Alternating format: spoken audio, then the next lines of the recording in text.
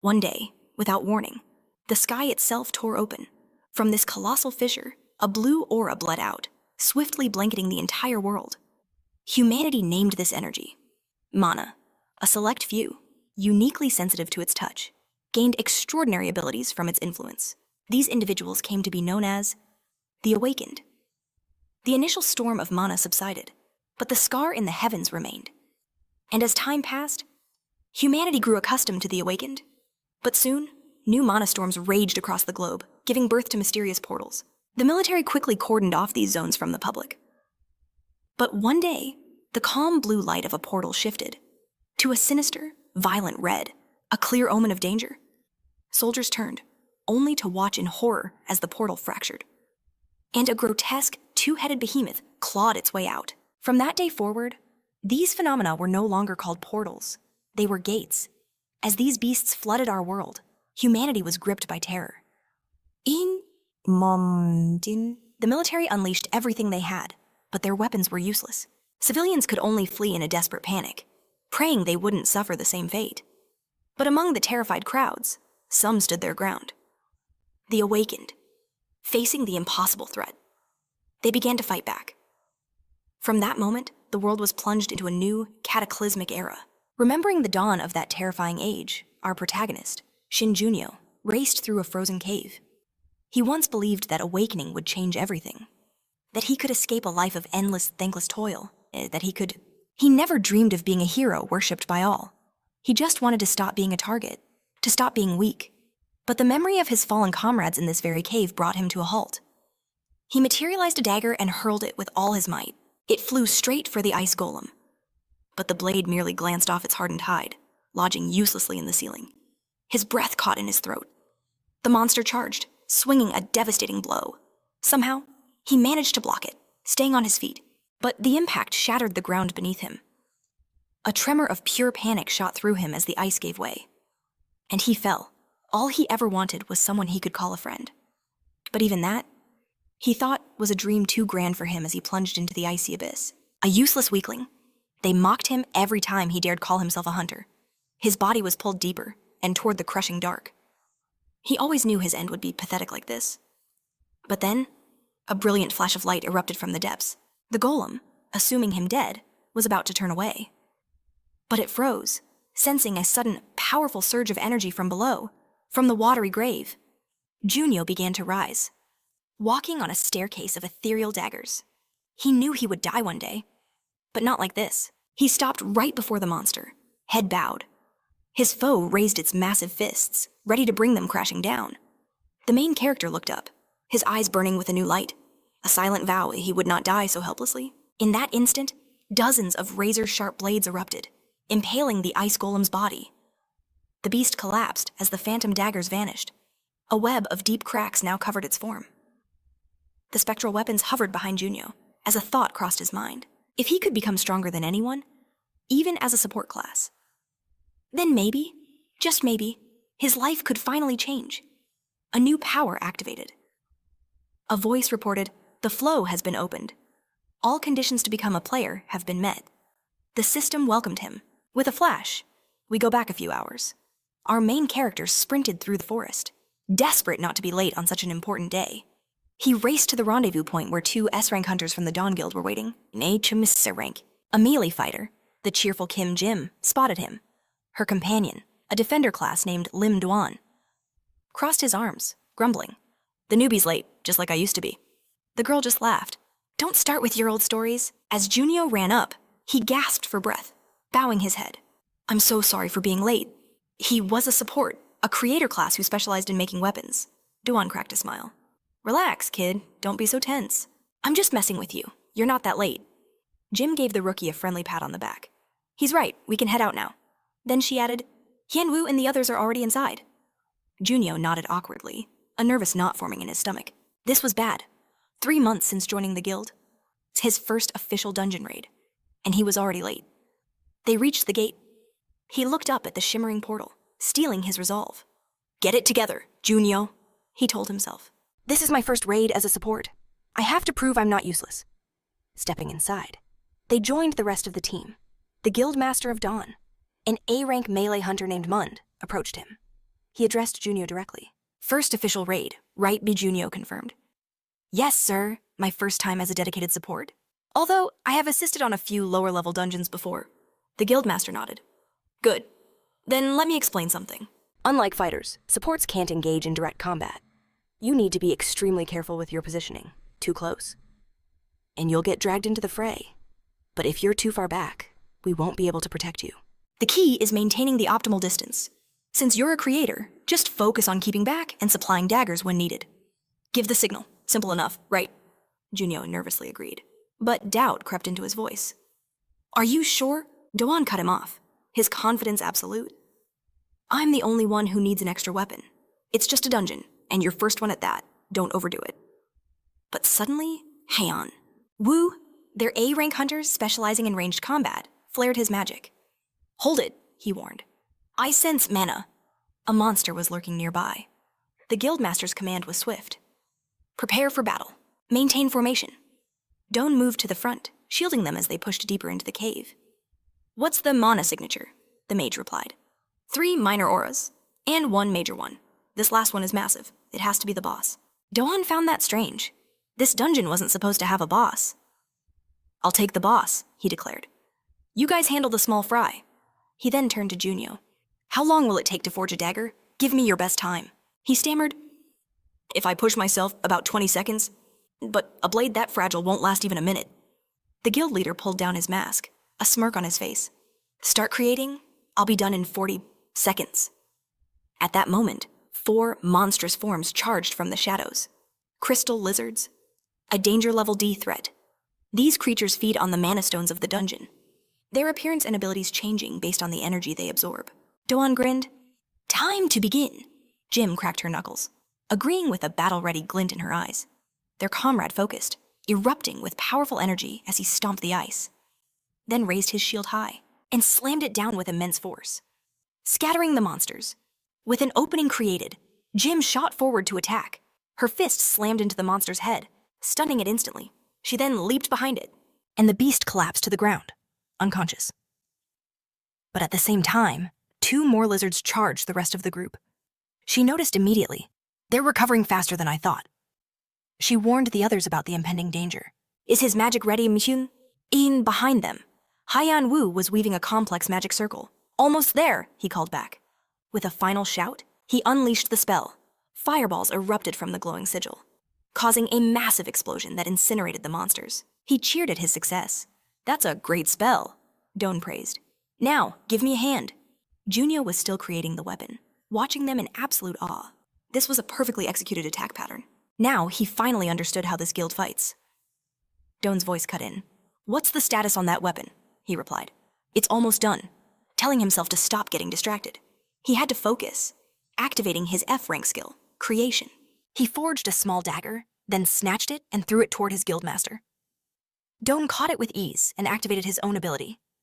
Darkness swirled around the blade. This was his A-rank skill shadow weapon. This technique uses the owner's weapon, transforming it into a shadow armament. Its quality and mana scale with the user's power, but it disappears after a short time. Doan charged, closing the distance to the main monster, then lunged and severed its head. The ice creature died instantly, its corpse crashing to the ground. The shadow weapon vanished from the leader's hands.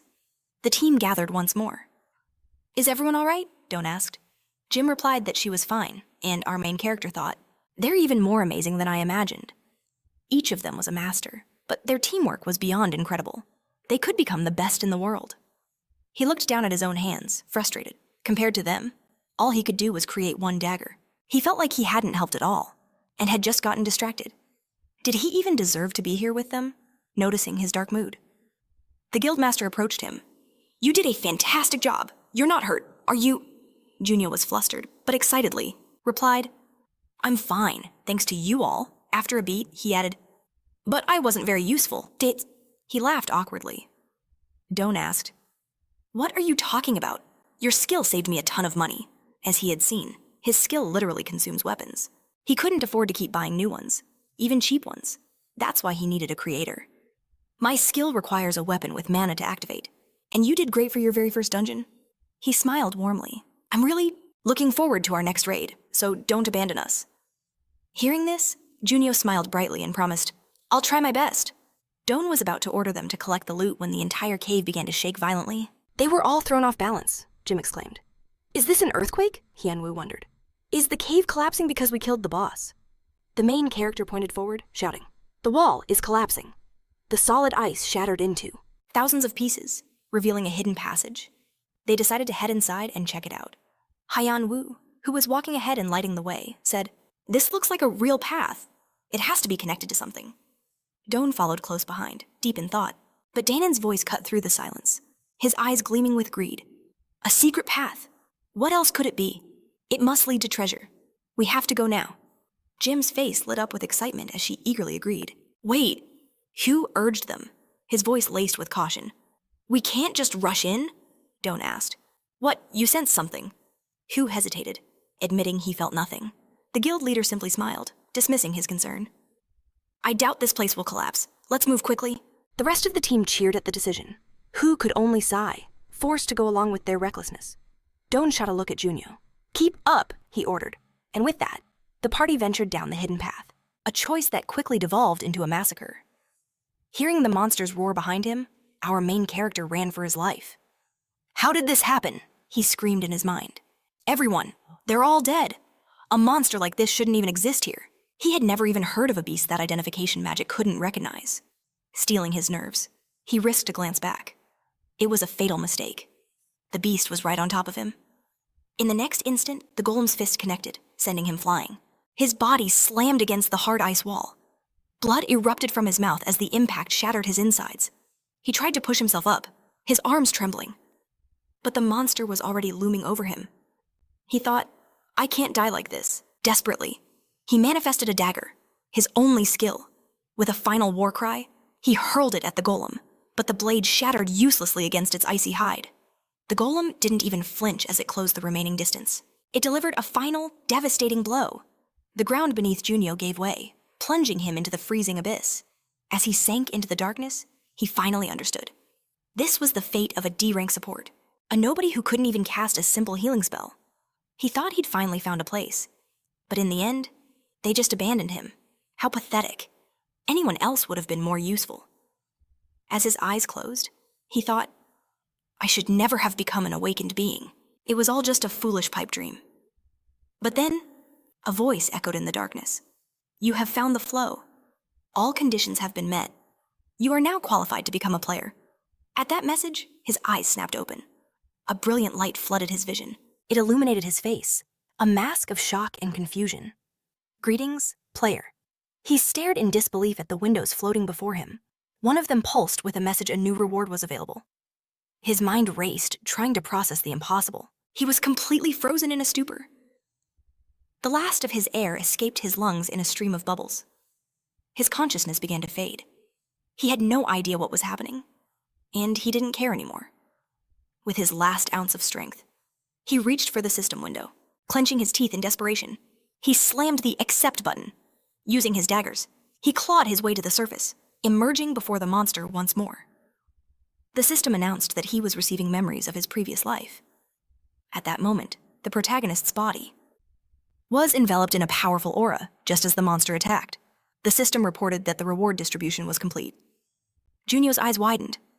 An arsenal of ethereal swords materialized in the air around him, then shot towards the beast, piercing its icy form. With a final groan, the monster collapsed. But then, a searing pain tore through Junio's head. He gritted his teeth, wondering, what is this? Strange alien memories flooded his mind. His instincts screamed a warning. He whipped his head around to see the golem, already lunging for the killing blow. A deafening crash echoed across the cavern. The monster's fist had smashed against something. An instantaneous shield of ice had erupted before him. No damage, he thought, analyzing the situation. It's a golem type, which means it has unbelievable vitality. He felt his own strength waning. In the next moment, his opponent shattered the shield. Junio leaped back, creating distance. If these memories are real, he pondered, then even for a golem, its weaknesses and attack patterns should be the same. The so-called golem-type monster has no single fatal flaw. Even if damaged, it can regenerate. In that case, the only strategy is to overwhelm it with attacks from different directions. all at the same time. He needed to create a net and an equal range grid, using himself as the epicenter. Anything caught within the net would move according to his will. With the framework set, he manifested a storm of swords. He clenched his fist. The swords vibrated, then launched themselves at the monster like a volley of missiles. A deafening crack echoed as ice fragments exploded outwards. The golem shattered into a million pieces. Finally defeated, the main character approached its remains. He breathed a sigh of relief, thinking to himself, he'd always thought this net world was just a simple support skill, something to help him craft items faster. It seems the skill's efficiency increases, and it can even be used for direct attacks. Boss defeated. The system announced. Looking at the floating window, he asked, "Can I view the monster's information?" There was only silence. Then, he noticed an ominous purple aura seeping from the monster's corpse. It coalesced into a sphere of energy that drifted into his hand. Passive skill. Magic absorption has been activated. Staring in disbelief, he muttered, "What is this?" He tried to piece together the whirlwind of events that had just consumed him. Memories flooded his mind. Memories from a previous life. What that truly meant, he didn't know, but the feeling was undeniable. It was him, but a different version from a few years in the future. A future where the world had already fallen. Horrors too terrible to speak of replayed in his mind. A legacy of memories he now carried. But even if this was the future, it might not be the future of this timeline. Too many things didn't align, especially the status screen floating before him. This never happened in his original life. A system window materialized out of thin air, listing his skills. Creation, communication, rent payment, and online world. It hit him then he had truly become a player. A term for the chosen. The ones who have awakened special abilities. But according to his memories, players shouldn't exist yet, not for another 2 years. Back then, only a small number of the awakened were chosen. A blue screen, visible only to them, would appear, heralding their new status. This mysterious power was called the system. At first, it sounded like a prank, but its reality was enough to shake the awakened to their core. Not only were players given a system, but they also received unique rewards, like immense strength and otherworldly skills. These systems and rewards appeared from nowhere, supercharging the players who used them. They grew at an explosive rate, leaving other awakened in the dust, thanks to their guildmaster, who was also one of the chosen. The Dawn Guild he belonged to managed to become a first-class guild. He played no direct part in it, but their success fueled his own ambition. To remain a vital part of the guild, he relentlessly honed his own abilities. In the system window, you could track your learned skills and experience. When he first heard of it, he thought it sounded convenient. And it was, if his skills and experience had truly carried over from that future life. Then the skill he just used on the golem's corpse was something entirely new, something he never possessed before. He tapped the skill to see its details. A passive ability, magic absorption. It collects energy from contaminated mana inside dungeons. If the amount of magic collected exceeds a certain limit, a special reward is given. He froze. He'd never heard of any player possessing a skill like this. Was this reward something meant only for him? He glanced at the magic gauge. It was just beginning to fill, collecting energy from the tainted mana. An idea of how to power it began to form. Deciding to ponder it later, he walked towards the bodies of his fallen comrades, his throat tight with grief. First, he had to take care of them. Some time later, at the Hunter Association headquarters, a young woman approached her colleague staring out the window. "Shouldn't you be heading home?" she asked. He looked back, confused by her question. She clarified, "It's just strange. A small-time guild clearing an unidentified dungeon runs into an accident. 4 out of 5 are dead. And the sole survivor, a D-rank support, it would make sense if he ran while the others fought, but he didn't. He even recovered their bodies and brought them all the way back to the association. The gate is gone, so there's no evidence left to find. What do you make of it?" "Something feels off," she began, but he cut her off. "Are you suggesting a D-rank support managed to kill those hunters?" He tapped her on the head with a file. "Get a grip. This isn't some civil dispute." "I know that," she mumbled. But even if something suspicious did happen, there was no way to confirm anything. Without the dungeon, all they could do was collect evidence as it surfaced. She rubbed her head with a frown. She still wanted to argue, but he stopped her again. "Do you have a better theory? This kind of thing happened all the time." He gestured with the folder in his hand.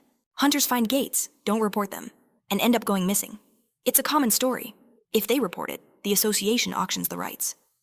They all know they'll only get scraps from an official raid, so they risk their lives to clear it secretly. After all, A small guild has almost no chance of winning a gate at auction. Just call him in for an additional statement. She bowed slightly and said her goodbyes. As she left, he walked into the corridor alone. He glanced down at the folder. His name is Shin Junio, he thought to himself. He'd dismissed it, but this case didn't feel normal at all. The official story was clean, but he couldn't shake the nagging feeling that something was wrong. For one thing, the kid acted far too calmly during the interrogation. He witnessed that massacre with barely any real dungeon experience. Logically, he should have been a complete mess. Something was missing from his story. Yet he explained everything with perfect clarity. Of course, it's possible he's just a stoic person. He'd met people like that before. But still, something was definitely off. He just couldn't figure out what it was, and that's what bothered him the most. He took a deep breath, telling himself not to overthink it. To understand it all, he had to investigate. At that moment, Junil walked the streets, his eyes fixed on his phone, a feeling of unease growing. Something was terribly wrong. An unidentified gate. He had no memory of this dungeon from his past life. Every guild member saw the gate application, bearing the association's official stamp. So how could this be? Was it possible someone forged the association's seal to deceive the Dawn Guild? Or was the association itself involved? But his deepest fear was that this wasn't just happening to their guild. Just as the investigator mentioned, hunters vanishing inside unidentified gates was becoming a terrifying trend. He didn't know the full picture, but news of disappearances was spreading like wildfire. This was the third incident this year. They lost powerful players, like Guildmaster Mundun, and even young talents destined to become future heroes. He froze, his legs trembling at the horrifying possibility. What if someone was trying to erase these heroes from existence that meant he had to conceal his true abilities with absolute care? He was the sole survivor of an unsolved incident. Any suspicious move would immediately put a target on his back. Stretching out his hand, he summoned the system window. He had about 2 years to prepare before the first player selection, but in that time, he had to awaken all his development skills. He needed a way to grow stronger, faster, without anyone noticing. He scrolled through the system menus, searching. He scanned for a useful skill, his eyes darting across the screen, until they finally stopped. A smile spread across his face. He'd found it 1 year later, deep within a mountain forest. The sharp clang of a blade echoed through the trees. Sparks erupted into the air. A hunter swung his sword with all his might, but the monster raised a shield just in time. The blow was blocked, and a sickening crack ran up the man's blade before it shattered, leaving him in shock. The monster retaliated, sending him flying back. He managed to land on his feet, stabbing the broken hilt into the ground to halt his momentum. He looked up just as the beast leaped into the air for a finishing blow. He dodged sideways, narrowly avoiding the attack. He landed beside his team, breathing heavily, as the enemy fixed its furious gaze upon them. This was the Gnoll Lord, Danger Level D, a high-ranking gnoll whose physical prowess was far beyond its lesser kin. The gnoll's hide was not just tough, it was also highly resistant to magic. The hunter stood, extending a trembling hand. What is a monster like this doing in an E-rank dungeon? Even D-rank hunters struggled against it. In that instant, the gnoll charged. The team's tank reacted, stepping forward just in time. He blocked the crushing attack with his shield, his arms shaking from the sheer force. "We can't hold out much longer," he roared. "Do whatever it takes. We have to deal some damage, anything at all." The swordsman's face went pale with terror. This monster, it was the reaper of low-level hunters. But the Gnoll Lord earned its name for more than just brute strength. Normally, monsters of this rank were weak against magic. Every hunting party relied on that fact, but this creature defied all logic. Hunters who were once confident in their low-level magic now felt true fear. The price for their overconfidence and negligence was about to be the annihilation of their entire team. They had only one physical damage dealer, useless in melee combat with a broken weapon. They had nothing left to fight with. How were they supposed to attack it now? The hunter grabbed his head in despair. If only he'd known this would happen. He wouldn't have been so greedy. He would have brought more people. Who could have guessed his plan to save money would backfire so spectacularly? A faint ringing sound cut through the chaos. He glanced to the side. He saw a young man, calmly chipping away at magic stones with a pickaxe. An assistant. He wasn't a combatant. His only job was to be a porter, gathering resources like magic stones. It was a menial role for anyone with a sliver of mana sensitivity, earning them little recognition or respect. Among the awakened, they were nothing more than the team's errand boy. The hunter had completely forgotten they even had an assistant. We're all about to die, he thought, and he's just mining crystals. But then he saw something that made his eyes widen. The pickaxe in the assistant's hands vanished into thin air, A spatial inventory, no? Does he have a creation ability? It might not be high quality, but it was better than nothing, he yelled out. Hey, assistant! The young man turned around. It was Junio. The hunter rushed over, his voice filled with desperate hope. Are you a creator? Can you make swords? Junio simply confirmed it. The hunter held up his shattered blade. Then make me a sword. A strong one, please. The main character apologized calmly. I'm an assistant, not a support member. At those words, the swordsman froze. This is no time for that, he screamed. Can't you see we're about to be wiped out if we fail? Model to face the boss. He'd die as well. Junio let out a heavy sigh, reluctantly agreeing to the man's terms. He then began his creation. But laid out one condition. Once the dungeon is cleared, everyone must forget about his unique ability. And when they start dividing the loot, he demanded a standard supporter's share. If they all agreed to this, he would lend them his power. The man stared at the new weapon in his hand, shocked. But his surprise quickly turned to scorn. For someone who couldn't even become a proper creator and was stuck as a mere assistant, the quality was mediocre at best. Did he really think they could clear a dungeon with a weapon like this? It was utterly ridiculous. And how could he just forget what he'd witnessed? A smirk played on Junio's lips. Funny, isn't it? As he spoke, the weapons in the other's hands began to transform. A good weapon is the key element to conquering any dungeon. With a wide, confident smile, he extended his hand, guaranteeing that as long and as they possessed this element, victory was assured. Sometime later, at the Overkill Guild, one of the three largest guilds in all of Korea, a woman named Mihui walked down a grand hallway. She stopped before a set of imposing doors and knocked. Yuntien, seated within, permitted her entry, addressing him respectfully as guildmaster. She reported that the Hunters Association had sent a cooperation request. He asked, "Is this about the dungeon rank errors?" She confirmed his suspicion. While it looked like a standard request on the surface, it seemed the association was willing to pay any price. He frowned, his gaze shifting to a system window. It's not like we have a choice, is it? There was practically no other awakened being capable of entering a gate that had been forcibly sealed. The system window flashed with recent news. Another A-rank dungeon had appeared, but thankfully, it was cleared successfully. He glanced at the victory photo of the raid team, when suddenly, a familiar face caught his eye. He recognized Junio, certain he'd seen him before. A bugged A-rank dungeon that appeared in Godin a couple of weeks ago. He had been dispatched to the area, so he was there on the scene. And he'd definitely seen that face there, according to the official data.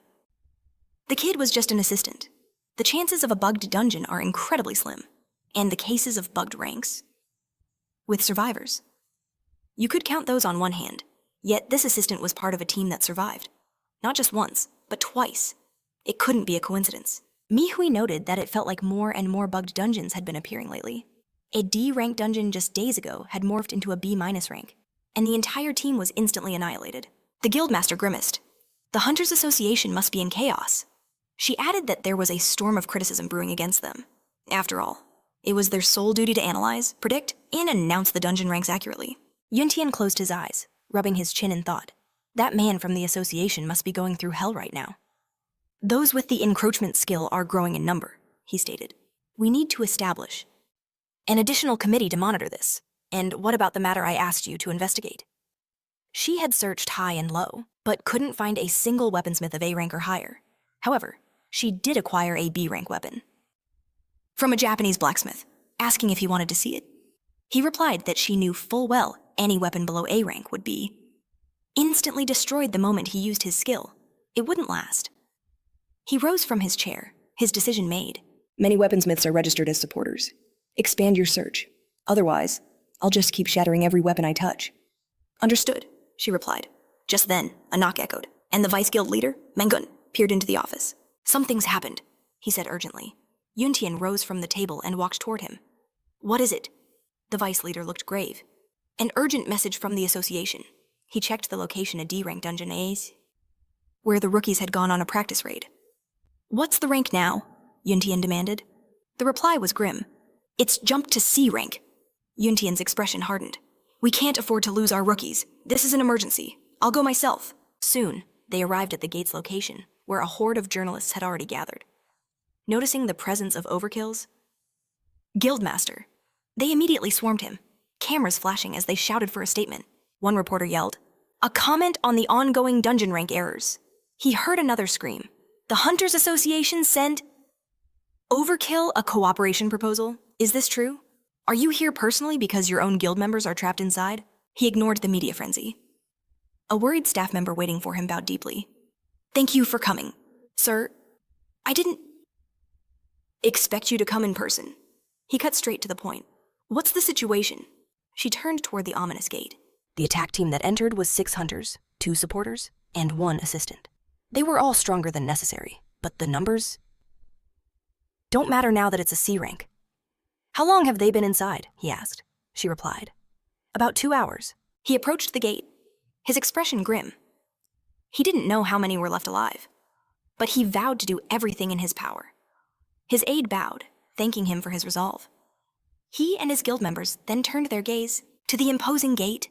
He slammed his case to the ground, extending a hand towards his secretary, demanding his weapon. She reached into her bag. As a brilliant light erupted from within, revealing a gleaming sword, she was a top-tier support, a specialist in opening subspaces anywhere. She then presented the weapon to the guildmaster. He enveloped the blade in roaring flames, and with a sharp cry, struck the gate. His skill, encroachment, activated.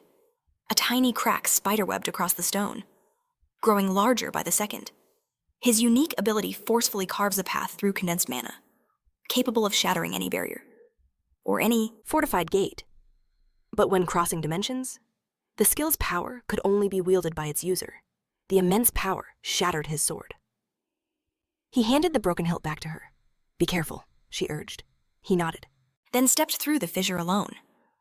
Once inside, he froze. The air itself was different. The temperature and humidity had shifted, and that disgusting stench. It could only mean one thing: reptiles. Judging by the clean floors, these weren't mindless beasts. They were intelligent. Considering the dungeon's rank, the answer was obvious: lizardmen. These ancient humanoid reptiles were formidable D-rank monsters that live in tribal units. Unlike other humanoids, their lifespan was long, a life proportional to their intelligence and combat prowess. He then spotted them monster corpses, riddled with sword gashes and arrow wounds. He moved deeper into the chamber. The state of these bodies would reveal everything: the rescue party's size, their fighting strength, and how much damage they'd taken. According to his calculations, they should all be dead by now. But as he pushed forward, he heard it. The clash of steel, the sound of voices. He feared the worst. But when he reached the battle, he witnessed something truly unexpected. The monsters were on the offensive, but the hunters were holding their ground. They moved as one cohesive unit. An arrow flew, piercing a monster's hide. Tien stood frozen in shock. Are they winning? But something was wrong. Based on their movements, the lizardmen were far superior. Suddenly, his analysis was cut short by the scene unfolding before him. A monster's club sent a hunter's sword flying.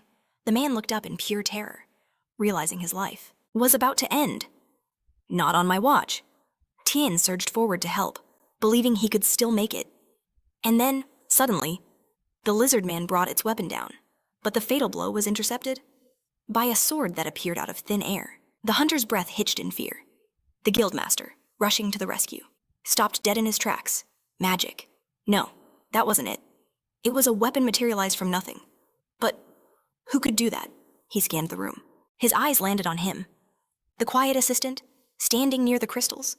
The one who had summoned the blade. Noticing his stare, Junio slowly turned his head. Their eyes locked. Junio then glanced at the hunters, who were still locked in combat with the monsters, and began to count. 1, 2, 9 people? His gaze then shifted back to Tien, pointing a single finger at him. "You," he said calmly, "are the 10th? But that was impossible. The guildmaster knew for a fact that only 9 had entered. He frowned. "What are you playing at?" he demanded. Just then, another hunter's block failed. The monster's strength was overwhelming, sending him flying backward.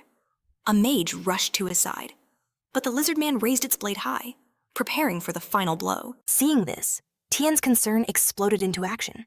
He drew his own sword and charged.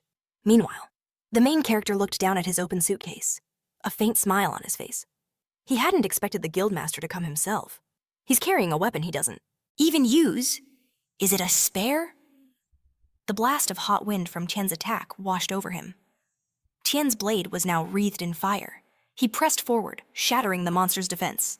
Get back! He roared to the hunters behind him. The mage helped his comrade to his feet, thanking Tien for the intervention. With a powerful swing, Tien disarmed his opponent, igniting his flames once more. He blitzed past the creature, delivering a storm of devastating blows. Its body was instantly covered in deep gashes. Green blood sprayed through the air. Before its corpse crashed lifelessly to the floor, Tien glanced at his sword.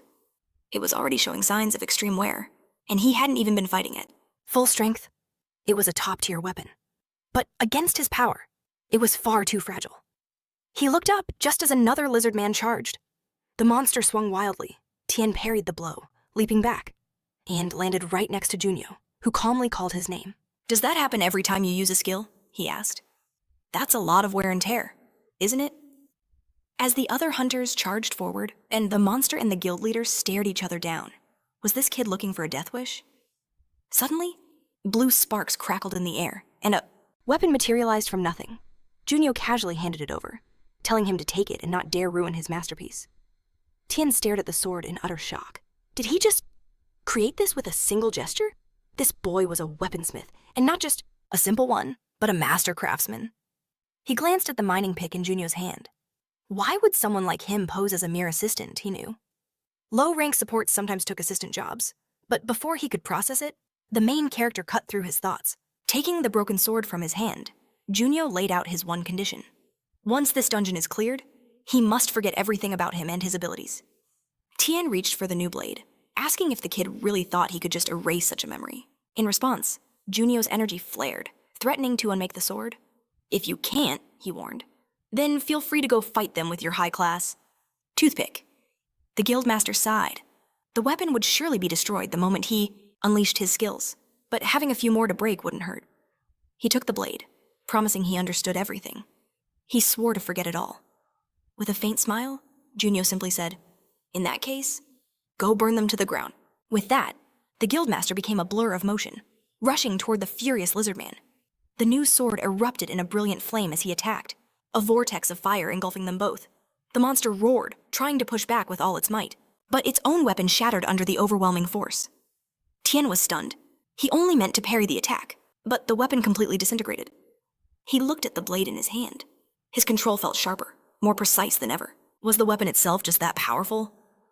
He glanced at Junio, who was already gathering crystals, and wondered, was this kid a weaponsmith who could forge at least B-rank weapons on a whim?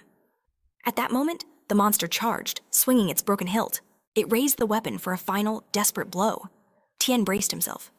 This is interesting, he thought. Let's see what this thing can really do. With a surge of power, he plunged the tip of the sword into the monster's stomach and unleashed his skill. The blade's flame roared to life, piercing straight through the beast's body in a blinding flash. Without wasting a second, the guildmaster vaulted off the monster's shoulder and launched himself into the air. He raised his sword high above the beast, the blade once again blazing with searing fire. He brought it down, plunging it straight through the monster's skull. It let out a final, agonizing shriek as blood erupted from its mouth, and its massive corpse crashed to the floor. Tien brought the blade closer, inspecting it carefully. Not a single scratch.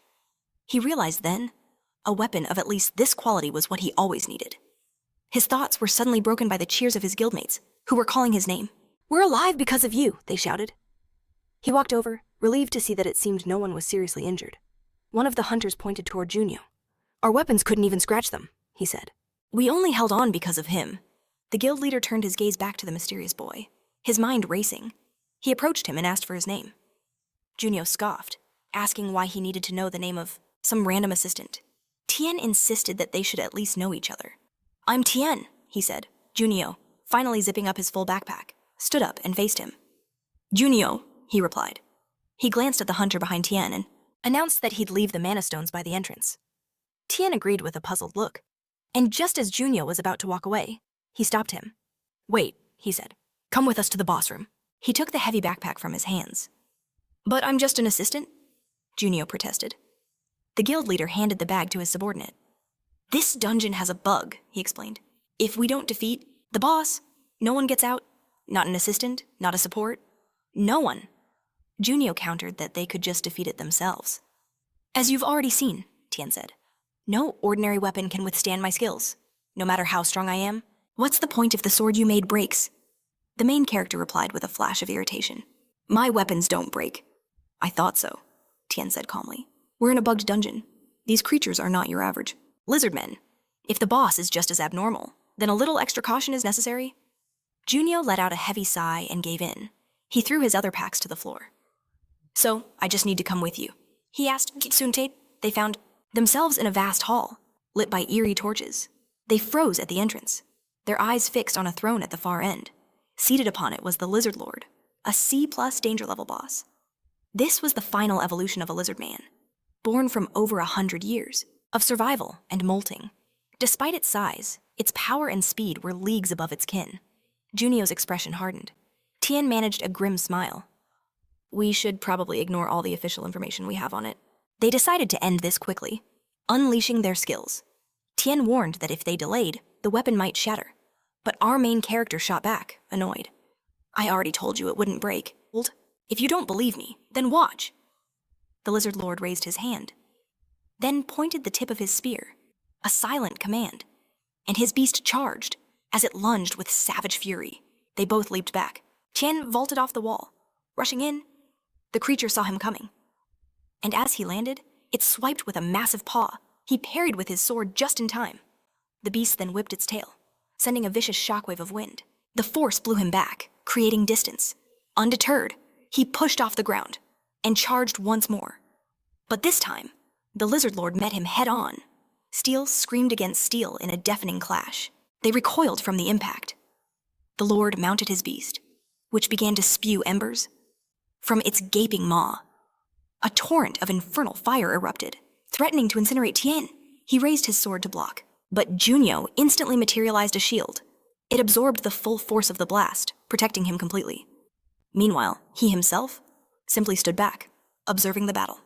Just then, the lizard charged again, knocking Tien backwards. Landing beside Junio, he demanded. Aren't you a weaponsmith? A shield can be a weapon, he replied coolly. Ever been hit by one? Tien smirked, igniting his blade in flames. When we get out of here, he said, I have a lot of questions for you. With those words, he shot toward his foe. The Lizard Lord retaliated, whipping his hand forward and unleashing a razor-tipped chain from his spear. It struck Tien's sword, coiling around the blade like a serpent. With a vicious tug, the Lizard Lord reeled him in. Tien was pulled helplessly toward the beast's waiting jaws.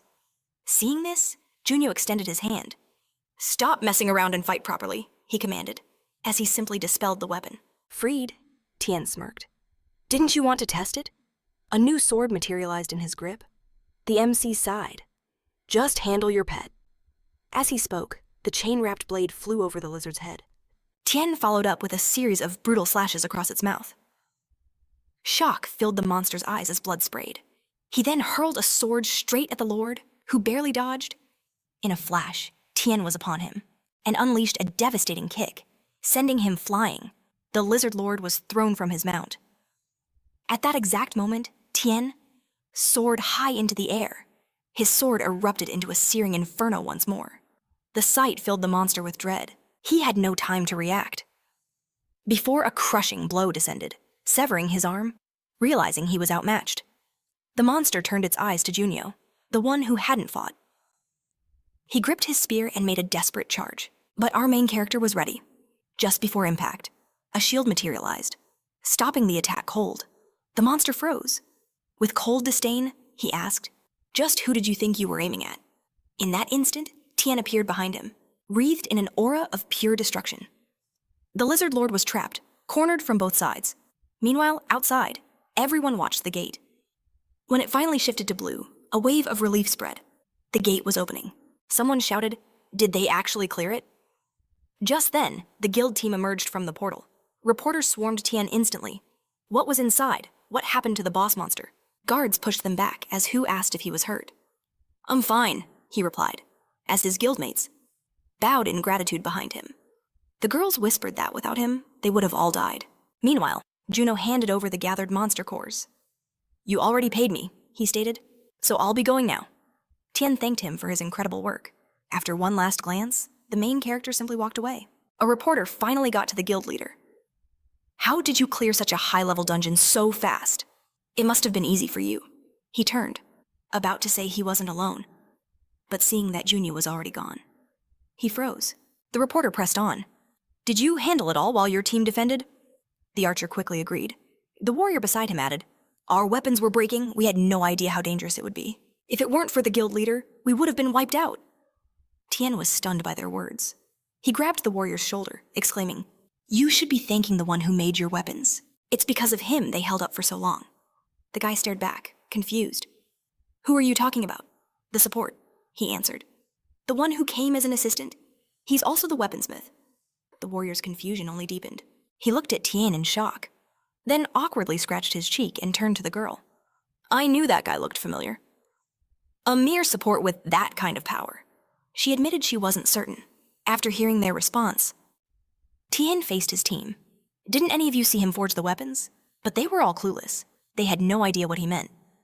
Do you mean the pickaxe? One asked. Their eyes darted to the discarded backpacks. Where the tool was supposed to be. He didn't even have one, a hunter said. Another quickly corrected him, insisting. He did, but he must have lost it. Still, he gathered all the mana stones. Tian was completely bewildered. What was going on? He'd armed every single one of them. And now, it was as if it never happened. Then, a memory surfaced. Junwoo's words echoed in his mind. A request to forget everything as payment. Was this the price? He thought in shock. How could he use a skill of A rank or higher? His teammates called his name, confused by his sudden, strange behavior. Without a word, he tossed the weapon case to his second-in-command and bolted. He had to find Junwoo, calling his name desperately. His deputy and her secretary watched, utterly baffled, as Tian sprinted through the area, his eyes scanning everywhere. Where did he go? Did he really just vanish? Suddenly, Tian froze. Junwoo was close, hiding just behind a brick wall, with no one else in sight. Tian knew he'd lost his chance. Just then, his guild members finally caught up to him. They rushed over, asking what was wrong. He turned to Hisu, his tone urgent. Right now, I need you to find someone. Hearing this, our main character pursed his lips in frustration. Closing his eyes for a moment, he vanished. Time passed, and soon, Hisu came to the guild with a report for the leader. I've located Shin Junio. He entered a D-rank dungeon near Sagu, around 1 p.m. with a party of 5. Tian praised her. Excellent work, that's just around the corner. She then hesitated, wanting to ask him something. Sir, Junwoo is only a D-rank creator. Why are you so interested in him? Tian glanced at the tablet. Is that what you think? He mused that, on paper, he was indeed a D-rank creator. He scanned Junwoo's profile, his status, his background. According to all the official data, he's D-rank, but he has the Fee skill, and that one ability changes everything. Fee is an A-rank skill. In exchange for a crafted item, it can force the recipient to obey a request. The nature and obligation of that request depends entirely on the user's qualifications, and the requirement for Fee is astronomically high. He had never encountered anyone who could use it like this, an ability perfect for amassing wealth, or for hiding one's true identity. A weapon that could make someone powerful in an instant. He would uncover the truth when they finally met. That day in the dungeon, he'd felt a sensation unlike any other. He recalled the feeling of gripping the sword Junwoo had forged. For the first time, he felt he could fight at his absolute peak, without a single worry about his weapon shattering. He'd met countless master swordsmiths, the best in the world. But as soon as they presented their newest creation, he would grasp it with a glimmer of hope and channel his power into it. And though these craftsmen were always supremely confident in their work, the moment he unleashed a single powerful flame strike, he was met with instant disappointment as it shattered. In the end, the same proud swordsmiths could only clutch their heads in despair at the sight of their broken creations. Not one of them could meet his expectations. And that wasn't all. The creator class is usually limited to forging normal weapons. But what Junwoo made, it completely transcended that limitation. It was as if Junwoo's ability had no constraints at all. It was possible that this incredible power, his sanpei, was something he could never use, simply because no weapon could handle it. He calculated. Clearing a D-rank dungeon with 5 people usually takes about 4 hours. They have roughly 1 hour left. With that thought, he rose from his seat and asked Hyesu what was on his schedule. She replied that he had a meeting with Guildmaster Hugh at 7 p.m. He strode past her towards the exit. Cancel it. I'm leaving early. He absolutely could not afford to miss this. Meanwhile, deep inside the dungeon, the party was locked in battle with orcs. A warrior plunged his sword into one's gut, finishing it. As the monster's corpse fell, he stared in awe. It couldn't be. Did the porter really craft this sword? If that much mana could destroy a boss's weapon, then this blade had to be at least C rank, maybe even higher. When his own weapon shattered, he thought it was all over. He never dreamed their support would have this kind of power. He picked up the new sword and let out a booming laugh. "This is incredible," he roared. "I've never held a sword of this quality." He turned to Junwoo, thanking him for the assist. Then he looked at the girl in their party. "He's not in a guild, right? We should recruit him." She thought it was a fantastic idea. The man added, "It's a complete waste for him to be just a porter." She asked if that was true, and Junwoo just laughed in response. "You have a sharp eye," he said, listening to their idle chatter. Our main character glanced their way, thinking to himself, he'd used far more mana than he'd originally planned. This team was struggling badly. As the main character looked upon them, he realized he'd used far more mana than he ever anticipated. The entire team was struggling, even in this ordinary dungeon. He returned to where the stone men spawned, tossing his backpack onto the cold floor. He couldn't help but think, if he'd had more mana then, everything would have been different. He remembered that incredible torrent of power he'd never felt before, right after defeating the golem. But once he used it all, it vanished completely.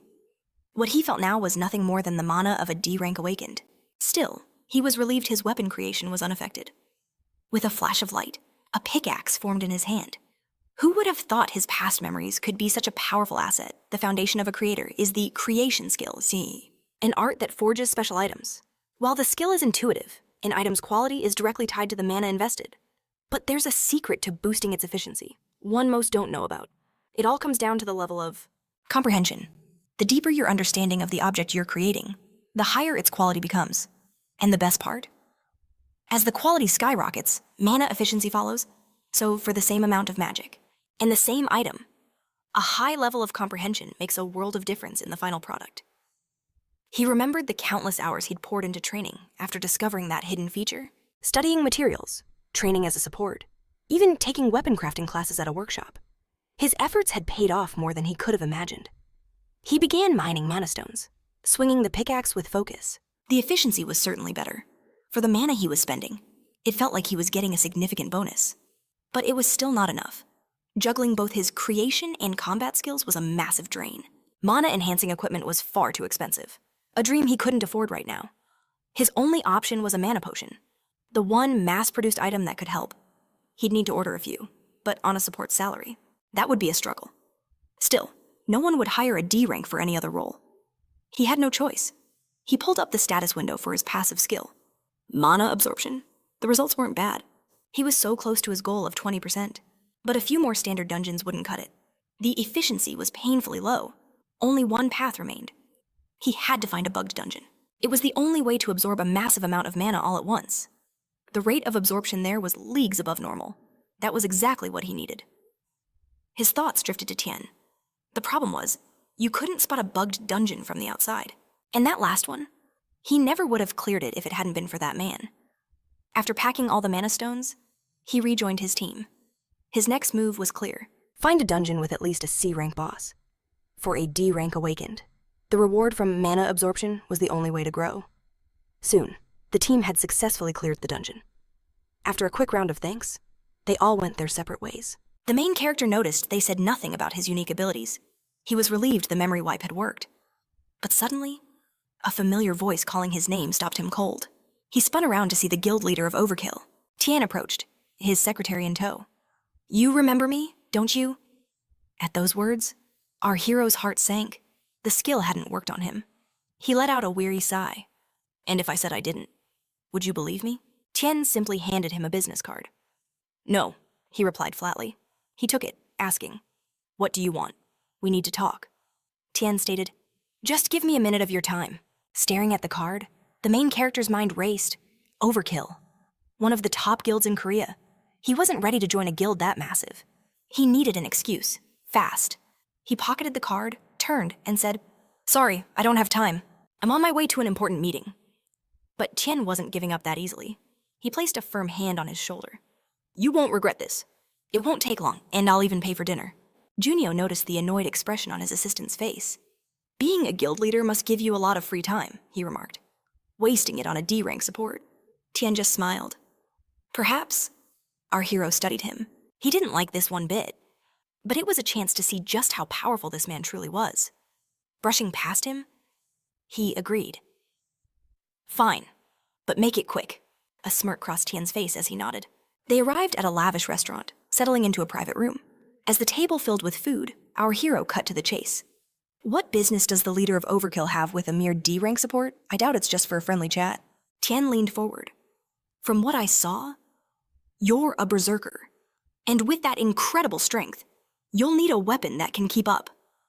Contain his immense power. A warrior's most crucial task is finding a weapon that won't shatter in his grasp." Of course, his quest was relentless. He scoured the country and beyond, starting with a blacksmith hailed as the greatest in the land, and even seeking out legendary weaponsmiths. If there was a sliver of hope, he would commission a new weapon, no matter the time or cost. But every single one failed to endure his might. With one exception, the sword he forged himself. The protagonist's expression was cold. Realizing one truth, the binding agreement had no effect on him whatsoever. He never imagined Berzer possessed a nullification skill, a careless oversight. He had to be far more cautious when using that ability on high-ranking hunters. Tien's voice cut through the silence. "I'll be direct," he said, his face grave. "I want you to join my guild." The proposal stunned Hu for a moment. "I'm aware you're not affiliated with anyone. Join us. And you'll receive only the best, a signing bonus of 10 billion won. Operating costs and dividends will be paid separately. The contract will be for 1 year. Upon renewal, your fee will increase by 10%. The rest of the details were in the contract, but Junho didn't let him finish. He rose from the table. "My apologies, but I have no intention of joining a guild right now. I must refuse. If that is all, I'll be taking my leave." With a slight smile, he thanked him for the meal, then turned and walked away. Tien called out, trying to stop him. "Why?" Hu demanded. "Why make such an offer?" "There has to be a reason." She started to mention the conditions, but he cut her off. "If you had experienced what I have, you would never say that. It's been so long since I've felt the scream of a worthy weapon. With a blade like this, it feels like I can do anything." "And it held up?" she countered, but he just took a sip of his drink.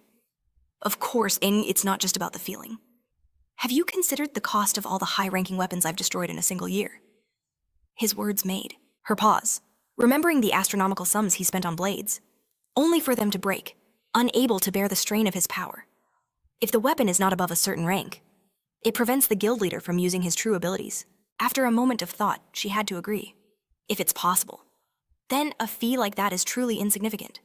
But the problem is, no one is capable of creating such a thing, not even those who are called the best. The fact that he possessed such an ability? "He can do it," Tien interrupted, his voice firm. "I'm certain." She flinched at his intensity. "Therefore," he continued, "no matter the request, I will recruit him at any cost." Time passed. The main character walked the city streets, lost in thought. Who knew the day would come when he'd turn down offers from the top 3 guilds, Overkill and Yunnan?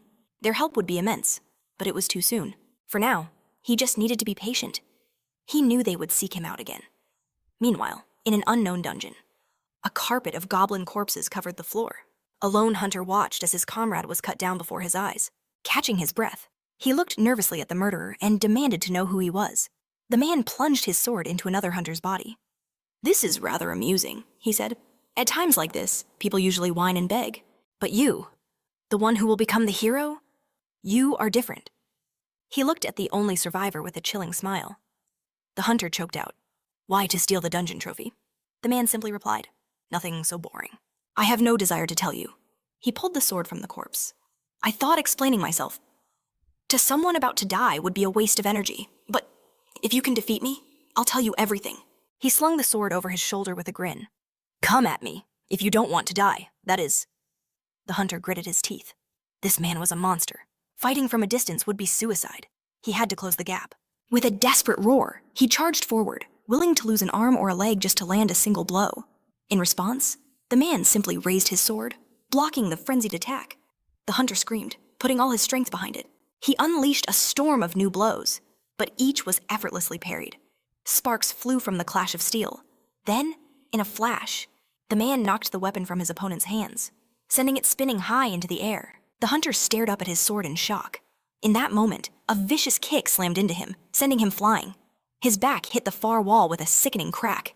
He trembled in agony as the man approached. How disappointing. The sound of the sword dragging along the stone floor echoed.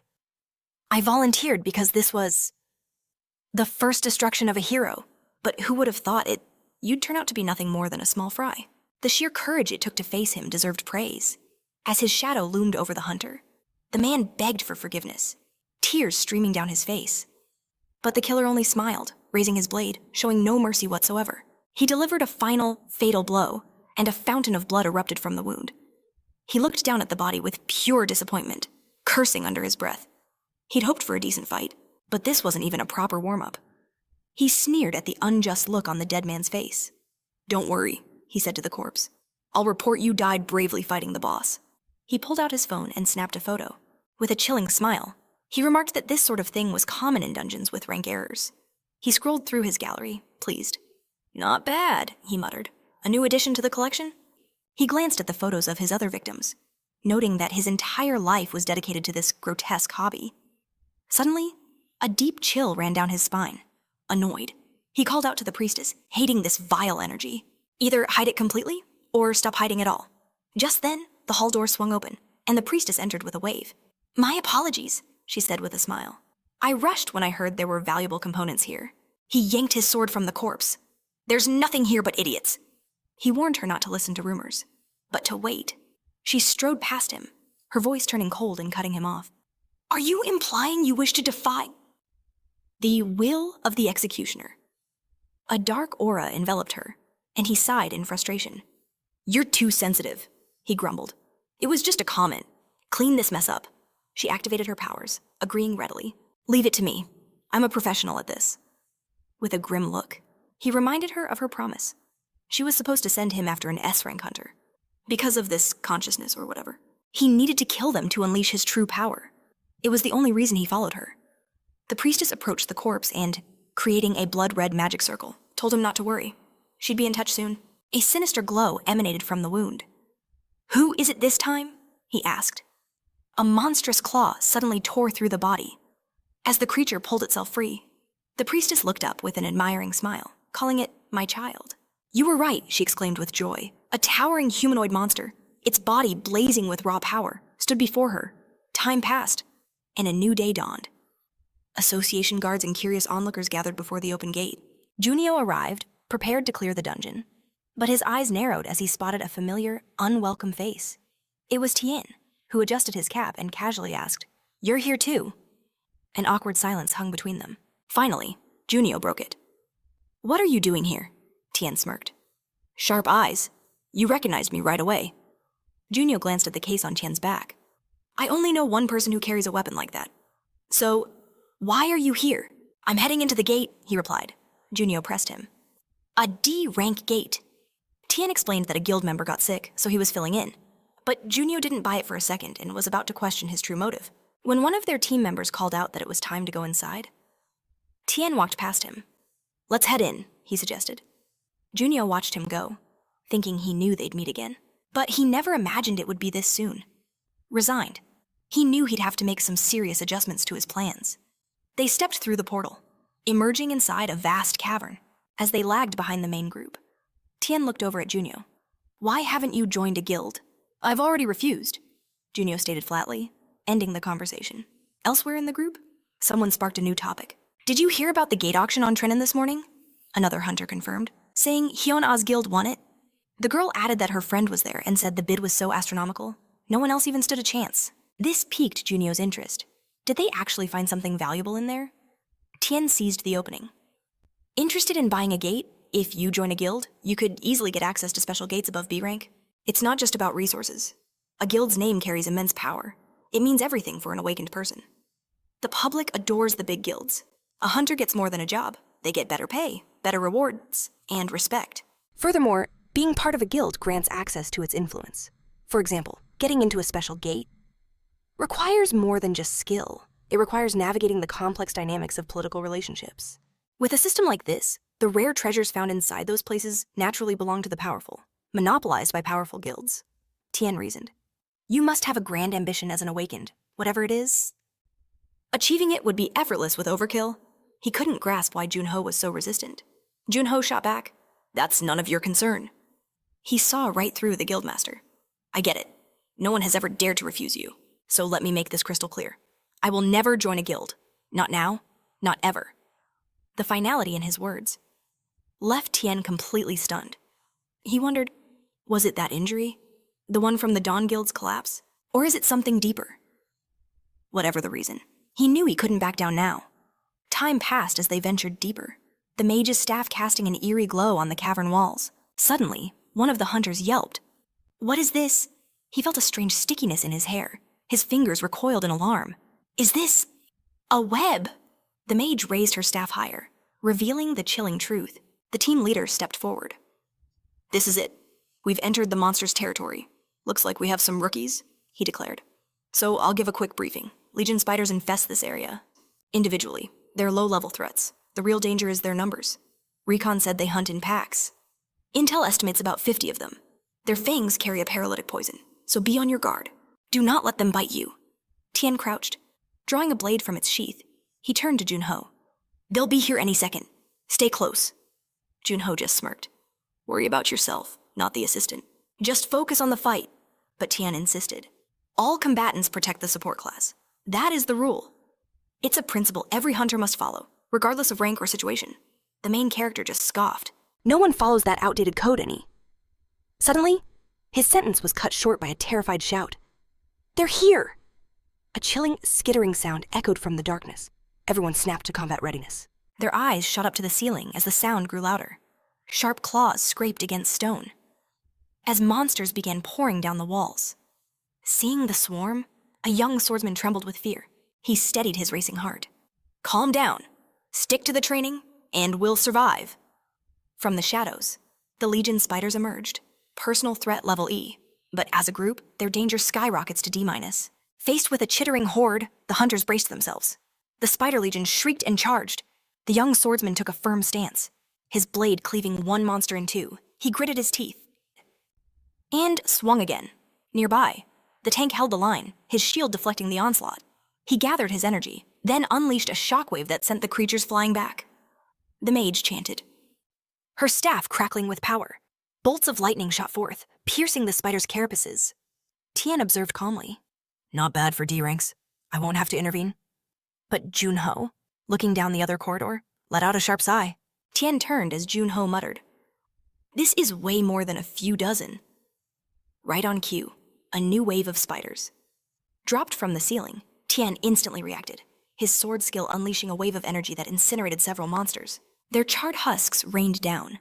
He continued his assault, thinking, their durability is pathetic. Compared to other beasts, just a bit of sword chi is enough. He realized he wouldn't even need to use his blade. This way, he could clear the raid without damaging his prized weapon. As he fried another wave, a desperate scream erupted from behind. The 3 D-rank hunters were completely surrounded, their formation crumbling. The situation was growing desperate. "They just keep coming," the leader yelled. "Who said 50? There have to be hundreds. Who was in charge of reconnaissance?" The swordsman cried out in despair. "We can't hold them." And from behind him, the mage announced, "I'm almost out of mana." Tien decided to act. "I'm going to help them," he shouted to Junho. "Stay with me." But Junho walked in the opposite direction. "You help them. I'll clean up over here and catch up." The guild leader froze. He watched in disbelief as Junho calmly walked toward the monster swarm. One leapt from above to ambush him. Tien lunged forward. "Get down!" he roared, panicked. "If I don't use my sword chi, he'll be torn apart." But in that critical moment, Junho simply stopped and closed his eyes. When he opened them again, their color had shifted. They reflected a shimmering, ethereal net that had appeared on the ceiling. The attacking spider was ensnared, then instantly impaled by razor-sharp energy. Its corpse crashed to the ground, leaving Tien utterly speechless. Juno focused his will. Of all the weapons he could manifest, a single sword would have the highest quality. Creating multiple blades at once would be devastating. But his current mana pool made that impossible. With a flick of his finger, the sword pulled free from the corpse. He aimed it forward, a cold thought crossing his mind. This would have to be enough. At his silent command, the blade ascended, ready for orders. It began to orbit him like a loyal sentinel. Spotting the nearby spiders, the main character turned and pointed. The sword shot forward like a silver bullet. It pierced the first monster clean through, and streaked on to the next. With a mere wave of his hand, Juno commanded the blade, forcing it to carve a deadly path through the cave at blinding speed. Then, he aimed his finger toward the ceiling. The blade shot upwards, descending into a vortex of destruction that shredded everything in its way. When the storm of steel subsided, Tien stared in utter shock at the mountain of corpses at Juno's feet, his eyes fixed on the sword, lodged in the final spider. An area of effect attack, he wondered, watching it dissolve. In less than 10 seconds, he'd wiped out dozens of monsters single-handedly. Was this the true power of materialization in combat? He never imagined a support class could fight this way. Noticing his stare, Juno gestured to the other party members. "What are you doing? Aren't you going to help them?" Juno's words snapped Tien back to reality. He spun around, seeing his comrades on their last legs. The situation was critical. He sent a quick message through his skill. "We'll talk after this is over." But before he could leave, Juno called out, pointing to the corpses. "Take care of these." No one would believe a mere assistant did this. Tien pulled down his mask, considering for a moment. Then he launched himself forward, engulfing the evidence in cleansing flames. Soon, the battle was finally won. The exhausted team gathered to rest. The hunter gratefully thanked Tien. "We only survived because of you." He admitted his surprise. "I thought you looked familiar." But the guild master of Overkill, Tien, apologized for the deception, explaining he wanted to investigate the dungeon discreetly. The mage, thrilled by the revelation of his true identity, thanked him profusely, her eyes sparkling with admiration. "Watching you take down all those spiders, it was so cool." A blush crept onto her cheeks as she shyly asked, "If maybe we could take a photo together when we get out."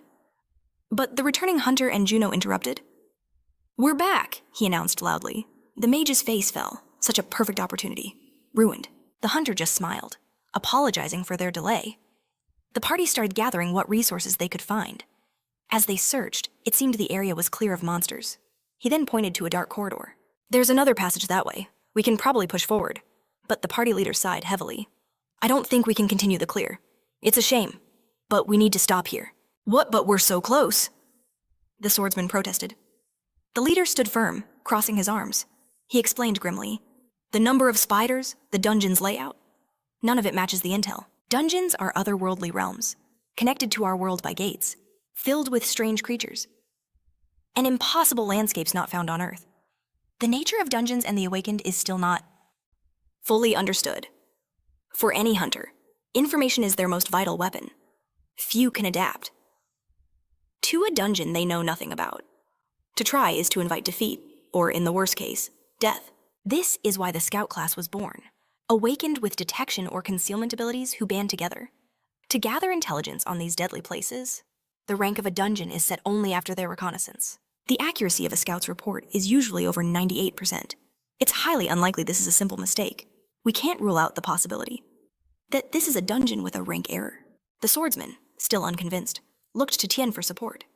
"But the guildmaster is with us. Surely we can continue." The leader shook his head. "I understand the desire to press on, but even the guildmaster's help isn't enough. If we aren't careful, every single one of us could die here." The swordsman's frustration was clear. "But I have to clear this dungeon. For personal reasons." "Is there really no other way?" The mage echoed his desperation. "I wanted to see this through to the end, too." The leader's voice was heavy. "But what is more important than your own life?" There could be no turning back. He didn't want to leave, but they had to report the situation. The guild leader joined the discussion, declaring his agreement. The team leader shot him a puzzled look, but he simply stated that while he was here to observe, he was still a member of this raid party. If the leader decided to push on, he had no reason to object. But to truly understand this dungeon, they needed to reach the boss room. He glanced toward Junio, who gave a firm nod. Bowing slightly, the man declared his trust in him. "I'll leave it in your hands." Junio thanked him, but as he began to defer leadership, the man cut him off. "Don't worry about that. You will continue to lead." the leader agreed, and with a sharp command, they began to move out. Passing through a colossal passage, they found themselves standing before a set of imposing doors. The team leader halted. "This should be the boss room," he announced. "Final briefing. First off, the boss of..." This dungeon is a rank D+ Legion Spider Queen. Her overall combat power is high, but she's considered a fairly easy fight. Her main threat is birthing endless Legion spiders, but that's just the initial data. We have no idea what monster truly waits behind that door. He pushed, and with a deep groan, the heavy door swung open. "We're going in!" Light sliced through the oppressive darkness as they stepped inside, illuminating the path. They advanced, cautiously. Junio frowned. He couldn't feel any special aura. Nothing at all. The team leader held his shield high. "Everyone, get ready." And then they saw a massive spider hanging from the ceiling. He roared. "It's the boss," the swordsman asked. "Is that the Spider Queen from the report?" The mage sighed in relief. "Thank goodness, the boss is the same." She raised her staff, eyes glinting. "I'll go first." She summoned a crackling storm of lightning and launched it forward. An arc of electricity slammed into the monster. She clenched her fist in triumph. But in the next instant, her eyes widened in pure shock. The corpse of the Spider Queen crashed to the floor. Its body was horrifically mutilated, half its abdomen completely gone. And this was clearly not the mage's doing.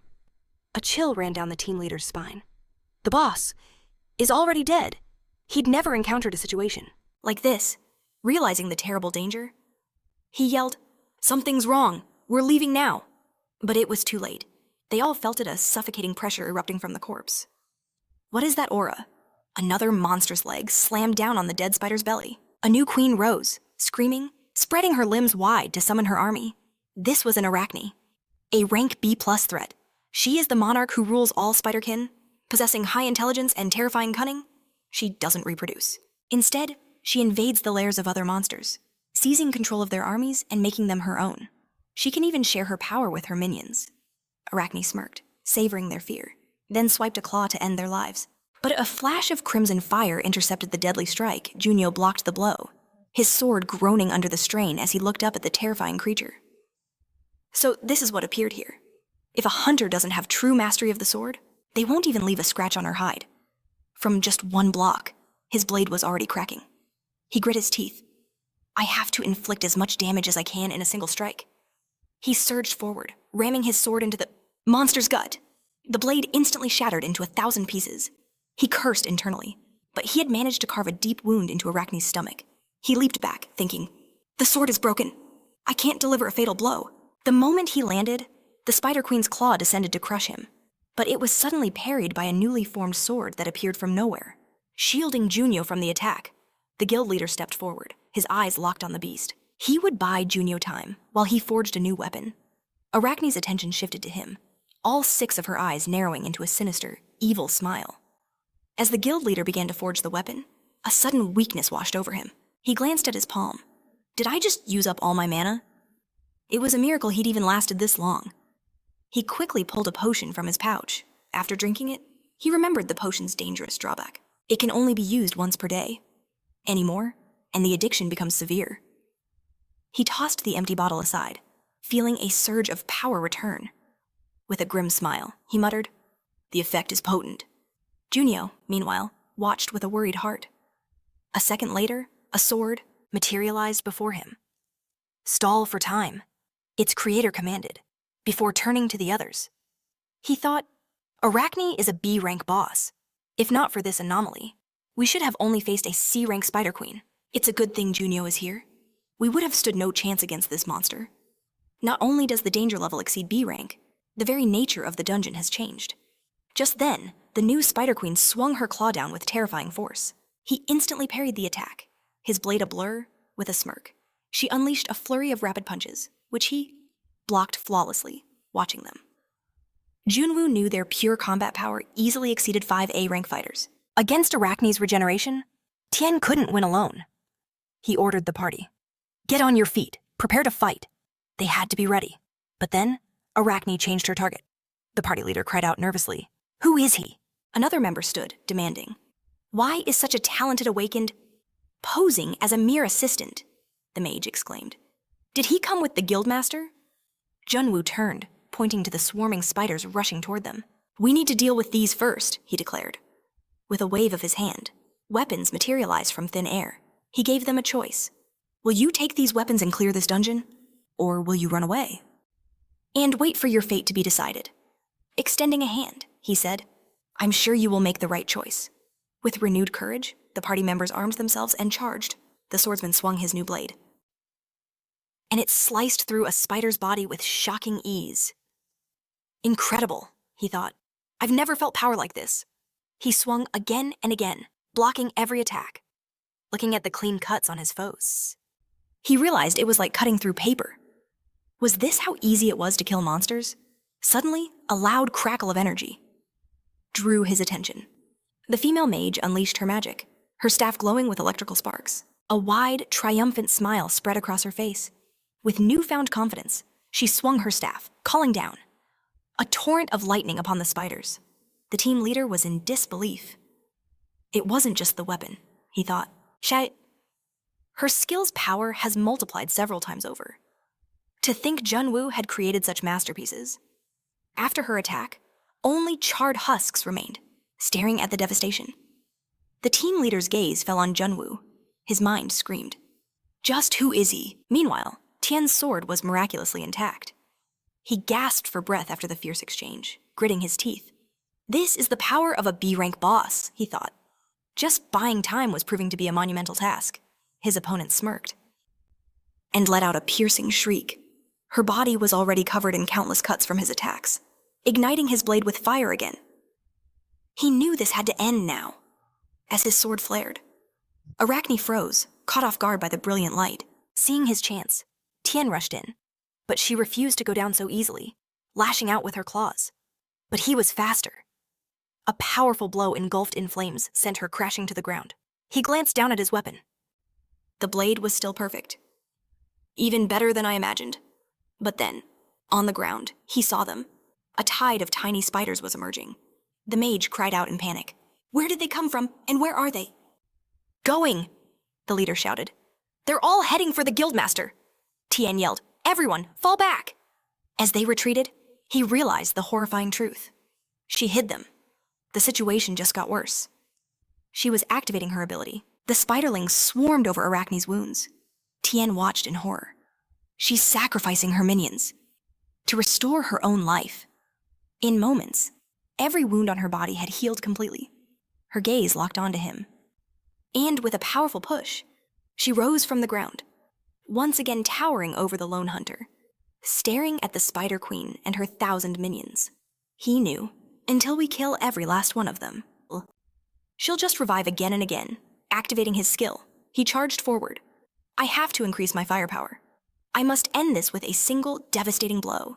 Suddenly, his blade fractured with a sickening crack. Seeing this, he cursed loudly. At the same time, the main character smiled.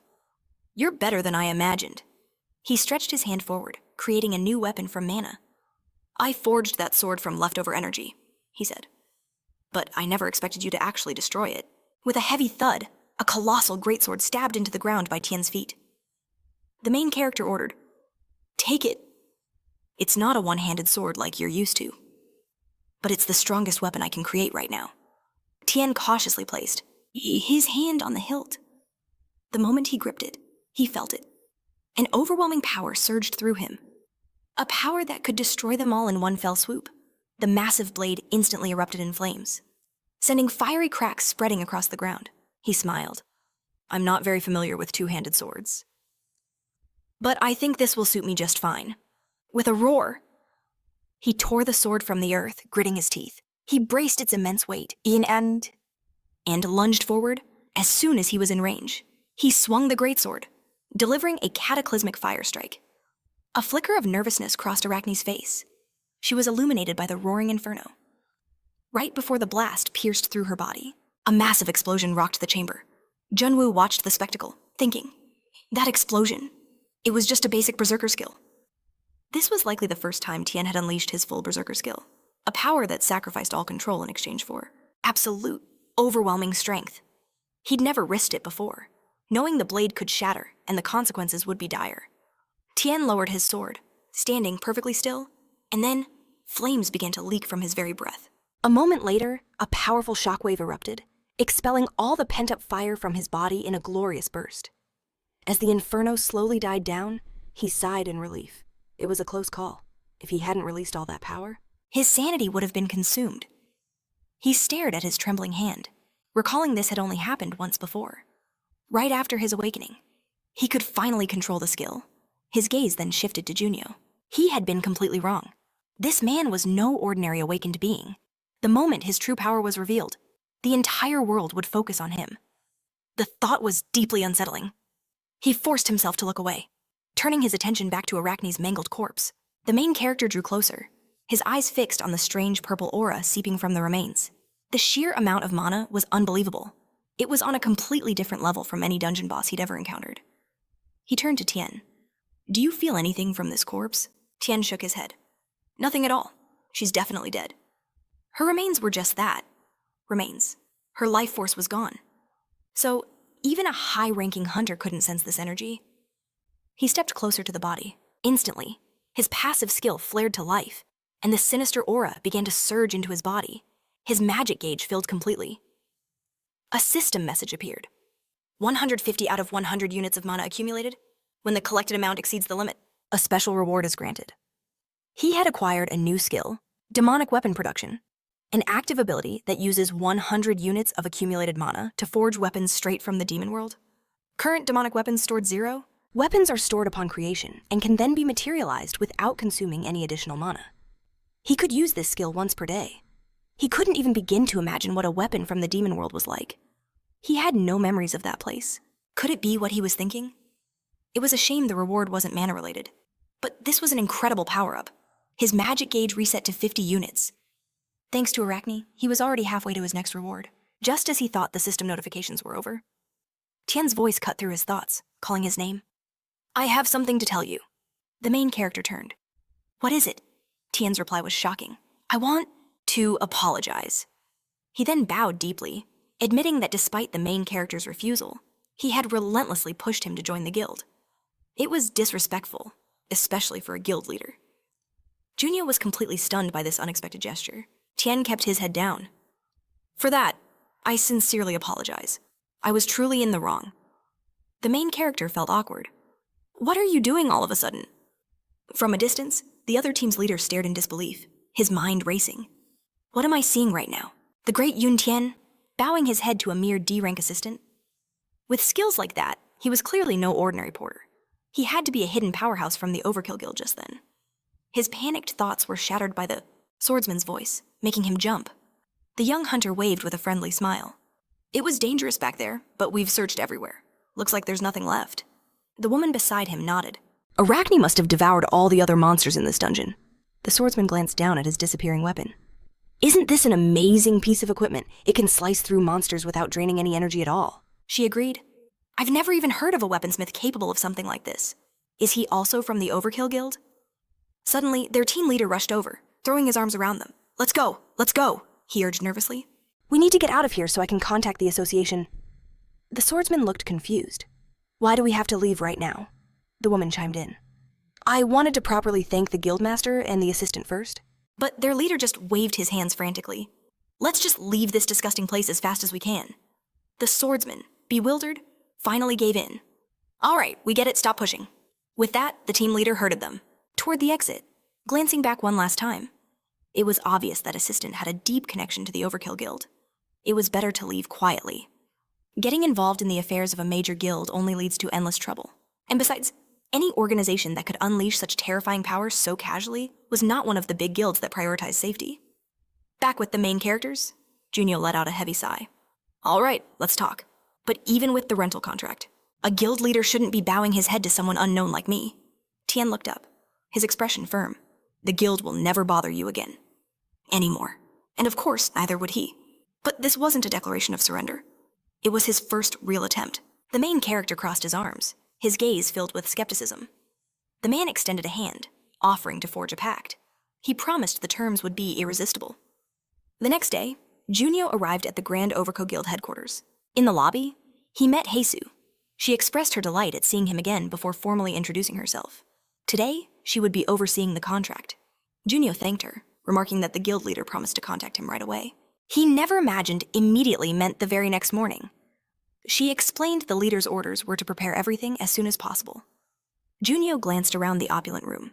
She explained this was Overcoat's special reception room, a place with the highest level of security. His privacy was absolutely guaranteed here. She placed the contract on the table. It was time for him to review the conditions. The same terms the guild leader had offered back in the dungeon.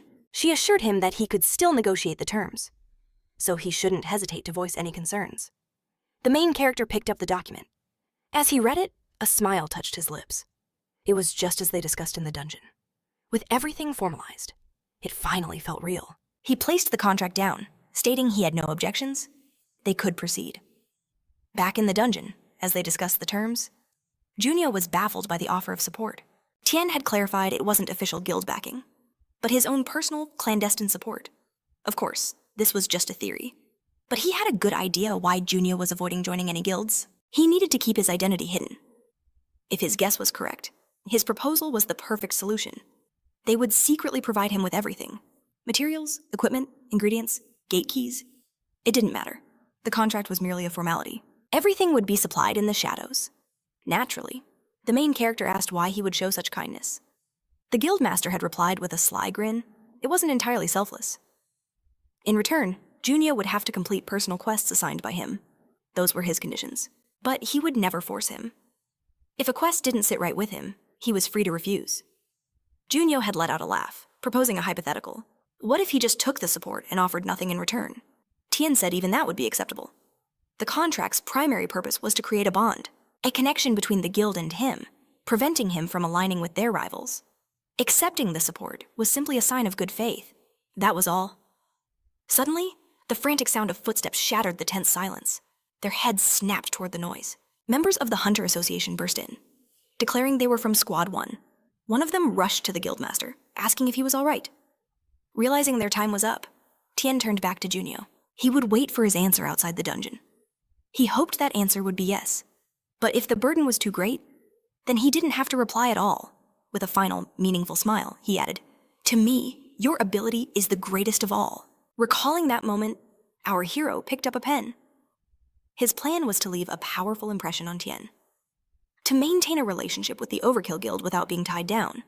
And for now, this alliance was incredibly useful. He signed his name and passed the document to Hasu, asking how soon he could start receiving support. "Effective immediately," she replied. "Just let me know what you require." She then retrieved a small box from her bag. She set it on the table, explaining it was a personal gift from the guildmaster, a token to commemorate their new contract. He'd heard Junio had found a certain item in Arachne's lair. Curious, Junio opened the box. A wave of pure mana flowed out. He quickly closed it and stashed it in his backpack with a grateful smile. He then handed her a list, the materials he needed right now. She scanned the list, noting the large quantity. It would likely take about a week to gather everything. Then she hesitated. "Forgive me for prying, but I feel these materials won't be very useful for a hunter of your caliber." He stood up, slinging his backpack over his shoulder. "They aren't for me. I'm giving them to someone else." Time passed. Junio found himself at the Hunter Association, waiting. He checked his phone. She should be arriving any minute now. Just then, a shy girl stepped into the building. A smile formed on his face. A-rank Hunter Anja had finally appeared. The girl walked with her head down, so hesitant and timid. In the future, he remembered, she was a completely different person. A fierce warrior who confidently rained down arrows upon monsters, tearing massive holes in their bodies. She was a prodigy. After the players were chosen, this genius huntress was crowned the goddess of the bow. But now, she wouldn't even lift her eyes from the floor. She approached the front desk and spoke to the staff, her voice barely a whisper. She wanted to request a training pass. She presented her ID. The staff member smiled brightly. "An A-rank hunter? Shall we prepare a C-rank gate for you?" But she shook her head, an awkward smile on her face. She had a different request. A D-rank gate. The request left the association staff utterly speechless. He pulled up her profile on his screen, and seeing she'd only entered a gate 2 times, he figured she was a newly minted A-ranker. But even so, her experience was practically 0. Just a couple of entries. He'd seen lowers and ranked awakeners throw in the towel, but never an A rank. His gaze fell on GA, who was busy filling out the forms. She must have her reasons. he mused, but her fall from grace seemed inevitable. An awaken's initial rank is based On their total mana capacity. When azure energy first flooded the world through the rifts, it seeped into every living soul. But each person absorbed a different amount. The more mana a body could contain, the greater their potential abilities.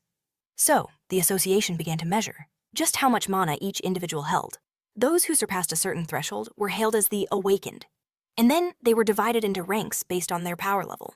Of course, a rank isn't set in stone. Even if a hunter starts low, they can conquer dungeons, build a reputation with the association, and earn a promotion.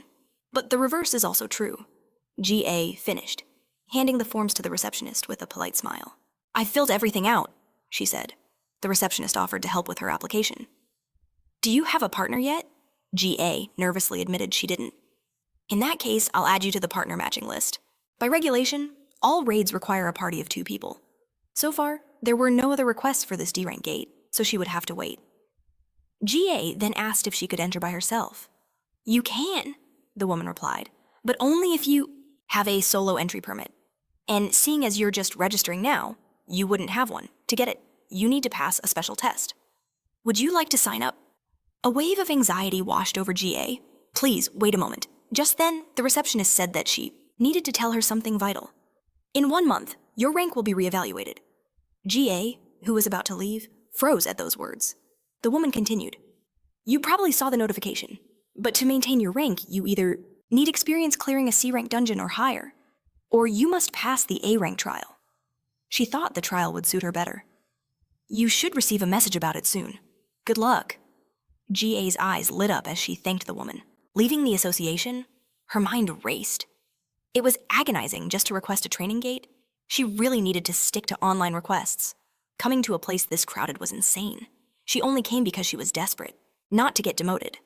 Stealing her resolve, she recalled her last dungeon clear. She thought that this was a D-rank gate, so something like that wouldn't happen again. If she just took her time, everything would be fine. Suddenly, a notification pinged on her phone. She nervously adjusted her glasses, thinking, "But they said I'd have to wait." The invitation had already arrived. As expected, rank D. Since she planned to go solo anyway, it didn't matter. She had to accept it quickly. The day of the raid arrived, and she approached the shimmering D-rank gate. She walked towards the portal hesitantly, thinking how long it had been since she'd dressed like this. It felt alien. The main character, who became her partner, came up to her. "You must be my partner," he said, introducing himself. "I hope we get along." GA gave a slight bow. "It's a pleasure to meet you." He smiled back a bit sheepishly and apologized for being late.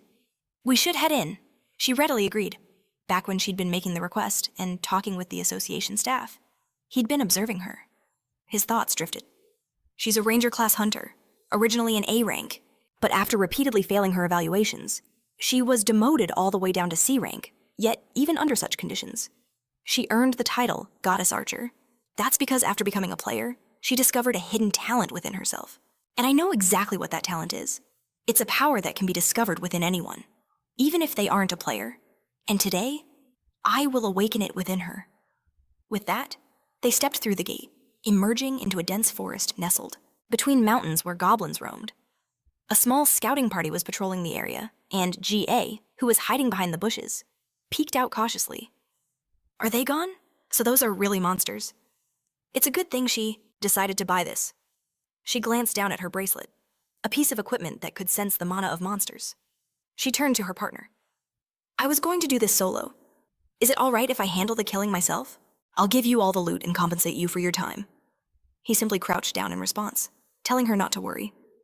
"If you need help, just say the word. I can at least conjure some arrows." She stood up, thankful. "Thank you." She knocked an arrow to her bowstring and aimed, mentally coaching herself. "Everything is fine. I do not need to worry." Finding the perfect moment, she released the arrow, which flew like a trail of magical light. And then he closed the distance in an instant. As the goblin turned, his blade pierced its skull. The second creature dodged out of the line of fire, knocking an arrow to retaliate. An explosion rocked the area. The result of her arrow colliding with its target, drawing her bow once more, Gia let an arrow fly. But it missed. Junho watched her from the side, thinking he'd never seen her fight before she'd awakened as a player. Her raw destructive power was immense, far higher than an A ranker's, but it was useless if she couldn't hit her mark. Just then, another arrow flew, tearing a hole through one of the monsters. She thought to herself, 1 out of 3 hit. A new personal record? At this rate, she could take down at least 4 more monsters. All she needed was 2 more shots. But just as she prepared to fire, she froze. One of the goblins was blowing a horn, a signal warning the others of danger. Before she could process what it meant, more goblins poured into the clearing. The overwhelming pressure from all sides rooted her to the spot. Her bracelet beeped, a frantic warning of imminent danger. As she looked around, she realized she was surrounded. Confusion turned to panic. Where should she aim forward-backward? At that moment, the goblins behind her charged. Suddenly, a brilliant flash of light erupted before them. Countless swords materialized from the ground, blocking their path. And through the light, Junho walked towards Jia with a calm smile. "Looks like I need your help," she gasped in surprise. "But didn't you say you're a D-rank creator?" He confirmed it. "I am a D-rank creator." Then his swords began to dissolve. "They won't last long," he said. "So I'll need your assistance." She turned to him, asking what he wanted her to do. He pointed towards the monsters hiding in the bushes. "Shoot there," he ordered, "with all your remaining power?" She nodded, taking aim once again. "I don't know what you're planning," she thought, "but I'll trust you." She released the arrow. It shot forward like a bolt of lightning, annihilating everything in its path. "It's done," she told her partner. "Now what?" He grabbed her by the hand. "You just cleared us a path. Now, we run." As the monsters closed in, she could only stare in disbelief as he pulled her into a dead sprint, dragging her away from the chaos. Soon, they had lost the monsters. Finding themselves at the entrance of a dark cave, Jia gasped for air, wiping sweat from her brow. "We made it! We made," she muttered, before wondering, where were they? Had they really escaped the goblins? She remembered glancing back as they ran, certain the monsters would catch them. But they couldn't reach them. Was there something else here? So much had happened. Her head was spinning. She looked at her partner, who was calmly shining a light into the cave's darkness. Why is he so calm? Her nerves screamed at her to leave this place immediately. She forced an awkward smile. "I think I'm done for the day," she said. "I'll pay the penalty fee we talked about." But he replied, "We can't leave yet. We stirred them up, so they'll be patrolling the area. It's too dangerous," it seemed. They'd dropped a flare during their escape. They had no choice but to wait for the goblins to disperse. When can we leave?" she asked. He turned to her. "It could take half a day. Depending on the situation, it might take even longer." Hearing that, a chill ran down her spine. She grabbed her head in despair. Half a day? She was completely finished, sinking to her knees. She was overcome with hopelessness. He scratched the back of his head, thinking, "Of course, I'm lying. They'd be gone in about 30 minutes. Their attention spans aren't that great." It was a pathetic excuse, but right now, it seemed Jia would believe anything. He glanced at the cave entrance again. He had to get her to come inside with him. Closing his eyes, he crossed his arms, imagining her just bolting from the cave in terror. He doubted she would ever agree. Suddenly, Jia's guilty voice broke his train of thought. She stood up and bowed deeply. "Please forgive me," she pleaded. "This is all my fault. If I was a better fighter, if I had just come here alone, none of this would have happened." She was so sorry. She clutched her weapon nervously, her mind racing. "I messed up again? Even in a D-rank dungeon? I'm this useless?" A single tear escaped. She was hopeless. "I shouldn't have come." Her tears started to flow as she clenched her teeth. "I shouldn't be here at all." Just then, Junho reached out and snapped his fingers in front of her face, shattering her dark thoughts. "If you're really sorry, then do one thing for me. And get a grip." She looked up hesitantly. What is it?" He turned towards the cave. "We have plenty of time." Then he looked back at her with a mysterious smile. "I'll explain everything inside." And with that, they stepped into the darkness together, moving deeper into the unknown. A flashlight. Jae-hee hesitantly wondered if he truly needed her. Sure, she was an A rank, but she lacked real combat experience in dungeons. She didn't even know what an elite monster was. He just smiled, recalling she'd mentioned this was her first time in the training gate. Now it all made sense. It wasn't exactly common knowledge. Instead of a boss, some dungeons house a lower-ranked elite monster, and one lives right in this cave. For his own reasons, he had to defeat it. But until now, every team had rejected him. He never even got the chance to fight. That's why she was the first support to ever accept his request. Hearing this, she froze, a wave of silence washing over her. He glanced back, thinking, did that sound awkward? But gathering her resolve, she pressed her lips together, then stopped, and declared with newfound confidence she would help him. Remembering the goblins back in the forest, she knew this was the right choice. He had saved her life, after all, and she knew all too well the stinging pain of being rejected by a party. She had to help him. Suddenly, her bracelet beeped. In that same instant, heavy footsteps echoed through the cave. Her nerves frayed as the main character aimed his light forward, revealing a hulking goblin with a massive club. This was the elite monster. Jahi immediately stepped up, drawing her bowstring and ordering her partner to fall back. She thought to herself, even if it's an elite, it's still just a D-rank monster. If she could land just one clean hit, it would be over. Her arrow began to glow with magical energy, and she let it fly. Seeing its perfect trajectory, she felt a surge of relief. But in the next moment, the goblin simply raised its club, and the arrow embedded itself harmlessly in the wood. She was stunned. The sheer force of the blow pushed the goblin back a step, and she thought, did it just parry my arrow? She had miscalculated. She needed to fire with everything she had. She drew another arrow, but as she prepared to release it, her body refused to obey. Her fingers wouldn't unclench. A tremor ran through her hands. Panicked, she thought, why now I have to shoot? Hearing another thunderous step, she snapped her attention back to the monster. It was charging them, swinging its club with brutal force. She was frozen in terror. Then, suddenly, the main character grabbed her, throwing her clear just as he stepped forward. A deafening crash echoed as dust and debris exploded outwards. The monster had slammed its club into the ground with all its might. Staring into the dust cloud, she cried out Junio's name. A memory flooded her mind of another dungeon, another similar failure. A girl from her team had screamed, "What are you doing? Is this some kind of joke to you? You can't even shoot straight? And when you finally do, you aim it in my direction? I almost died because of you. How are you going to pay for this?" Jahi begged her to wait, insisting that, even though she missed, she never meant to shoot at her. The girl just smirked, her voice dripping with venom. "So you're not even going to apologize, just make excuses. You think just because you're an A rank, the whole world owes you something." I'll show you exactly who you messed with once we're out of here. Later, when Jahi went to the association, she was denied from joining any team. The other hunters whispered, "Isn't that the A-rank loser I heard? She almost killed her own teammate. They say she can't even take down a weak monster." Another hunter scoffed. "What an idiot. That's why even D-rank parties refuse her." Someone else added, "What a waste of talent. If she's going to be like that, why is she even a hunter?" Snapping back from the nightmare of her memories, she stared at the monster with a look of utter despair. "I should have just given up. Because of me. Even Junio got hurt." At that very instant, the goblin raised its club for the final, devastating blow. But then, a bright spark flashed between them. Junio's voice cut through the tension. "Turns out, I'm a terrible actor." His sword had effortlessly blocked the elite monster's attack. Jahi, seeing him standing there, called out his name in shock. He spoke loudly. "I know this might sound meaningless, but listen to me very carefully. If you calm down and do exactly as I say, we can definitely win this." His brow furrowed in. "Concentration. I've already made the preparations. In an emergency, you'll be able to activate it without a problem."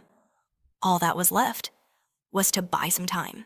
He continued his assault, his sword a blur of motion. "Now, look closely at this idiot. You'll see an opening. When you do, shoot with everything you've got." But Jahi was barely listening. Her body trembled as she rose to her feet. What is this feeling? It was as if her senses had sharpened to a razor's edge. It was deeply uncomfortable. But she could see everything. A brilliant light shone from her eyes as she knocked another arrow. Thinking, "I can see it. I can clearly see where I need to aim." She drew the bowstring, her focus absolute, and closed her eyes. Then they snapped wide open. With this one arrow, she thought, it will all be over. She took aim and released. An arrow blazed through the air, leaving a trail of brilliant light. As the goblin froze, paralyzed by the lethal whistle that sealed its fate, the main character let out a sharp breath. It seemed his gamble had paid off. Everything activated perfectly. The activation conditions were notoriously strict. But just as the elite monster swung its massive club, The arrow didn't stop. It tore through the weapon and the monster's flesh, leaving a gaping wound in its chest. Junwoo smirked. Worth it, he thought. But Jia could only stare, a mix of shock and confusion on her face. In the next instant, an explosion of force erupted. The monster's shattered arm hit the floor, and the behemoth began to teeter. Before crashing down completely, Jia gasped for air, and Junwoo spoke. You're about to feel something strange. It'll be like all your senses are exploding. He admitted the method was reckless, but to awaken her true potential, she first had to awaken her dormant senses. Who are you? She stammered, bewildered. How did you know all this would happen? And what do you mean? Awaken. He simply smiled. Easy now. We have plenty of time. Unconvinced, she marched right up to him. Don't you dare change the subject, she demanded. Answer me right. But before she could finish, a blinding pain shot through her skull. She grabbed her head and collapsed, unconscious. The main character had no choice but to carry her to the exit. He let out a heavy sigh. Making friends is harder than it looks, but at least one problem is solved. Just as they emerged from the cave, she began to stir. The first words from her lips were a sincere apology. I don't know what came over me. It felt like I wasn't myself at all. She couldn't believe she'd disrespected the very man who had saved her life twice. I'm so sorry for doubting you, she said, and for just collapsing. Her sudden change left him bewildered. He rubbed his forehead with a tired sigh. It's fine, really. Don't worry about it. No one got hurt. And we cleared the dungeon. Just pull yourself together. It's already been half an hour. She tearfully nodded. He then asked, Can I see the pendant I gave you? He clarified. The one from before we went in. Her memory sparked. She reached into her pocket and placed the item in his hand. He examined it closely. The crystal's color. It's changed, he thought. She activated it. Meteorite perception. A rare item indeed, obtainable only from the A-rank dungeon. Burning Harpy's Refuge. It possesses a unique skill called Heightened Senses. The skill activates automatically when specific conditions are met. For instance, if an arrow is fired directly at the owner's head, the wearer's senses will explode to superhuman levels, increasing their capabilities immensely. It allows them to tap into a whole new realm of perception. He handed the pendant back. The real problem, he mused, was the brutal activation requirement. The owner's emotions must be pushed to their absolute peak. For someone like Jia, the most potent trigger is pure, unadulterated terror. So he forced her into a state of absolute fear. It was a harsh method, but he'd succeeded. He'd managed to awaken her potential. Even at such a high price, these pendants were incredibly rare. He had almost given up on the idea. But then he thought Taein would find it. And in just 2 days, he did. Thanks to him, this part was easy. But it's only the beginning. Jia has only tasted her awakening. To reach her true original level, she'll need serious training. His expression hardened. His voice grew serious. Listen closely, he commanded. Your first task is to focus your concentration entirely on the monsters. To do that, you need to change your weapon. You're strong enough now to switch from that short bow to a long bow and attack from a distance. Naturally, if you're not fighting up close, you'll have far less to fear. He was about to say more, but she cut him off with a heartfelt, thank you. He didn't understand. For what? She took a deep breath. For everything, including this pendant. When I thought I was going to die back there, I felt something. It was like the entire world just froze around me. For a moment, I felt like I could do anything. I saw the target, as clear as day. To be honest, even though I'm an A-rank hunter, in spirit, I'm no better than D-rank. No matter how I tried to change, my disappointment only grew bigger. But in this short time since meeting you, I feel like I've grown so much. I feel like I'm capable, that I can actually do this. For the very first time, she truly felt a sense of excitement, realizing she'd spoken too much. Her face flushed. He just smiled. It won't be easy going it alone. I'll give you my number. Call me if you need anything. Her eyes lit up with pure joy. Thank you so much.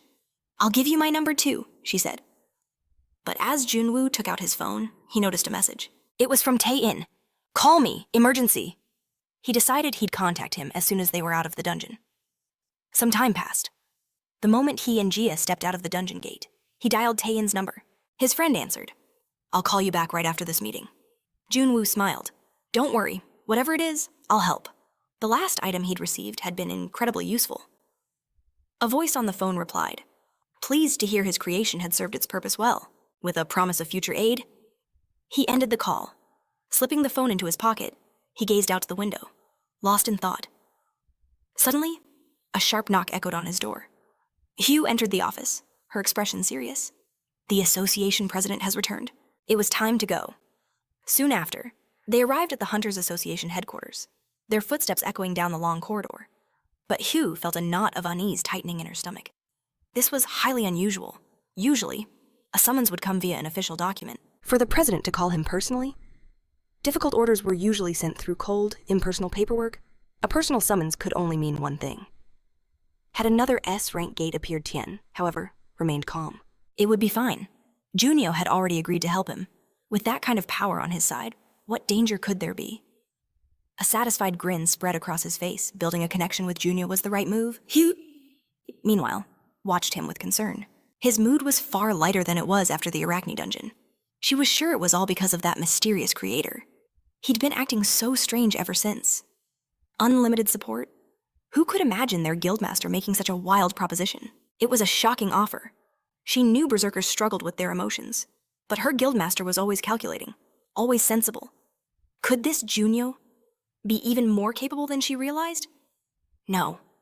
She quickly dismissed the thought. A mere D rank couldn't possibly craft a weapon worthy of him. The president rarely summoned them. She had to learn everything she could. Tien noticed her suspicious gaze, but said nothing. They finally reached the grand doors of the president's office. The guard outside greeted him with a formal bow, then asked an odd question. Was he alone? Tien raised an eyebrow, surprised. Was someone else expected? The guard nodded. His orders mentioned 2 guild leaders were supposed to arrive. If he was alone, he might have to wait. Tien asked if he knew the other leader's name. Just then, the guard's eyes shifted. Looking past him, a smile touched the guard's lips. Speak of the devil. He has arrived. Yak, the infamous leader of the Shinoa Guild, appeared behind them. His eyes landed on Tien, a look of mock surprise on his face. At the sound of that familiar, grating voice, Tien and his secretary turned. Yak gave a lazy wave. Well, I heard you've been quite busy these days. Tien's face remained a mask of stone. Hugh frowned. This was the one man who could truly get under her guild leader's skin. Yak's smile was pure venom. I certainly didn't expect to see you here. Tien's jaw tightened as he fought back a surge of rage. The Shinoa Guildmaster swaggered closer. If it isn't the leader of that pathetic little guild, overkill? Tien remained silent, his mind screaming at how insufferable this man was. Yak chuckled mockingly. My mistake. The guild isn't the problem. It's the leader, isn't it? Pushing past him, Tien spoke, his voice ice. I'm too busy to respond to your childish provocations. But Yak wasn't finished. Busy choosing low-rank dungeons. Are we comforting yourself with the admiration of rookies? Hugh's patience snapped. What are you implying? Yak's cold gaze shifted to her. He didn't go into that dungeon with the mistake just to save someone, did he? She gasped in shock. But Tien placed a firm hand on her shoulder, a silent order not to answer. She wanted to argue, but held her tongue. Tien turned to the guard. We're going in? He pushed open the heavy doors without waiting for a reply. Association President. The leaders of Overkill and Shinoa have arrived. Han Kilman's voice boomed from within. I'm well aware. I could hear your bickering all the way from here. A faint smile played on his lips. Some things never change. With that, the 2 guildmasters stepped inside. Hugh remained outside. The guard glanced at her, hesitating for a moment before offering her some tea, but she simply shook her head, rejecting his offer. Inside, the 2 rival guild leaders, Tien and Yak, sat before the president. Kilman eyed them both seriously. There is an urgent matter that requires the immediate attention of both your guilds. 3 days ago, an unspecified gate appeared on the city's outskirts. We immediately dispatched a scouting team. None of them returned. Tien's brow furrowed. Is it an error gate? Kilman shook his head. As I said, the gate is unspecified. Even measuring its mana flow has proven to be extremely difficult. Yak exclaimed in disbelief. He struggled to grasp the situation. Tien's mind raced. It was bizarre. A gate that couldn't even be assessed. They had specific instruments for that very purpose. A gate's rank was always determined by 2 factors. First, The amount of mana pouring from the gate itself, measured with a specialized device to determine its base rank. Typically, the gate's rank corresponded to the rank of the monsters within. Second was the intelligence gathered by the association's own recon teams sent in to verify the threat level. Kilman continued, as you both know, rank error dungeons appear when the mana inside spikes unexpectedly. However, this time, it's different. Have you tried sending out scouts? Tien asked, his voice tight. The answer was a grim confirmation. Times. But not a single scout had ever made it back. Yiyu lazily folded his hands behind his head, his voice laced with displeasure. So, you have no intel on the dungeon's rank or what lurks inside, he asked, his eyes narrowing. Is the association trying to pin the blame on us for their failures? The president shot back, his tone grim, explaining that they have no idea how long the curtain on this unknown rank gate will hold. If they hesitate, it's entirely possible a tide of monsters will pour out. He reminded them of past incidents, every single one turning the world into a living hell. With a heavy sigh, he added that he knew how audacious this request sounded, but this was a true emergency. This time, refusal was not an option. He demanded the Overkill and Shima guilds forge an alliance to conquer the unranked gate. He wanted to send Hai and Mild too, but they were tied up. With a sudden mission overseas, this crisis was dire enough to summon 3 of the nation's top guilds. He set a strict preparation deadline of 2 days, promising unlimited funding and the greatest reward imaginable for this quest. Of course, anything they needed would be provided. Tien, processing the command, inquired if the clearing team had to be exclusively guild members. The president replied that it didn't matter. The gate's mere existence was breeding chaos and panic. The mission had to be small, secret, and composed only of the most reliable people. Seeing Tien's calculating expression, Yok shot him a surprised glance. Tien simply offered a slight, confident smile, replying that he understood completely. Later, Yok stormed back into his guild, flinging his jacket at a subordinate. Assemble the elites, he barked. Rank A and above, I want a list of everyone free for the next 2 days. Tien's smirk flashed in his mind. That cunning fox. He definitely had an ace up his sleeve. What was with that smile? It was infuriating. He would use this chance to crush him completely. And include Kiran in the team, he added, a command that shocked his subordinate. Make sure she's invited. No excuses. The underling grew nervous. The leader was demanding the presence of a girl who never helped anyone. Sir, with all due respect, her personality? She'll definitely refuse. Yok's voice dropped to a menacing whisper. Do whatever it takes to get her here. If she doesn't show up, you can all start preparing for a career change. The startled guild members snapped to attention, confirming the order before scattering to carry out the impossible task. Burning with rage, Yok headed for the elevator, his mind racing. Kang Kiran never helps anyone. But he would exploit this crisis to bring even her under his control. 2 days later, the first team, composed of Overkill guild members, gathered at the gate. A girl named Sunji impatiently checked her watch. What time is it? Where are they? Minjun replied. There are 5 minutes left. They always cut it close. She clearly radiated annoyance, twirling a gun in her hand. I can't stand these arrogant fools. They have absolutely no manners. Her gaze turned cold. I wonder if a bullet to the head would improve their punctuality. The deputy leader snapped at her words, chopping her on the head. Watch your mouth, she yelped, grabbing her head in pain. Ow, you're brutally strong. He loomed over her menacingly. What was that? With a shriek, she started to run, and he gave chase. Injun, watching the chaos unfold, remarked to Tien. Your guild members get along great, he replied. It may not look like it, but in a real battle, they're the most reliable people I know. I'm grateful you agreed to join us. Honestly, I thought you would refuse. The main character offered a faint smile. You said you used the item I gave you. I have my pride as well. His gaze shifted back to his brawling guild members, but his thoughts were elsewhere. Of course, that wasn't the only reason. A hidden quest window shimmered in his mind's eye, one for a dungeon with a story. His mission? To put an end to the abandoned world and claim his reward. The dungeon's opening time was 68 hours.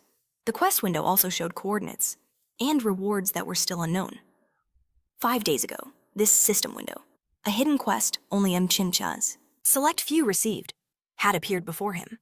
The official player selection hadn't even begun, but he'd already been chosen. There was no reason to refuse. While these quests boasted an insane difficulty, completing them promised unimaginable rewards. Some could even awaken entirely new abilities. Who would have guessed that this gate would lead to that very same dungeon? Suddenly, a voice pulled him from his thoughts. He looked up, meeting a serious Gaze. I apologize in advance, Yak said, for that idiot's rudeness. Just then, his voice echoed from the side. Looks like we're a little early, he drawled. The Vice Guild leader and Sunji instantly froze their fight. Tian stepped forward as Yak casually apologized. We had a mountain of work to get through. You understand how it is. But it seems... With time to spare, the Overkill Guild strolled up to the meeting point, a smug smirk on their leader's face. Been running low-rank gates, he taunted. No wonder you have so much free time. The insult struck a nerve, and rage flared in Ji-Yu's eyes. But Myung-In held her back, his voice firm. Don't rise to the bait. Ignore them. She seethed, a curse already on her lips. He instantly silenced her with a look, repeating his command. A short distance away, Junho watched, his mind racing. The bad blood between Overkill and Shinhwa was as fierce as ever, a conflict not just of pride between guilds, but a public spectacle. With the media constantly debating who was truly the strongest, Yak's eyes scanned Shinhwa's ranks, landing on a new face. He sized up Junho, a derisive chuckle escaping his lips. Is this their hidden trump card? He sneered. He sure acts like it. Just look at his clothes. Is he here for a vacation? His amusement quickly soured into disgust. They've gone too far, he spat. Treating a high-ranked dungeon like a joke. Did they expect to be carried out of here? Junho remained stone-faced. Idiots, Yak muttered. But a girl from his team, Heron, just smiled. Calm down, she soothed. Besides, we have a new member, too. A woman named Chiron appeared behind them, her expression anything but pleased. You're the ones who said we were short on time, she reminded them coldly. I don't think we can afford to argue. As she stepped forward, Ji-Yu gasped in disbelief, her eyes wide with shock. What kind of team composition is this? Quran, the strongest elemental master in Korea. A sorceress capable of wielding all 6 elements, an S-rank powerhouse, alongside Kim Yak, and their guild leader. Yoon-Tien. What a star-studded lineup, Ji-Yu thought, conveniently forgetting about Junho, whose abilities were a mystery. A confident smile spread across her face. This will be easy, she declared. I'll happily take care of everything. With that, they moved towards the gate. But Junho knew the truth. This wouldn't be easy at all. In his past life, this raid was a catastrophic failure. Of the 8 hunters who entered, only Yoon-Gain made it out alive, and that was thanks to his infiltration skill. After that day, the gate simply vanished. It was an unprecedented disaster, with the nation's top-ranking awakened declared missing. The Hunters Association searched desperately, but found nothing. Not a single trace of information about the dungeon remained. There was no guarantee they would succeed this time. And yet, as they stepped inside, his fears seemed unfounded. The dungeon was eerily quiet. Their first opponents, strange puppets, appeared before them, but they were so weak. The battle was almost laughably easy. This perfect start only made Junho more anxious. Why was everything going so smoothly? Some time ago, a portal had shimmered to life within the beautiful gate. This mansion is incredible, Ji-Yu exclaimed. Keep it down, Myungwon whispered as the team advanced cautiously into the dungeon's grand interior. Suddenly, a strange click echoed from behind them. Mun spun around just in time to see the massive gate slam shut. He rushed to the doors, pushing with all his might, but they wouldn't budge. They're sealed. We'll have to break them down. Let me at them, Ji-Yu yelled, eager for a fight. The team gathered, preparing a coordinated strike. 1, 2, 3. At her signal, they unleashed a torrent of mana, but were stunned by the result. The door hadn't even scratched. Everyone, stand back, Yak growled, stepping forward. Let a real powerhouse handle this. But before he could even try, a chilling, clicking sound echoed from the hall. He turned to see several grotesque dolls shambling toward them. With a single blow, he shattered one. What are these things? The doll exploded into a shower of parts. In an instant, the rest of the team leapt into action, engaging the new threat. Yak's blows were in a league of their own. How dare these pathetic creatures attack us? He roared. Heron called out to their leader. Sir, you can use your skill. But he simply brushed some dust from his shoulder. It's fine, he replied calmly. Why waste a skill on such trivial foes? A moment later, the girls screamed, Leader, behind you. The shattered pieces of the dolls were reassembling, pulled together by streams of mana. Yak's lips curled into a grin. A revival skill, eh? Finally, something interesting. He threw a punch, and 2 colossal fists of pure energy materialized. As the dolls charged again, Yak met them with a vicious onslaught, his fists crashing down like meteors. His mana attacks slammed the puppets between the magical constructs. The rest of the team battled fiercely. Yungan of Team Yak skewered doll after doll with his spear. Amidst the chaos, only Junho and Curon stood still. They watched from the sidelines. "Aren't you going to fight?" he asked her. Curon simply returned the question. "I'm just a support producer," Junho replied smoothly. Curon frowned. "And I have no intention of fighting," she stated flatly. "I have no desire to work hard for a team like this." Her gaze shifted to Yuntian's powerful stream of fire. He swung his flaming sword, incinerating the puppets. The dolls melted under the intense heat. "I was told the strongest awakened in Korea would be here," Curon said, her voice laced with disappointment. She was completely unimpressed by the Guildmaster's flames. "They all seem so ordinary. They can't even kill these things properly." Single monster. If she had known this would happen, she would have refused to enter. Just then, Junwoo's eyes fell upon the dolls and their bright threads. Something was off. The contaminated mana flowing from these puppets, it wasn't forming in its usual chaotic way. He realized every twitch of the dolls was controlled by the shimmering threads. Following them with his gaze, he looked up. And there it was, the source.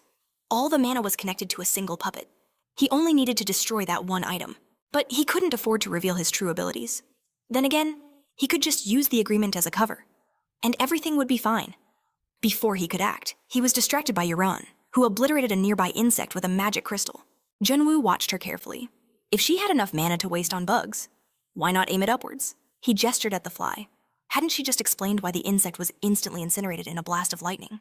Yuran scoffed, declaring she kills whatever she wants. Gazing at the leftover ash, Junwoo thought, perhaps there was no need to test her after all.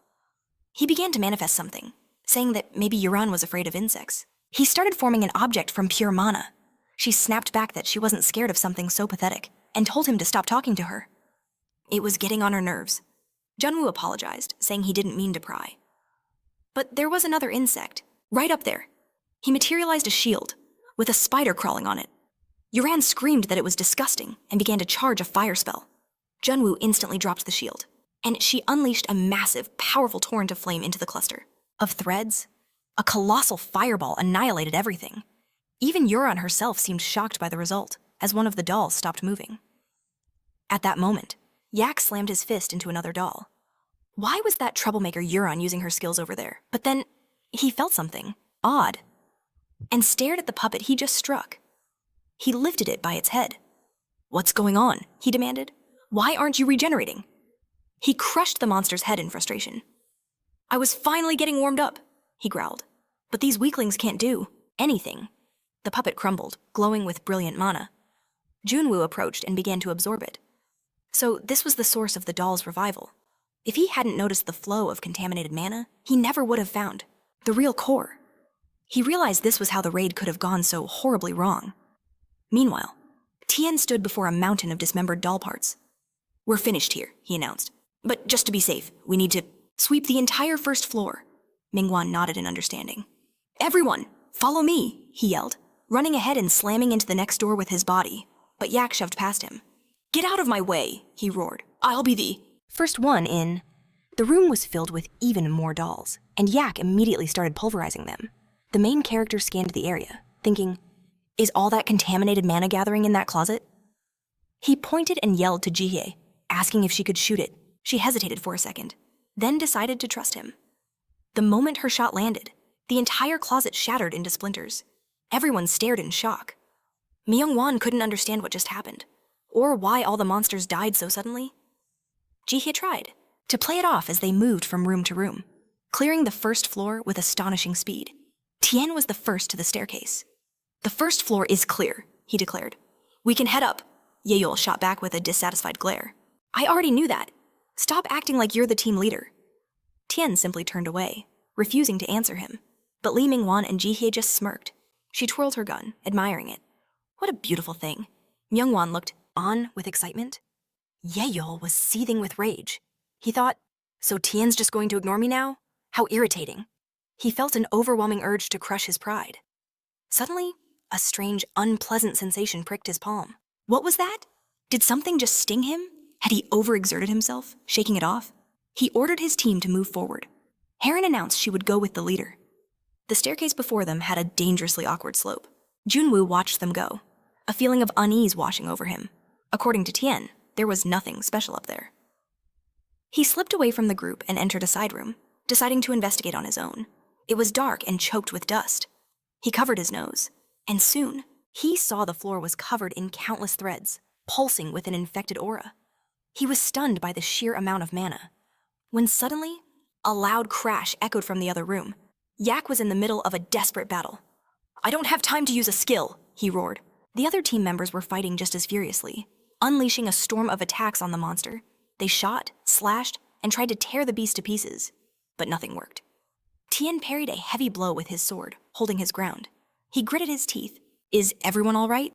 He realized they were facing an invisible, high-class monster. "I'm fine," Mangan yelled. Jihye was nearby. "I'm okay, too," she called out. "But I can't see the guy who was with me," Tien asked her, frantically, his eyes scanning the room. Then, it was as if he could see it. The distinct currents of wind shifting with every movement. A cold dread washed over him. He hadn't noticed Junio was missing. His voice echoed through the dungeon as he desperately called his name. The main character, surrounded by the source of tainted mana, heard the distant shout. He knew at once. The battle was intensifying. Having already absorbed the potent energy, he had to move. Just then, as if by fate, a secret passage materialized before him. It led down into a pitch-black basement. The main character hesitated. What horrors awaited him in that darkness? Tammy's. But there was no time to second-guess. He descended into the abyss. A small figure slowly emerged from the shadows. To his astonishment, he whispered, "A little girl." What was a child doing in a place like this? The girl's eyes lit up the moment she saw him, her spirit renewed. She stepped forward with purpose.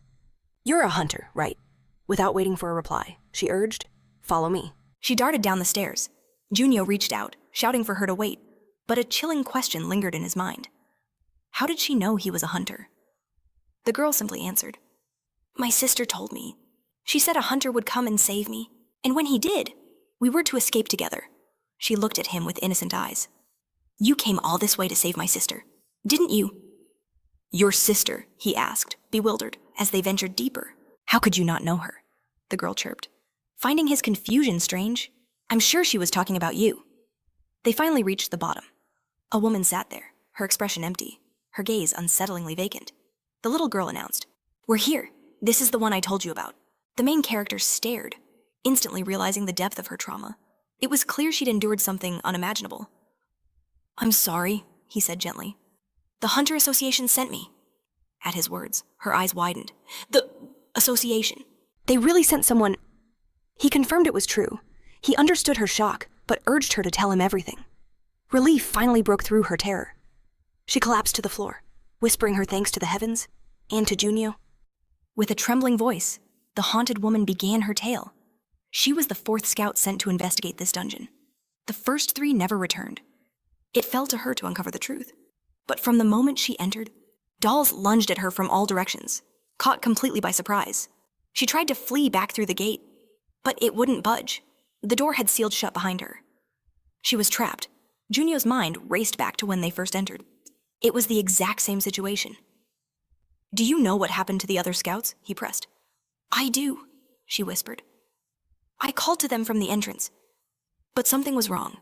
It was like they weren't them anymore. A sinister aura clung to them. Her own comrades, twisted into monstrous versions of themselves, turned on her.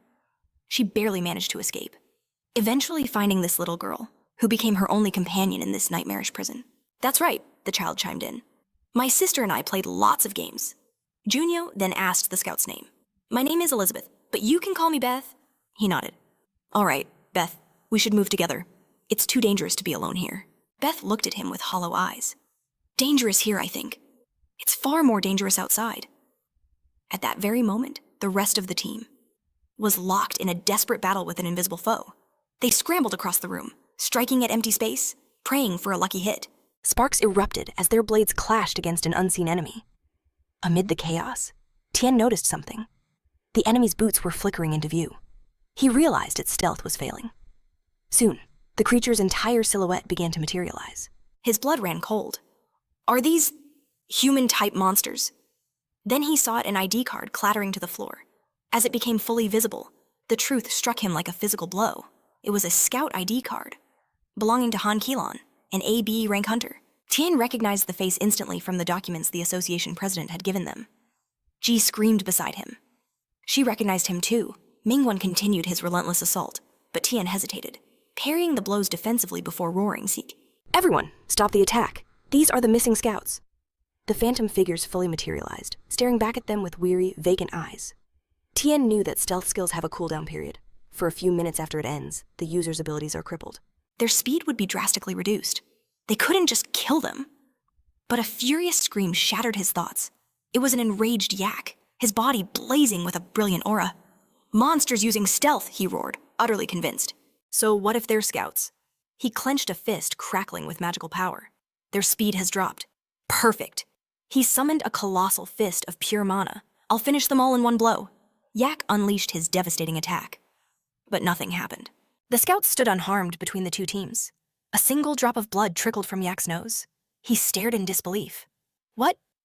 What's going on?" Smoke drifted from Ji's pistol. She'd fired the shot that neutralized his attack. "Have you lost your mind? Guildmaster Yak, they aren't monsters. They're people. We have to save them. There has to be a way to reverse this." "People," he snarled back. "A way to save them after they just tried to slaughter us in battle? There are only two choices." The choice was simple: kill or be killed. Anyone who showed even a hint of hostility would be eliminated. And the shooter was no exception. At that very moment, the scouts' heads began to tumble. Yak's fists of pure mana rocketed through the hall, a whirlwind of destruction. The sound of clashing steel and crackling sparks filled the air. He glared at them, his voice a low growl. "If you try to stop me again." He looked at Ji, a promise dripping with deadly intent. "You will be the first to die." Mangwon shielded her from Yak's wild attacks, his mana exploding in every direction. "He's a monster!" Ji screamed. "Enough!" Tian's command cut through the chaos. He hoped Kim Yak would finally listen. "It annoys me when people are blind," Yak scoffed. "So I will show you the truth." Just then, a shield materialized around Tian. "Repel the enemy attacks," Heron urged. But Tian had a different plan. "This isn't a request. It's a deal. I'll hand over the raid reward, and all our funding, to the Shima Guild." He believed the terms were more than generous. Yak was visibly stunned by the proposition. Meanwhile, the scouts continued their relentless assault. Yak parried a blow effortlessly. "Let me warn you," he said calmly. "Anger me, and I will kill you. Right where you stand." Tian deflected several sword strikes himself. He thanked Yak for his patience, having finally bought them some precious time. Suddenly, Ji called out to him. Mangwon was busy blocking her wild attacks, as she sheepishly brandished her guns. "I did it," she mumbled. Tian, panting from exhaustion, told her, "You'll take responsibility later. For now, we focus on the battle. We have to save them." The scouts turned invisible again, revealing their true nature. They were nothing but puppets. Countless, terrifying threads pulsed within their chests. They were infected. "Brother, can you see them from outside?" Beth asked. "They're horrifying," he agreed. "Somehow, they're tangled in these purple threads. Their entire bodies are made of them. The dolls won't die until the threads are gone. They'll just attack forever. But the threads are incredibly strong, almost impossible to break," she then asked. "What do you think, isn't it terrifying?" "So they can be returned to their normal form?" the main character asked. He was determined to save his colleagues who had been turned. The girl continued, "I heard you have to stop the device on the doll's body the moment the string is broken. But if you use brute force on the strings, the doll's body will be torn to shreds." Beth smiled, her eyes glinting. "How did that information help you? Did it help at all?" Junwoo studied her carefully, his eyes glowing with mana. It was strange. Even for a difficult question, her answer was precise and friendly. Perhaps he should ask her one more thing. Beth simply replied, "It only takes 20 seconds. Just 20 seconds after the dolls use stealth. They will die." The team was locked in a desperate struggle. They were reaching their limit. Wounds and blood now covered their bodies. Everyone was taking hits, their shields barely holding up against the onslaught. "This is bad," Ji screamed. "We can't handle this, Kanghyun. Can you help? Just freeze their movements or something." With a slight snap of her fingers, she blocked an attack. "Don't cross the line." Her voice was laced with annoyance at the chaos. At that moment, Junwoo began the countdown. 10, 9, 8, 7. The team fought on, their bodies screaming in protest. Junwoo's mana aura flared, shining with immense power. But he just kept counting. 6, 5, 4, 3, 2, 1. He swung his fist, and a colossal fist of mana formed above him, ready to strike. And then, in an instant, his mana fist evaporated into nothing. He remembered this feeling. The skill was cancelled. The pain of his past returned. Just then, Junwoo arrived. Yak stopped his ability just in time, he said. We barely managed to save them. He walked with the mysterious girl, who was smiling from ear to ear. Now, he declared, I'll handle this myself. Chen immediately rushed to his side. Where did you go? He demanded. I had to check something. It was nothing special. The main character replied. Don't worry. The guild leader sighed in relief. Good, but this is a dungeon. Don't act so recklessly. Ji suddenly felt a chill down her spine. She turned and saw blurry figures emerging. They're using stealth again, she screamed. The puppet fighters charged towards them, moving with blinding speed. Tien instinctively shielded Junwoo and the frightened Beth. Don't move, he commanded. Like streaks of deadly light, they flew past a stunned Ji and Mangan, heading straight for the main character. Did they just pass me by? Tien thought in disbelief. Junwoo, be careful, he yelled. But the protagonist was perfectly calm. Through his vision, he saw the threads of infected mana. 2 fighters lunged at him, but Tien appeared in a flash, blocking their strikes with his sword. Junwoo's eyes glowed intensely. I can see their weak points, he announced. I'll mark them now. Fighters, aim exactly for those spots. Avoid hitting the main body. Tien looked up, his expression hardening. Understood. Thinking the marks meant these blue fragments, he began using the sword's hilt, striking directly at the core, seeing the fragment on the doll's chest. He knew the method worked. It was incredible you could target them so precisely. He immediately began observing the next fragment, alerting the fighters to the doll's weak point, the device in its core. That's where you need to strike. Following his lead, Yoongun from Yak's team pierced a scout's chest with her spear. The device shattered. The doll shrieked as it crumbled into pieces. Yak, enraged, screamed, Why are they suddenly breaking now? They were indestructible before. He couldn't grasp what was happening. A smirk played on our hero's lips as Yak's confusion grew. Soon, the battle with the now unconscious scouts was over. Tien asked how Junio could have possibly known their weakness. He agreed to explain, since it wasn't a huge secret. While exploring the dungeon by himself, he stumbled upon a surviving scout. She was too injured to move, but she revealed everything he needed to know. She was the one who told him about their weak points. Tien then turned his attention to the girl beside him. She smiled back at them sweetly, as Junio explained she'd helped him find the scout in the first place. Apparently, her parents were trapped here. Yak leaned in close, his voice dripping with suspicion. Something's not right about this. Ji asked what the guild leader found so strange. She was just a child. After all, he pointed a finger at her accusingly. Are you blind? Think about it. How could a normal girl possibly be here? This gate was under heavy guard. It's not like she was simply overlooked. The Hunters Association constantly monitored this area. No one could get in. Tien frowned, admitting he understood Yak's point. But it was wrong to jump to conclusions. This enraged Yak, who roared that he was just looking for flaws in his logic. He shouted that the only reason Junio acted so confident was because Yak had let his guard down. Maybe I should just kill all of you. The atmosphere crackled with tension. Guildmaster Overkill's eyes ignited with a dangerous aura. I despise pointless arguments, he hissed. But perhaps it's time I teach you about harmonious clearing. The guild members mirrored their leader's hostility. Ji sneered. That's right, they act so high and mighty. This is our chance to put them in their place. But Heron from the Shia Guild shot back. We act better than you. Because we are... Instead of spouting nonsense, why don't you try to control your guildmaster? What will you do when he gets himself killed? Ji retorted furiously. What are you talking about? Do you really think Guildmaster Tien can lose?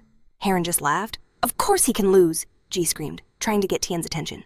You'd better save your energy. You'll need it to carry your master's unconscious body out of here. The two women's argument intensified, their auras clashing in a blinding, toxic light. The guildmasters roared, all reason gone. I don't care anymore. It's time to settle who's truly stronger. A giant fist of mana and a swirling vortex of destructive fire materialized above them. They were about to unleash hell on each other. But then, a sharp pain shot through our main character. A brilliant, chaotic aura flared around him. He doubled over, wondering what was happening. Why were these emotions so amplified? That's when he heard it. A cold, chilling laugh. It was Beth. Her aura was just as blindingly dangerous. I only gave their emotions a tiny push, she mocked. And they're already at each other's throats. How pathetic. Looking at Junio, she smiled. But thank you. Thanks to you, I could finally use my mind control skill on outsiders. I needed to get close without raising any alarms. If you catch my meaning. In that instant, our hero remembered his first thought that she was a baby monster. Her aura had been dark and blurry. But the moment he started to see her as a child was that when she brainwashed him, he realized his mistake too late. He charged toward the guild leaders, his own aura flaring. He had to stop this madness, but his body suddenly froze in place. Junio couldn't move an inch. He looked down and saw his entire body was entangled. He was wrapped in shimmering, charged threads, and it wasn't just him. It was everyone. All the threads led back to Beth, who was weaving anger and discord like a puppet master. They were already completely brainwashed. Who could have imagined? She was using contaminated mana to control not just their bodies, but their very minds. His eyes blazed with fury. He couldn't comprehend her deception. Junio grasped the threads, and with a surge of power, they began to turn transparent. He activated his passive skill. Mana absorption. A blinding light erupted from him, an aura of pure, contaminated mana. Beth had chosen the wrong enemy. One by one, the threads of control began to snap. The fighters jolted awake, confused. Yak asked what just happened. Beth's smile turned sinister. Unexpected, she said. The ability to absorb mana? How amusing. In that same moment, Junio roared. This girl is the enemy. Everyone, attack her now. Her smile vanished. She began to cry out for her dad and mom. A massive vibration shook the entire room as huge streams of energy descended from above. Brilliant flashes of light burst from the ceiling. Before them stood two figures. Beth declared that these people were bullying her and demanded they be punished. Two beautiful but deadly dolls materialized in front of the fighters. Without hesitation, Yak charged forward. Tien tried to stop him, but he roared for them to stay back. He boasted he would destroy the doll in a single punch. Then, with a smirk, Beth snapped her fingers. Time for my brother to make his entrance. They all heard the sickening impact. Yak's powerful fist crashed into his own teammate, sending him flying. Tien screamed in horror. Kim Yak, what are you doing? But the man couldn't hear him. Corrupted mana bled from his body. His mouth hung open, filled with eerie strings. He had no control over his own movements. Beth gloated that Rubus had done a magnificent job. The main character grew tense. He finally understood the tainted mana he'd felt from Yak's hand. Ruby was a massive puppeteer, pulling Yak's strings. Beth taunted them, saying her brother loves to hide within the humble. No one ever suspects a thing. Right? She laughed manically. The sight of them being forced to fight their own comrade was just too amusing. What will they do now that their friend has become a puppet? Tien ignited his sword, declaring he would restrain Yak, but needed their help. The girls shouted their agreement. A storm of fists, blades, and gunfire erupted across the battlefield. But suddenly, a barrier enveloped the guildmaster. The fighters, and even Rubus, were stunned by this development. Jay screamed, "What's happening to him?" A guild member explained it's a defensive skill. It activates when the guildmaster, Kim Yak, senses his life is in mortal danger. For a short time, he is completely invulnerable, like being in the eye of a raging storm. This state could last for hours. Rubus grew agitated. He'd lost control of Yak. At that moment, the boss just wanted to be left alone. Beth scoffed in annoyance. Now one of them was useless. Mom, Dad, deal with them, she commanded. The dolls began to glow with immense mana. The remaining fighters formed a line in front of Yak's barrier, preparing for the worst. Beth sneered, "Let's finish this quickly." That's when Junio noticed a dark, shadowy woman hovering above her. Tien's brow furrowed. He could feel the pressure from the dolls. Even their energy signatures proved they were on a different level. They were as strong as a high-difficulty dungeon boss. It was too dangerous to ignore them. He had to face them head-on, despite the terrible feeling in his gut. Maybe it was his imagination, but this felt like more than just simple mind control. He ordered Mayan, Chi, and the others to take on the female doll. He would handle the male doll himself. They had to focus all their power and end this fast. Jai readied her twin pistols, signaling her understanding. The doll Dad immediately charged forward to attack. Tien met the assault, his sword blazing with fire. Meanwhile, Yak was completely frozen inside his barrier, like he was trapped in a block of ice. Rubis couldn't control him, but couldn't get rid of him either. The main character watched, analyzing the situation. The ability to turn opponents into puppets? Isn't that a broken skill? But if it clashes with Kim Yak's impenetrable defense, there must be a flaw. It has to be a skill that turns hunters into dolls. But no matter how he spun it, something felt wrong. Yak's transformation was instant, even after Junio had absorbed the corrupted mana from him. That means, before he used mana absorption, Beth had the chance to turn them all into dolls. But she didn't. As he pondered, she began her assault on the mother doll. She unleashed a volley of shots that harmlessly pinged off its barrier. The doll simply watched, unfazed, as Beth smiled. Junio frowned. This whole fight felt like a performance. But why would she reveal herself? Beth had not only led him to the Lost Scout, she even revealed the weak points of her other puppets. Then, after gaining his trust, she instantly betrayed him. It made no sense, no matter what scenario he considered, even for someone who loved sewing. Chaos. This was just illogical. Then it hit him. It was as if she were being forced to fight. The daddy doll continued its relentless assault. Tien wrapped his hand in mana threads, channeling power into his blade. He was shocked by the doll's unbelievable durability. He struck again, his sword now blazing with fire. Thanks to Junio, he could pour all his power into his weapon. The flames roared brighter and fiercer as he unleashed his skill. Explosion. However, Ji knew her pistol wasn't enough. She pulled out a special magazine loaded with mana bullets, a mana pistol, reserved only for the most desperate situations. At the same time, Mun battled a doll, covered in hardened mana crystals. Ji announced that the guild's deputy had done his part. Now, this would be enough. She focused her energy and fired a single, glittering, enchanted bullet. The shot was devastating. A massive torrent of mana tore through the doll, leaving a gaping hole. This was an enchanted bullet, bomber type. Ji looked on, proud. The doll was critically injured. A gaping hole burned through its chest. The doll crumpled to the floor, its movements ceasing forever as the burning construct finally fell. Tien lowered his flaming sword, his breath coming in ragged gasps. This fight had been far more grueling than he'd anticipated. But what was strange was that they had only used physical attacks, nothing more. He glanced to the side. Only one doll remained. He had braced himself for mental assaults, but for some reason, his berserker mind had held strong. He ordered all fighters to prepare, until he gave another command. They were to be wary of psychic attacks and hold their position. "Mommy? Daddy?" Beth said sadly. "They're all destroyed." Tien charged, launching himself at her, and Beth clutched her doll even tighter. But suddenly, her smile twisted into something wide and grotesque. "Perfect," she whispered. In a flash, Tien was past her, his sword cleaving her head from her shoulders. A fountain of crimson erupted as her doll fell to the floor with a thud. Everyone stood frozen. Ji was beaming with pride. "See, you were all worried for nothing." He didn't expect anything less from their esteemed guild leader. Yurin scoffed. "Is that it?" She acted like something terrifying was about to happen, but it turned out to be so boring. Junio wished it would end just like this. He prayed his awful premonition was wrong. Just then, a system panel materialized before him. After reading its contents, his face went pale with shock. Tien gazed at the slain, bloodied doll. A heavy feeling settled in his gut. Even if it was a monster, taking the life of a child was an unpleasant feeling. He was about to tell everyone to rest, but in the next moment, something happened. He froze, his body trembling. The same sensation gripped the other 4 hunters. This wasn't magic, nor was it a psychic attack.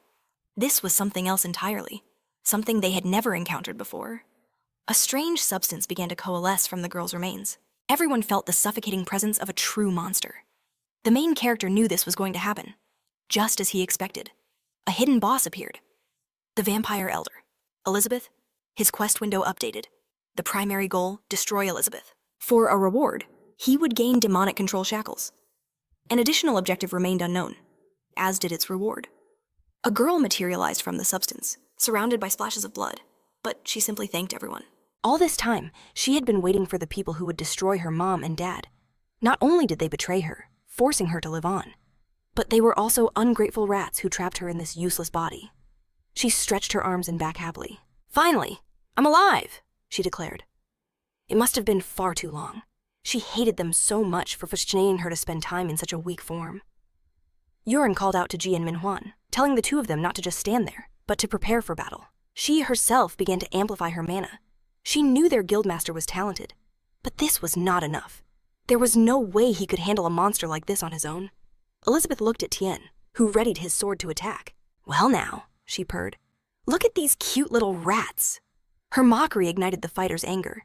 She began to release a powerful stream of mana from her palms. "This is an essence drain. I truly hope you'll entertain me."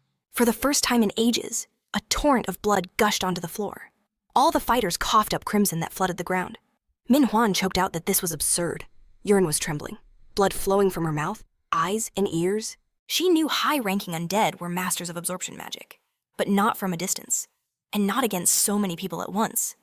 She was able to suppress them without any conditions, without even taking time to prepare. How was this possible? What kind of monster was this? And yet, Tien was able to focus and began to attack. Elizabeth looked on in surprise. His fire filled the vast space like a whirlwind. However, he listened in shock to Elizabeth's words. She said that he was very strong. Even in this state, he could cause her trouble. If he could use all his strength, the outcome would be different. She grabbed him and the sword and then squeezed the blade, which shattered into 1,000 pieces. Elizabeth sneered that he would never defeat her, and then struck Tien. He coughed up blood and flew backward, hitting the floor hard. He couldn't stand and was shaking. But Junio approached him and asked him what percentage he thought that was. Tien asked what he was talking about. What percentage? In what sense? Then the protagonist explained. Berserkers have incredible power, but your body can't withstand it if you're constantly at 100%.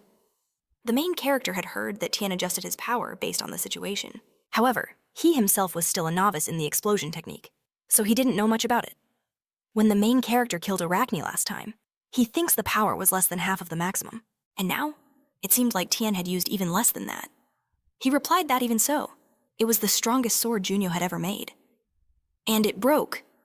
In my current state, I'm not sure if I can unleash a power I've never used before, but I can fight to buy some time. But Junio asked if Tien wanted to monopolize his ability. He extended his hand. I know this is a ridiculous favor, and yet...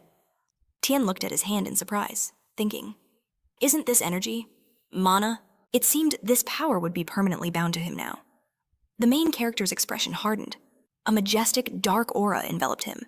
He declared it was time they revealed their true abilities to one another. He manifested his demonic armor. The system announced that 100% of his stored, contaminated mana had been consumed. Instantly, the system began its search for a suitable weapon within the vast demon world. Elizabeth watched, stunned by the spectacle. The creation was complete. A weapon of pure flame materialized before Tien, the demonic sword, Leviathan. Junho commanded Tien to take it. Take this sword, he said. Now, it's your turn. The Berserker Guild leader stared at the blade, utterly fascinated. He could feel it. Something had changed. The very nature of the mana was different. If it were any other sword, he would have seized it without a thought. But this infernal blade, there was something else to it. Still, he reached out his hands toward the weapon. It was a sword created by Junho. After all, the moment his fingers made contact, a blinding flash of fire erupted. A powerful gust of wind slammed into him and Junho. Even Elizabeth was forced to shield her eyes from the immense surge of power. This was a blade forged from contaminated mana. Judging by the sheer energy, she knew it possessed a special fire element ability. Contaminated mana and flame. A truly potent synergy. The main character stared at Elizabeth, surprised by her analysis. She was brimming with confidence, already preparing her counterattack. A fine synergy, she mused. Unfortunately for you, I command the magic of blood. She pointed her hands, and from her feet, a stream of crimson began to flow. It spilled out across the stairs and floor, a tide of red filling the entire chamber. This was her skill essence drain. As the blood rushed toward his feet, Junho grew alarmed. An area of effect skill. Was it designed for absorption and containment? While the absorption wasn't as potent as before, it was still an incredibly versatile and dangerous technique. The rest of the team were already collapsed on the floor, completely drained of strength. Elizabeth smirked. Your mana distribution, your basic metabolism, will all be gradually paralyzed. Your bones, muscles, nerves, veins, everything will simply melt away. The team members could only lie there, gasping for air, unable to move. To the vampire, they were nothing more than fragile toys. Don't worry, she cooed. After a while, the pain won't be so bad. But then, Tien rose before her, his flaming sword radiating a menacing aura. Elizabeth's eyes widened in disbelief. Even after activating her bloodbath territory, he could still move. No, that wasn't right. His body wasn't moving by his own will. It was the sword. The blade was commanding him, the power he could now unleash. She realized it would be far greater than before. She clenched her fist. All right, she hissed, a wicked smile spreading across her face. Now this is fun. It was time to shatter her new doll. Blood sizzled with every step Tien took. He charged toward Elizabeth, ready to strike. At the same moment, she gathered her own mana. Raising her hands, 2 colossal hands made of blood erupted from the floor. This was her hand of thirst skill. She thrust them forward. The massive hands surged toward Tien. He gripped his sword and swung with all his might. A massive arc of pure flame erupted from the blade, cleaving the blood construct in 2. Now, even Elizabeth felt a flicker of fear. What is this power, she thought frantically. She immediately summoned another bloody hand, this time as a shield. This strength? It was twice as powerful as before, no? Even more, Tien continued his relentless assault, his fiery blade destroying everything in its path. The main character, though injured, watched in awe. Even he was amazed by the sword's true potential. Tien unleashed his ultimate attack, a direct strike against the ancient vampire. The entire chamber was engulfed in flame and blood. The guildmaster's sword tore through Elizabeth's stomach. She coughed, her face contorting in agony. Junho was astonished that Tien had managed to control such overwhelming power, though he likely had no idea how he did it. Soon, the room returned to normal. A system window appeared. The main objective had been achieved. The hidden boss, ancient vampire Elizabeth, had been successfully defeated. She now lay on the floor, lifeless in a pool of blood. Suddenly, a small box appeared in Junho's hands, a reward item. He prayed it was something related to recovery or magical restoration. The system then announced that the materialization of Leviathan was ending. The sword in Tien's hands began to fade away. The data for the demonic sword, Leviathan, had been recorded. The next time he used this skill, a search would be unnecessary. He could simply materialize it directly. Junho mused that if the search was random, then the weapon standard must also be completely unpredictable. As the sword vanished, Tien staggered. He didn't understand what was happening. A wave of pain and weakness washed over him as he began to tremble. What's going on? He stammered. The main character rushed to his side. Don't even try to stand. Even if you could, you wouldn't be able to walk. He had survived, but the toll of wielding such a weapon was immense. The power had been on a whole different level. Junho was amazed Tien was even conscious. He looked around the hall at the rest of his comrades, all lying unconscious on the floor. Our protagonist told Tien he could rest. He didn't sense any real danger now. Just then, Elizabeth was able to open her eyes. As Junio approached, she congratulated her brother. The main character couldn't understand why she would say that, while in critical condition. At that same moment, a notification announced a successful cleansing. He demanded answers. What was her connection to this dungeon? Those dolls were animated by the same infected mana he felt from her, and yet she had no control over them. Instead, their sole purpose seemed to be her protection. Elizabeth began to explain. Of course they would protect me, she replied. I'm a valuable source of power that feeds them. A long time ago, she granted their every whim, but while living in solitude, she had simply slain huge and dangerous monsters on her own. Usually, she wouldn't have bothered, but one day she saved some rats that had almost fallen into the water. It was a family of 3. If the story ended there, it would just be a strange tale. But that day, a woman came to her and bowed. These rats were unusual. They insisted they couldn't just let their savior go, so they asked her to accept their invitation. It was the first time she'd heard such words from a person. So she was lured into a beautiful mansion, completely caught in their trap. The woman showed her a sphere brimming with mana, and the man revealed massive, lifelike dolls. Elizabeth doesn't know what the critical moment was, but when she came to her senses, she was no longer their guest. She was their family. She even taught Rubus how to control the dolls with mana threads. It seemed cute, so she laughed, though it was short-lived. She was happy. Until she discovered why those rats had truly accepted her. In place of a puppet wrapped in strings, she found herself not understanding a thing. Now she blames herself for giving them the chance to control and betray her. While they cunningly waited, she had become soft and weak, so they imprisoned her soul in this girl's body, locking away most of her abilities, so she could only provide them with the contaminated mana they needed for protection. The main character asked the obvious question, protection from what Elizabeth confessed she herself wasn't sure, although it was strange. Her brother always looked around nervously before entering the estate. From the window, you could see a magnificent view. An endless desert, No matter which way you looked, it never ended. But this wasn't a real desert. It was a barrier, a space, created to protect the estate. She was sure her mother created this space with her own power, all to shield themselves from the monsters on the other side of the rift. At these words, Junio shuddered. Elizabeth noticed his reaction. Judging by that, she said, there is a rift in your world, too. That must be how you ended up here. Her world had gone through the same catastrophe. Cracks appeared in the sky. Rifts. Strange portals that acted as doors. People with mana awakened. Monsters appeared from these portals. Beings far more cruel than vampires like her. Junio immediately became intensely interested. He sat down beside her and asked, "Is that true? How did your world cope with the disaster? How many years has it been since the last rift?" She was surprised they also called it a disaster. Yes, our conclusion was the same. Unfortunately, I didn't witness anything personally, not after I was imprisoned in this body. Terrible times came for her when she couldn't move. Elizabeth was more like a doll. During this time, her world fell, and the manor was isolated. She was only able to move again just recently. When the lock on her prison opened, she was surprised when Ed had disappeared right before her eyes. Elizabeth looked at a system panel. A hidden task appeared she must repel. Uninvited guests who came from another world. The objective: repel 100 uninvited guests. The reward was liberation from the abandoned world. The main character was in shock. A system panel. Is she a player? 2. Elizabeth understood from his face that he had many questions. But she apologized, saying she couldn't answer them. Her body began to crumble, like a stone statue. She said that her death was perhaps for the best. But Junio became serious. This was bad. Her body was collapsing. But in that critical moment, he remembered the reward, the demonic control shackle, which could be used once. He opened the box, mana flaring brightly, and grinned.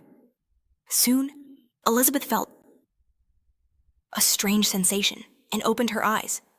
Junio swiftly grabbed her by the neck. A bright glow erupted from her body. The cracks on her skin vanished, replaced by glowing shackles on her neck. "What did you do?" she gasped. The system provided information. The item was the demonic control shackle, a tool of forced confinement. It could be used on defeated monsters in a critical condition. He told her this was no coincidence. He could have saved the shackle for another, more powerful monster. But he had a personal interest in her. The system reported that after successfully equipping it, the corresponding monster will emerge from its critical condition. The item lit up brightly. The rules were simple. The corresponding monster will now obey as a subordinate. A familiar tied to an item. Junio admitted he'd seen plenty of them, but this was a first. Never before had he witnessed such a phenomenon. A player. As a familiar, a warning window flashed, demanding a contract be forged. The target, the ancient vampire, Elizabeth Bathory. As the pact was sealed, a blinding pillar of light erupted. The system announced the contract's completion. The main character shielded his eyes from the overwhelming surge of power. A new status appeared. The ancient vampire, Elizabeth Bathory, was now registered as his familiar. He stared in utter disbelief. He'd expected a change in her appearance, but not this. Beth glanced down at her new body and recoiled in shock. She'd been turned into a cat. He mused aloud. A cat, not a bat. I didn't see that coming. Even her necklace had shrunk to fit. But she wasn't listening, still horrified by her feline form. Then, focusing her strength. A brilliant flash of mana pulsed. In an instant, she was back to her original self. "Don't you dare joke about this," Elizabeth snarled. "Am I truly a familiar?" She bared her fangs, clawing at the magical restraints. "How dare you bind me like this? I'd sooner choose death than this humiliation." The main character calmly retorted. "So, even maintaining your human form is a struggle." He smirked. "A pity? It seems you can't refuse this humiliation after all." The system then chimed in with a helpful note. If the user had a reserve of normal or contaminated mana, the familiar's ability block could be temporarily disabled. "A familiar that can't even manage a simple transformation," he taunted. "I have to wonder what use you are to me at all." Just like that, Elizabeth reverted to a cat, hissing with pure indignation. "As long as I'm your captive, we might as well get moving." He scooped her into his arms, but she immediately began flailing her paws and hissing. "You can still talk in this form," Junio noted with surprise. "I can't decide if that's a good thing or a bad thing. Anyway, that's not what we were discussing. You didn't really deceive me, did you? Beth snapped back. What are you talking about? I told you everything. He gently placed her on the ground. No need to repeat yourself. I heard you loud and clear. It's just that, as I listened, your story started to contradict itself. She had said her family stole her power, for their own survival. But, he questioned, is there any point to a life like that? I don't know the full story. But your family doesn't seem very lucid. I doubt they possess rational thought, or even an ego. They're more like programmed dolls. Beth spat back with disdain. That's not strange at all. A person's psyche adapts to their physical vessel.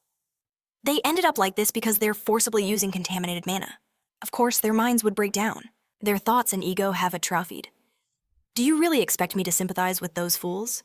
Junio replied coolly. That's not what I'm asking. I'm just saying that I, and most people, wouldn't choose to live like that. He approached one of the male dolls, inspecting its body. If this person really did transfer their consciousness, then this is... He trailed off, staring at the doll in shock. Beth watched him, a flicker of concern in her eyes. What's wrong? What's the point of talking like that now? The main character stood before the massive construct. His eyes narrowed. I'll see for myself. Holding an orb in one hand, he pulled Beth with the other. Come here, he commanded. She flew towards him against her will. This is awful, she thought. I'm being forced to obey even a simple command, Junio continued.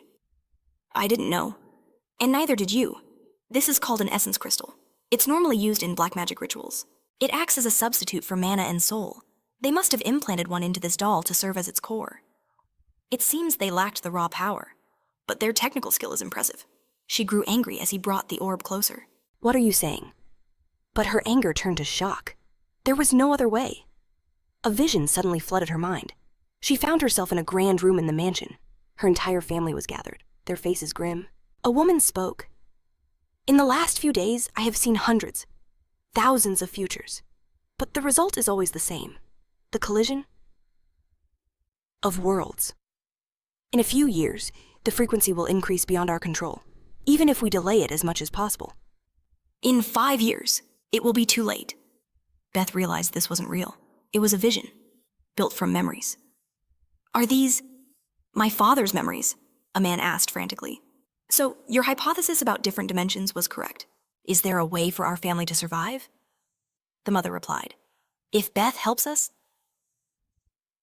we can at least create a barrier around the estate. But that raises another problem. If our world is destroyed, the estate will be lost, trapped between dimensions forever. Unless someone from another world happens to find us. That could take hundreds, even thousands of years. We would just be waiting for a slow death. Her father buried his face in his hands. This is hopeless. He despaired. But then, a voice cut through the gloom. That won't happen to Beth. Her mother turned, asking, What was that? Her brother Rubus cried out, pleading that perhaps they could live just a few more years. But Beth's sister wasn't like the others. Couldn't they at least save her?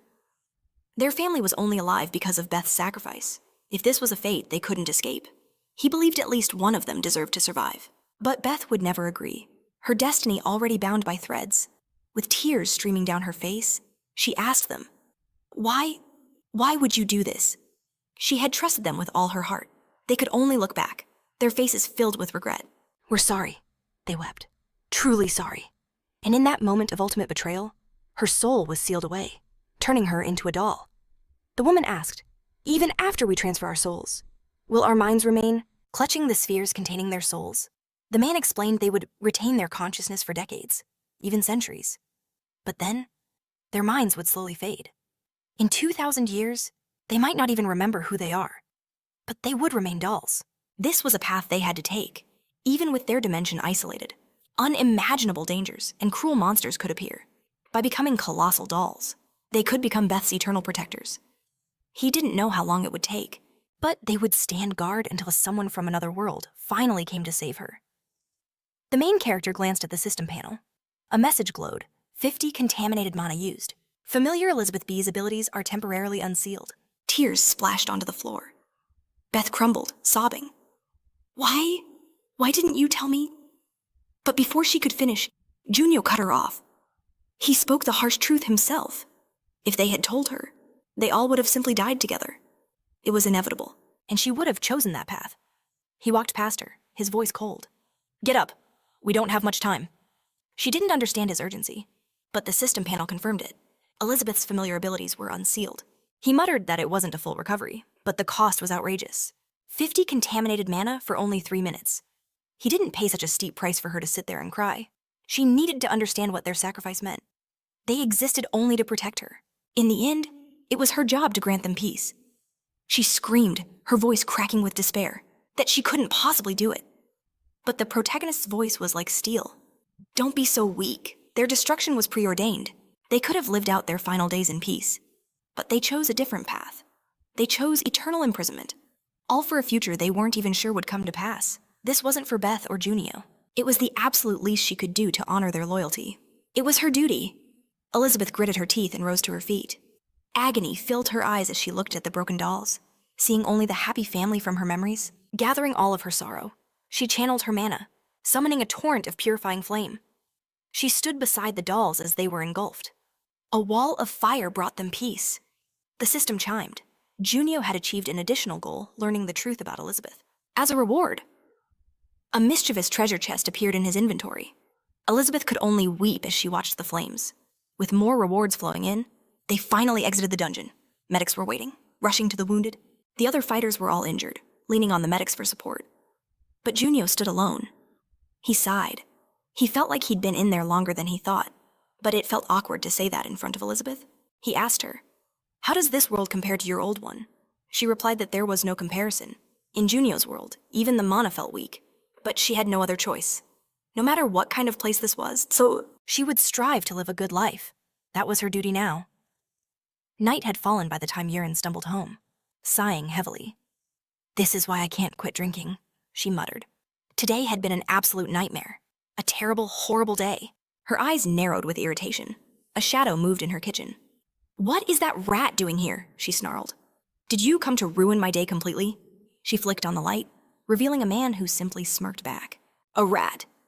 That's a bit harsh," he cooed, pouring her a glass of wine. "I was just waiting for my colleague." Yurin understood immediately. Mana flared to life in her hand.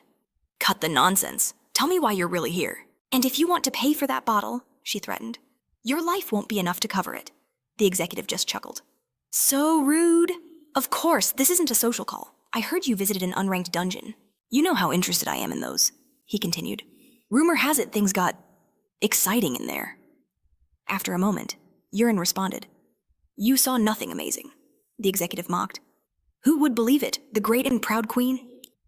Knocked unconscious in the middle of a raid." Yurin's eyes flashed with fury. "Shut your mouth." "The situation changed drastically," he mused. "And yet, even while you were out cold, you saw the results, didn't you?" With a berserker's fury, Tien annihilated the boss. It took only 2 swings of the sword. A weapon crafted by the support. The explosion of mana was simply unprecedented. He clenched his fist, a cold realization dawning on him. So this is the power of an S rank. He was a target worth hunting, without a doubt. But Yurin wasn't so sure. Tien was indeed. Unforgettable, but their focus should be on the support. The executive shot her a look of pure displeasure. He didn't understand. Yurin admitted she'd also dismissed him as a mere D-rank pawn, capable only of crafting items. But that single weapon withstood Tien's full, devastating power. She asked if the executive wielded a sword himself. He scoffed. "Of course. A good sword is useful," he conceded. "Having a crafter on your side isn't a bad thing, but in the end, a tool is just a tool. Without a hand to wield it, a weapon is worthless." Their abilities were 2 sides of the same coin, the wielder and the purity of battle. Everything else was just an impurity. "If you were to fight Tien," Yurin retorted, "that impurity would be the very reason for your defeat." But he was already walking away, waving a dismissive hand. Yes, a D-rank support. That the queen is so obsessed with? He's not as interesting as Tien, but now, my curiosity is piqued. We'll certainly meet again. And when that day comes, he would gladly crush them both, Tien and that little impurity. A few days later, Junil was sprawled across his bed. He'd slept for days straight, yet his body felt like lead. His exhaustion hadn't returned to normal. It wasn't just from crafting the demon weapon. No. This had to be the side effect of his beta absorption skill. He decided to ask the system, just in case. Is there any way to remove the skill's side effects? Only silence answered him. He scanned the empty room.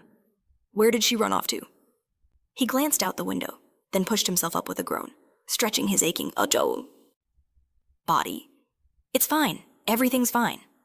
She was his familiar. He could forcefully summon her if he had to. And Beth knew that all too well. She was probably just curious about this new world, as long as she didn't cause any trouble. Meanwhile, she was calmly strolling down the street, refusing to be petted by curious passers-by. Back in the apartment, a single item sat on Junio's table, a mischievous treasure chest. He couldn't believe he was seeing one in real life. The mischievous treasure chest, a legendary random reward. It was a common sight for players in the game.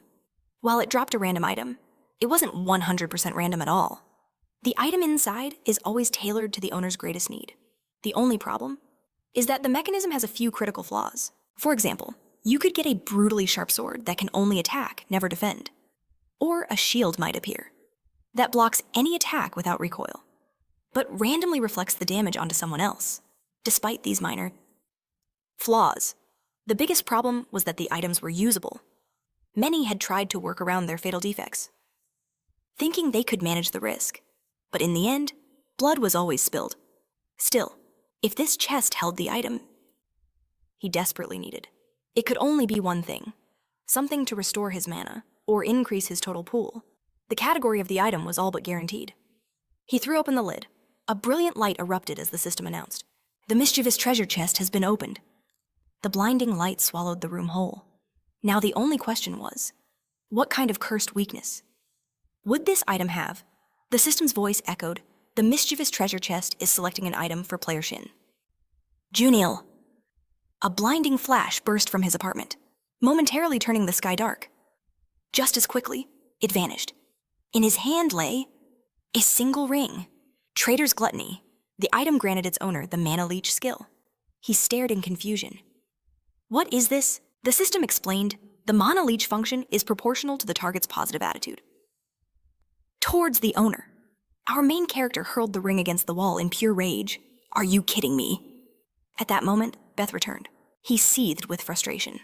Mana Leech isn't a bad skill in itself. But that ridiculous condition, a positive attitude just from the name Trader's Gluttony. He knew it had to be sinister. Beth tilted her head. She didn't know why Junil was so angry. But it seemed they had a visitor. That fool is here. Junil looked down at the street, his eyes widening in surprise. Which fool? A luxury car was parked right outside. Shiak stepped out, wrinkling his nose. What is wrong with this neighborhood? What kind of hovel does that scoundrel Yun Tian let his support live in? He always pretends to be so incredibly magnanimous, but he's nothing but a snake. Junil stared in disbelief from his window. It really is. That fool! Shiak surveyed the building, a plan forming in his mind. It wasn't proper for him to personally recruit a support. But this one was worth it. Even without Yurin's report, he could feel it. What happened that day? Shin Junio did something to Tian. The sheer energy that erupted from him was enough to shatter the barrier and reach all the way to Shiak himself. He had no idea why this man was a D rank. His potential was clearly A rank, if not higher. So Tian hadn't just found him. If he doesn't completely belong to Tian, no, even if he does, I will make him mine. The main character asked, how did he find his address? No matter the options, there was no legal way he could have known. Yihak just shrugged and asked, does that really matter? Usually, he continued, people are impressed. It's an honor to know that the best guild in the world wants you. Junho had to understand that, right? He extended a hand, assuming the young man had come to greet him personally, but Junho strode right past, saying, apologies, but I didn't come out to meet you. I'm here to renew my assistant's work permit. As he turned his back, Yihak roared, whatever that bastard Tian promised you, I'll give you 3 times as much. Yihak was growing desperate. After what Junho had done in that dungeon, he knew this was no ordinary hunter. For someone with that kind of power, he would forge conditions that couldn't be matched anywhere in the world. The protagonist turned around. I'm surprised by your confidence, he said, but my answer won't change. I'll tell you the same thing. I told Tian, you have nothing to offer me. Yihak gritted his teeth. This is bad. First Euron did the same thing yesterday? Are they all playing hard to get? This is infuriating. He fumed, thinking they were treating the great Shinhoi Guild like fools. He says I have nothing to give him. We'll see about that in the future. Yihak stared at Junho's retreating figure and vowed. Him and that woman. Euron? I'll make them both beg to work for me. Meanwhile, Junho walked through the quiet city, surrounded by ordinary people. He had planned to do this earlier, but the Hunter Association said getting here by public transportation was a real problem. Most hunters drove their own cars, so it made sense. He bumped into a passerby and apologized. In response, the guy just nodded. The protagonist felt a lingering unease, as if he still hadn't fully recovered. The man passed him by. Then he suddenly froze, a memory striking him. He whirled around. That face, it can't be, but maybe. The main character saw no one left on the road. It's impossible, he whispered. Dojun is supposed to be dead. The man watched his confused state from afar and called his name. A shimmering portal had appeared between the tall buildings, securely fenced off. The man said, if the preparations are finished, then it's time for us to go in. For gates of rank C and above, even high-ranking hunters could suffer or die from a single mistake. Everyone knew this, but when it came to safety, nothing was ever redundant. The party's magician admitted she was worried. As it was her first time in a gate of rank C or higher, Junho was surprised by this, and he reassured her. Our tank is a veteran, so if we listen to him, there shouldn't be any major problems. Although it wasn't his place as an assistant to offer such comfort. They walked toward the portal together, and the girl remarked that Junho seemed experienced enough himself. Dojin watched them, his expression displeased. Shin Junho, a D-rank support, specializing in creation.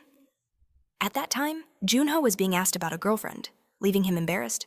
Dojun knew his record, a hunter for 2 years, but with only a year of practical experience.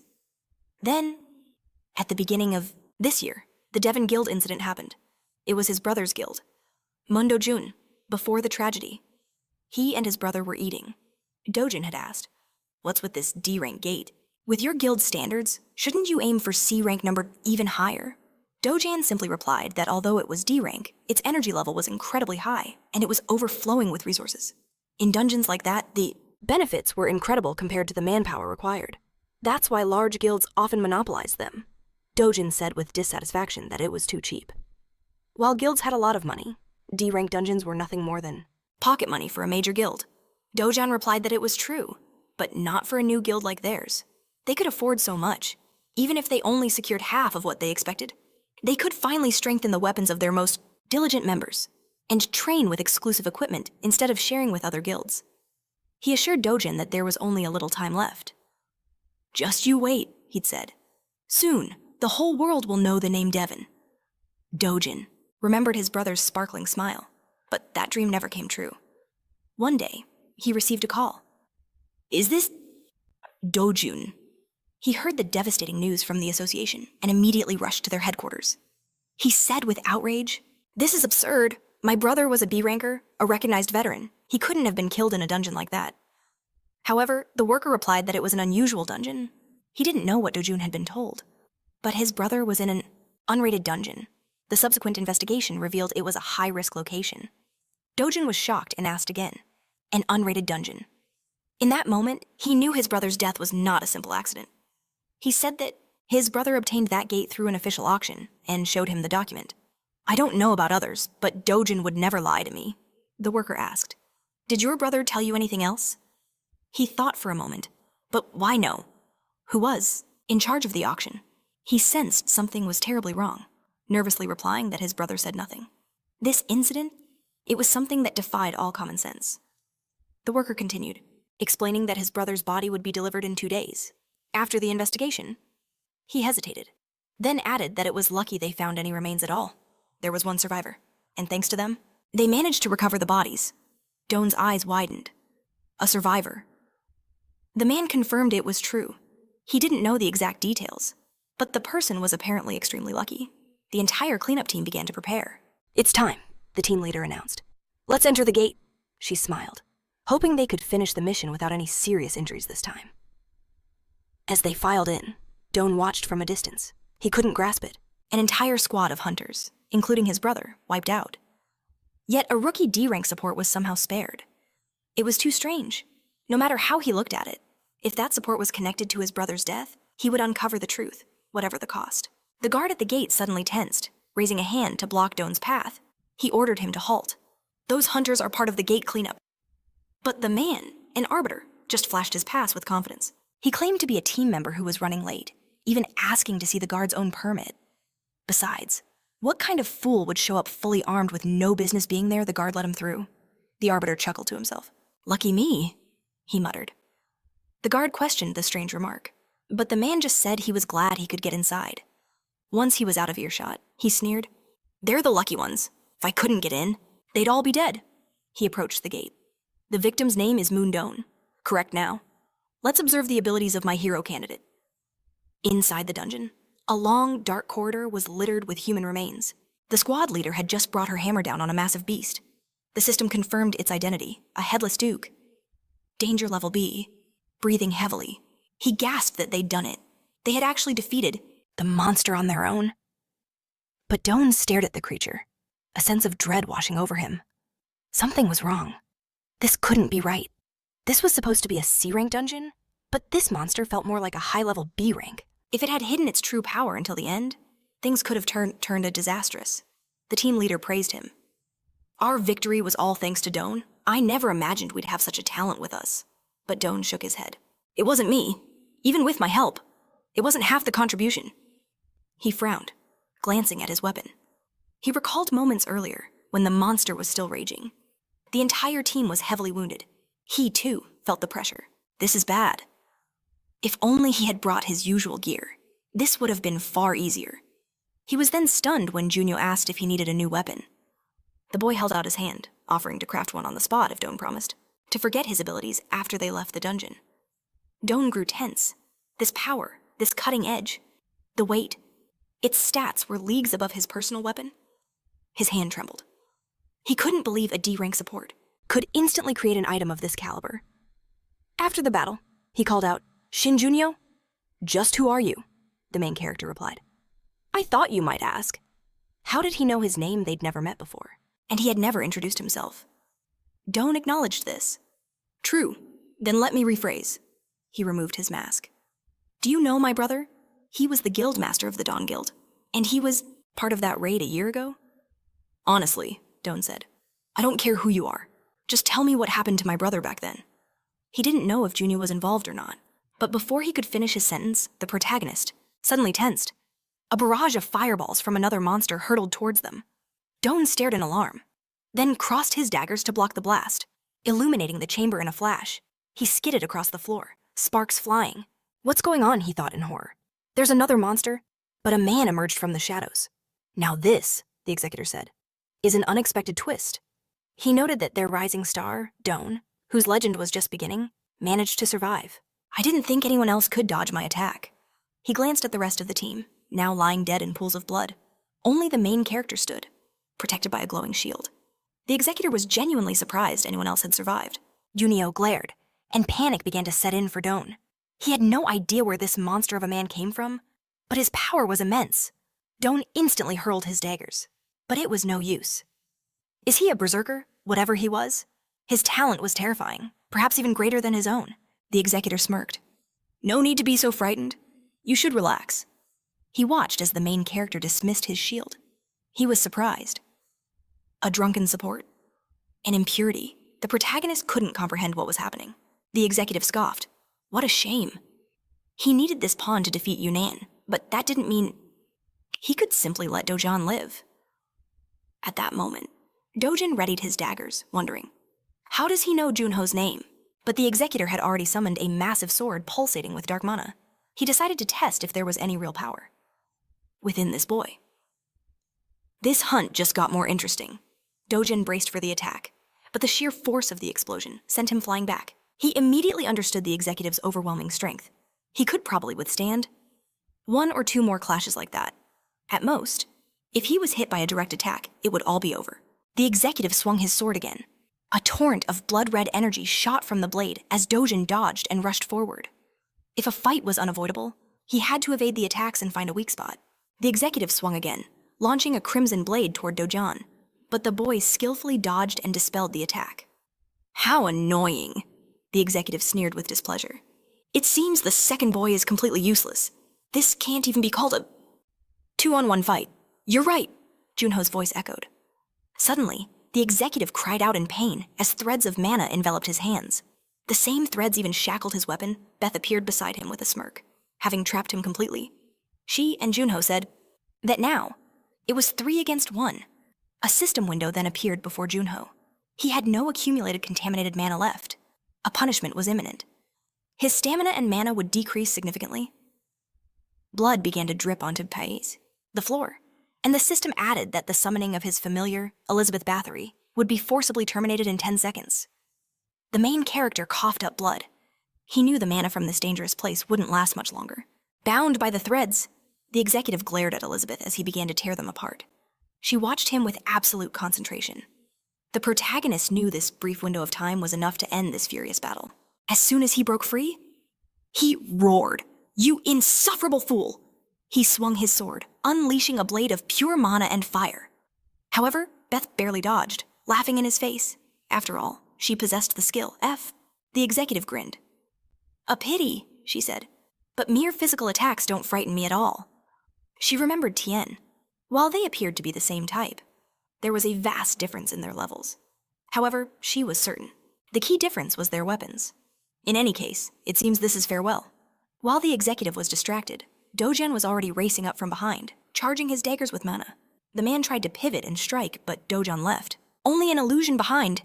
He was already right on top of the executive. In an instant, his dagger extended, becoming impossibly long and sharp. He swung. The executor stared in horror at his own blood. The system announced the summoning of Elizabeth Bathory's familiar was complete. She began to evaporate. "This wasn't so bad," she said, "though the ending was a little unfinished." She saw the executive looking at her with pure hatred. One of his hands had been completely severed. Dogen stood nearby, still tense, thinking that while he may be difficult to kill, he could at least be mortally wounded. However, they had a huge gap in their basic stats. Only in his current state was there a chance. He said, "If you want to live, throw down your weapon and surrender. Considering your crimes, the outcome will be the same." The executive listened with disgust and fury. He dropped his sword, feigning submission, but Dogen knew instantly this man was not so simple. He had another plan. The executive reached with the hand that held the sword into his pocket, then pulled out a glowing stone. Junho was shocked, realizing he had charged it with mana. The executor crushed the stone into countless fragments. A blinding light surrounded him, and a magic circle flared to life beneath his feet. Dogen tried to attack, lunging at him with daggers. The executive said, "We'll see. Each other again." In that same moment, Dogen's strike hit the floor, creating a huge flash. He said with displeasure, "This is bad. That magic circle was for teleportation." The main character countered, "On the contrary, it's good it was just an escape item. If it was an attack or a debuff item, regardless of the outcome, you wouldn't have escaped intact." He turned to Junho in surprise, but the main character interrupted him. "I'll tell you about that day. I will tell you about what happened a year ago with the Dawn Guild, with my older brother. You have the right to know." They emerged from the portal. Workers carried away the bodies as they watched. Dogen said sadly, "I still feel sick. These people, they were killed by that twisted bastard. And we have to lie, saying they were killed by monsters in the dungeon," Junho said. "We have no choice." According to the security staff, they thought there were 7 of them in the dungeon. Just minutes after the team entered the gate, a latecomer appeared, using an access card. Doan's eyes narrowed. That can't be Juno. But the impossible happened. The security system approved the pass. It was a fake, but one so perfect it fooled the machine. Or perhaps it was real. The main character recalled his smiling team, and Doan proudly displaying that very certificate moments before. He said the same thing had occurred a year ago, when a low-ranked dungeon was strangely auctioned off with an official certification. Their ultimate purpose remained a mystery, but this was clearly the work of a massive organization. 2 documents were created, one for access, and another to prove the auction deal. If the Hunters Association ever caught on, entire guilds could be annihilated. Yet the mastermind behind it all remained untouchable. They had deceived the association itself. No, this was someone so influential that getting caught wouldn't change a thing. Juno was certain. The scoundrels they were facing were not just common thugs. That's why they had to lie to their families, including his own. The truth was a burden too heavy for some to bear. Dogen had warned him. If they made an official report to the association, their loved ones could be caught in the crossfire. He understood now. It all made sense. Now, he had to ask about Juno's true ability. Why masquerade as a simple D-rank creator? It's a long story, the protagonist replied. Before the incident a year ago, his power was completely useless. He could barely forge 1 or 2 swords. So pathetic he felt ashamed to even be called D-rank. However, in that forgotten dungeon a year ago, on the very brink of death, a new power awakened within him. Thanks to it, he was the sole survivor. He knew how unrealistic it sounded, how suspicious it must seem. If he were Dojin, he wouldn't believe it either. But he swore that once the true culprit and their secrets were dragged into the light, he would tell the world. And he would tell their families. For now, he had to hide the truth. He bowed deeply, asking for forgiveness. But Dojan quickly pulled him up. He was stunned. The main character's voice was low but firm. One day, I will find those responsible for Doan's death. Dojin listened intently. Will you? He asked. Don't act like this is your burden to carry alone. The weight of his own guilt was crushing him. He was drowning in questions with no answers. No different from Juno. He had seen everything with his own eyes. Yet he was forced to remain silent before those who deserved the truth most. He would never stop. Not until the ones responsible for his brother's death paid the ultimate price. He would catch them, no matter what it took. Until then, he was in Shin Junio's hands. From now on, they could only rely on each other. At that moment, in a desolate building, a magic circle flared to life. As the glow faded, the executive appeared. But he couldn't even stand, collapsing to his knees. Disgusting, he snarled, his face twisted with pure hatred. A voice echoed in the shadows.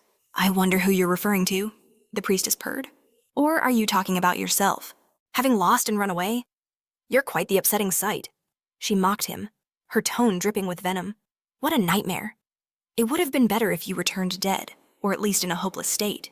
Then I could have used you as a sacrifice. The executive tried to object, but she cut him off.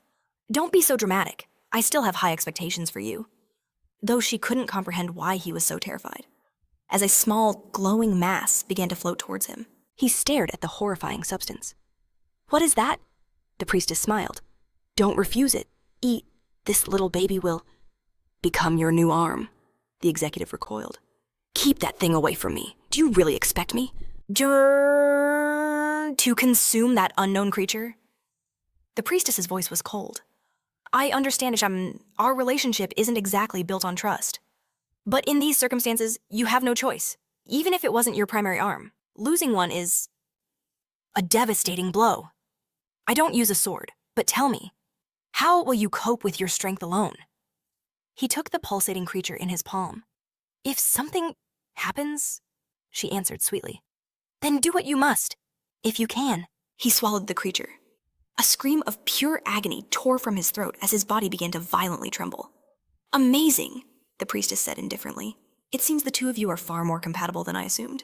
I expected this to take all night, and this is only its primary form. The veins on his new limb glowed with a sinister, contaminated mana. After some use, the creature will automatically determine a more suitable form. If you don't like it, you can tell me, she added. You see, this creature is like my child, so I can do whatever I want with it. The executive clenched his teeth, rage burning in his eyes. He would kill them all, that annoying woman, Moondone, and the man who took his arm. He remembered Juno with a special kind of hatred, vowing that he would kill him with his own hands. At the same time, a special flight landed at the airport. A crowd instantly swarmed the gate. It must be a celebrity, a girl exclaimed. You should see all these reporters and cameras. Her friend simply replied, That's no celebrity. That's a hunter. Surely she knows the Hyunmild Guild. It's one of the 3 largest guilds in all of South Korea. She replied that the name sounded familiar. But why would a domestic guild be at the international airport? He's checking the news feeds now. Apparently, they were summoned to the United Kingdom. It must have been for an incredibly high-level gate. The moment they step inside, a swarm of reporters surrounds them. Hunter Woo-hyun, they shout. How do you feel after clearing a city-class gate? We heard you received an incredible sum from the British government. Her assistant moves to shield her from the press. Hunter Woo-hyun, do you believe Korea's national? Top 3 guilds can compete on the world stage. There will be no interviews at this time, her assistant declares. We will answer all questions. Later, at the official press conference, once they're safely in the car, her team congratulates her. Excellent work, guild leader. We're done for today. In 2 days, we have a group interview with representatives of the Sand Guild at 11. By the way, 2 days ago, we found traces of the executive. Her eyes widened. Where? Her assistant replied. 2 days ago. Inside the dungeon area that appeared in Buang. According to witness statements and the gate manager, someone appeared much later than the other hunters. And his description is a perfect match for the executive's file. The association reports there were 2 survivors. Woo Hyun pulled up the data on her tablet, her eyes scanning the first user's ability profile. Registration number. Name Shin Junio. Class support. Her assistant continued. The survivors were a B-rank assassin, and... The second was a D-rank support. Woo Hyun frowned. A D-rank support survived the executive. How is that even possible? Does the B-rank assassin have some kind of incredible ability? The assistant shook her head. I'm not sure. For now, they both claim their teammates' deaths were just a tragic accident that happened during the hunt. Woo Hyun's mind raced. An accident. No, there were only a few possibilities. Either they're on the executive's side, or they were threatened into silence. Add them to my schedule, she commanded. I need to meet with both of them. She had to know what secrets they were hiding. Meanwhile, our main character was back in his apartment, sighing. Just as I thought. The information isn't there. As expected, he couldn't find a single trace of the Greatsword user in the Hunter Association's archives. 2 things are certain, he thought. 1, he's an unofficial hunter. And 2, he operates under a different appearance. The only solid lead he had was the extermination case that occurred inside the A-rank dungeon. Moreover, the very existence of these manipulated dungeons could be the work of the shadowy organization he belongs to. It was just like the situation at the mansion with Beth. Everyone there, including Yuna, could have been wiped out. He remembered Yak's fighting style, based on their raw talent and potential. Every single person in that raid could have become a future hero. Regardless of their personalities, if they were all eliminated, it would be a devastating loss for the world's future. He slammed his laptop shut. They didn't just fake the dungeon's rank and send assassins. They did both things separately. This hinted at a terrifying new possibility. The assassins were now working outside the safety of the dungeons. The world had just become infinitely more dangerous. As he processed this, his phone rang. He answered, and a familiar voice sent a shockwave through him. Is this Shin Junio? Soon. He found himself in a grand, luxurious building, standing before an elegant bar where the assassin was waiting. She smirked. When I chose this place, I expected you to be in slightly cleaner clothes. Was I expecting too much? Our hero replied coolly. I've never been to places like this. And I never planned to. But internally, his distrust was growing. His address and phone number shouldn't be available in the association's public database. She scoffed. Your address, please. That fool Yak was already on his way to you. It all clicked into place. He must have been hunting for him. Wearing that nasty smile and overflowing with that unearned confidence. The assassin leaned closer. Don't worry, Junwoo, she said, her voice low. I'm not going to cause any trouble. Not like that fool. I invited you here out of personal interest. Surely you came because you're interested too. Or is this business... She gestured to the chair. Sit down. I'll pay for the drinks. But the protagonist remained standing. This isn't a conversation we can have freely over drinks. If you don't have anything important to say, then I'll get straight to the point. The assassin's interest was piqued. Oh, I'm definitely interested. But I lost consciousness, so I missed what happened at the end of the last dungeon. She remembered Beth's cunning and overwhelming strength. Tell me, how did you defeat that monster, even Tien, judging by his condition? Never stood a chance. He deflected calmly. You should ask Tien, not me. I'm just a D-rank support with no combat skills. When you were unconscious, I couldn't do anything to change the situation. I just used all my remaining energy to create a single sword. That was all he had to share. A wicked smile curled on her lips. I see. I understand everything now. They spoke of the recent chaos for a moment. It's absurd, but almost funny. You're amused. A sick B-rank master with a greatsword is hunting down other hunters. Could I really be the next victim of this madman? Junio's face was grim. If my predictions are right, entering that dungeon with a rank error was no accident. You were their target. Of all the hunters there, you're the only one who isn't part of a guild. Yurin interrupted him. So they'd target me first. The one with no organization to protect her. It sounds plausible, but... Aren't you forgetting something important? If that's the case, I wasn't the only one. There was also a D-rank support, no guild, no organization, and far weaker than me. If you're right, aren't you in even greater danger? She made him a playful, tempting offer. What do you say?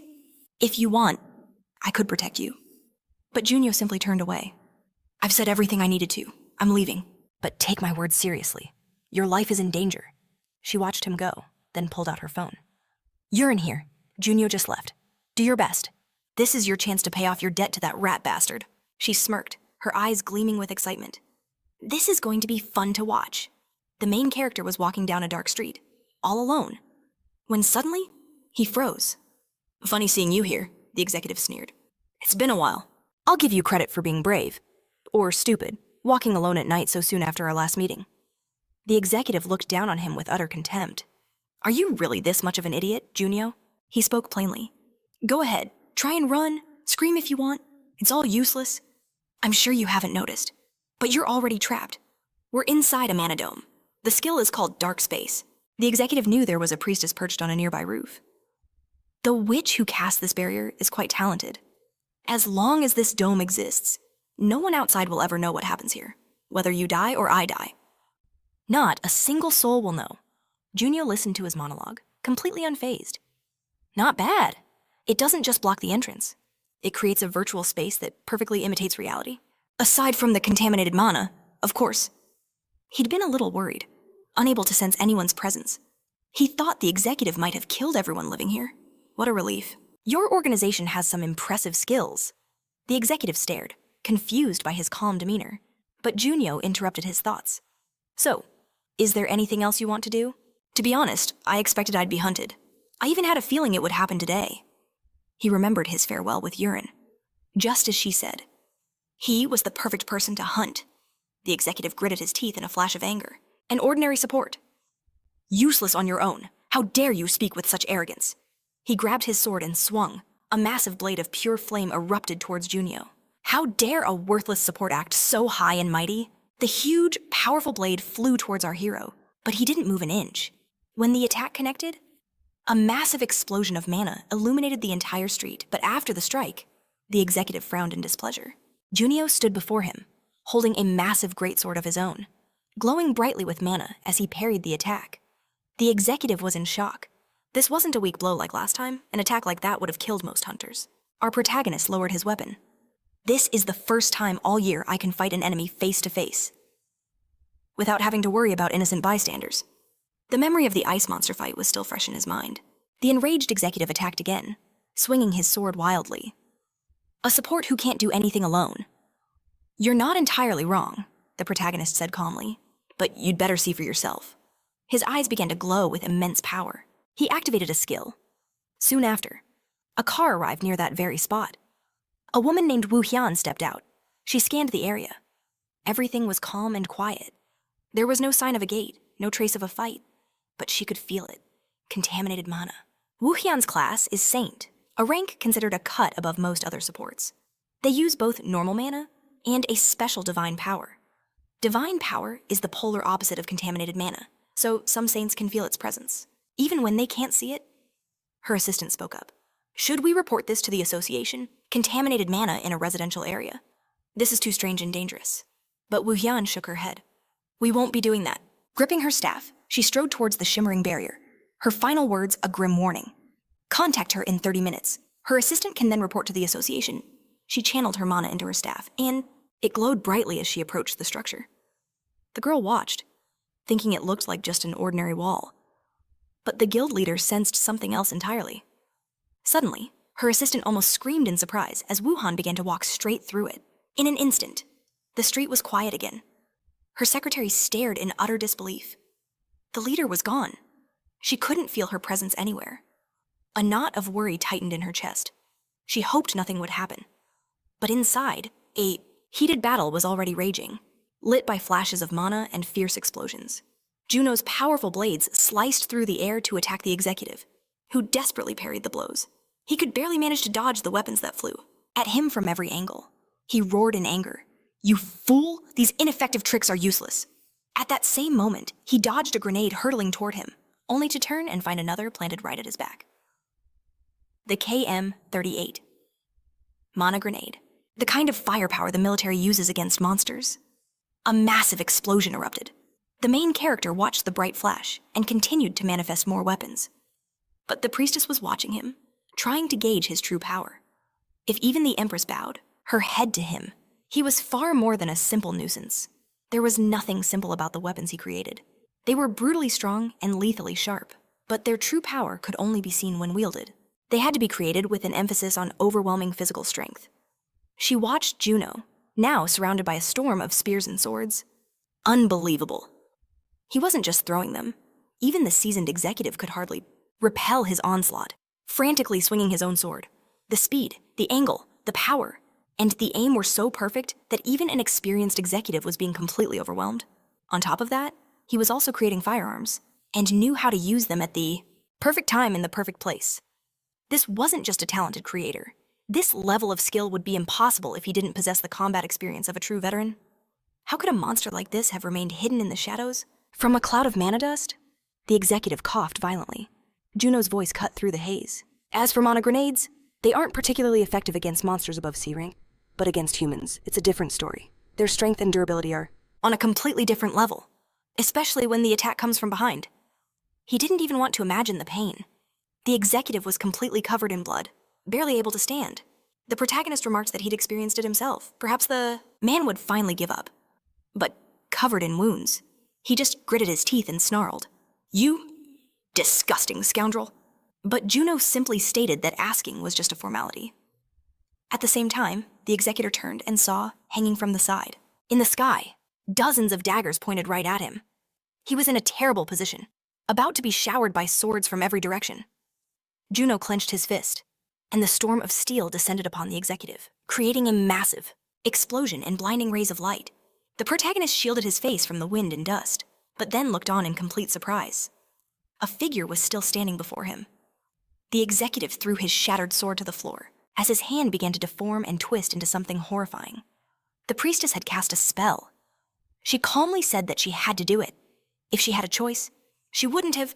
With a hint of disdain, she added that her colleague was in danger. She had to help him. Right, if she knew this would happen, she would have gathered more information to prevent it. Perhaps I was too greedy, she mused. Well, he should at least try to survive. The executor's hand had now transformed into a huge blade with a razor-sharp edge to protect himself. Juno manifested an equally massive sword from mana. He thought it was suspicious. The right hand that was severed was now completely fine. But suddenly, this level of contaminated mana appeared from nowhere. He was hesitant, but still began his attack. His mana sword flew towards the Arbiter. However, the man just waved his monstrous hand, and the blade of contaminated mana easily sliced the sword in two. The protagonist stared in shock as the corrupted blade closed in, but he managed to create a shield, which absorbed the full impact of the attack.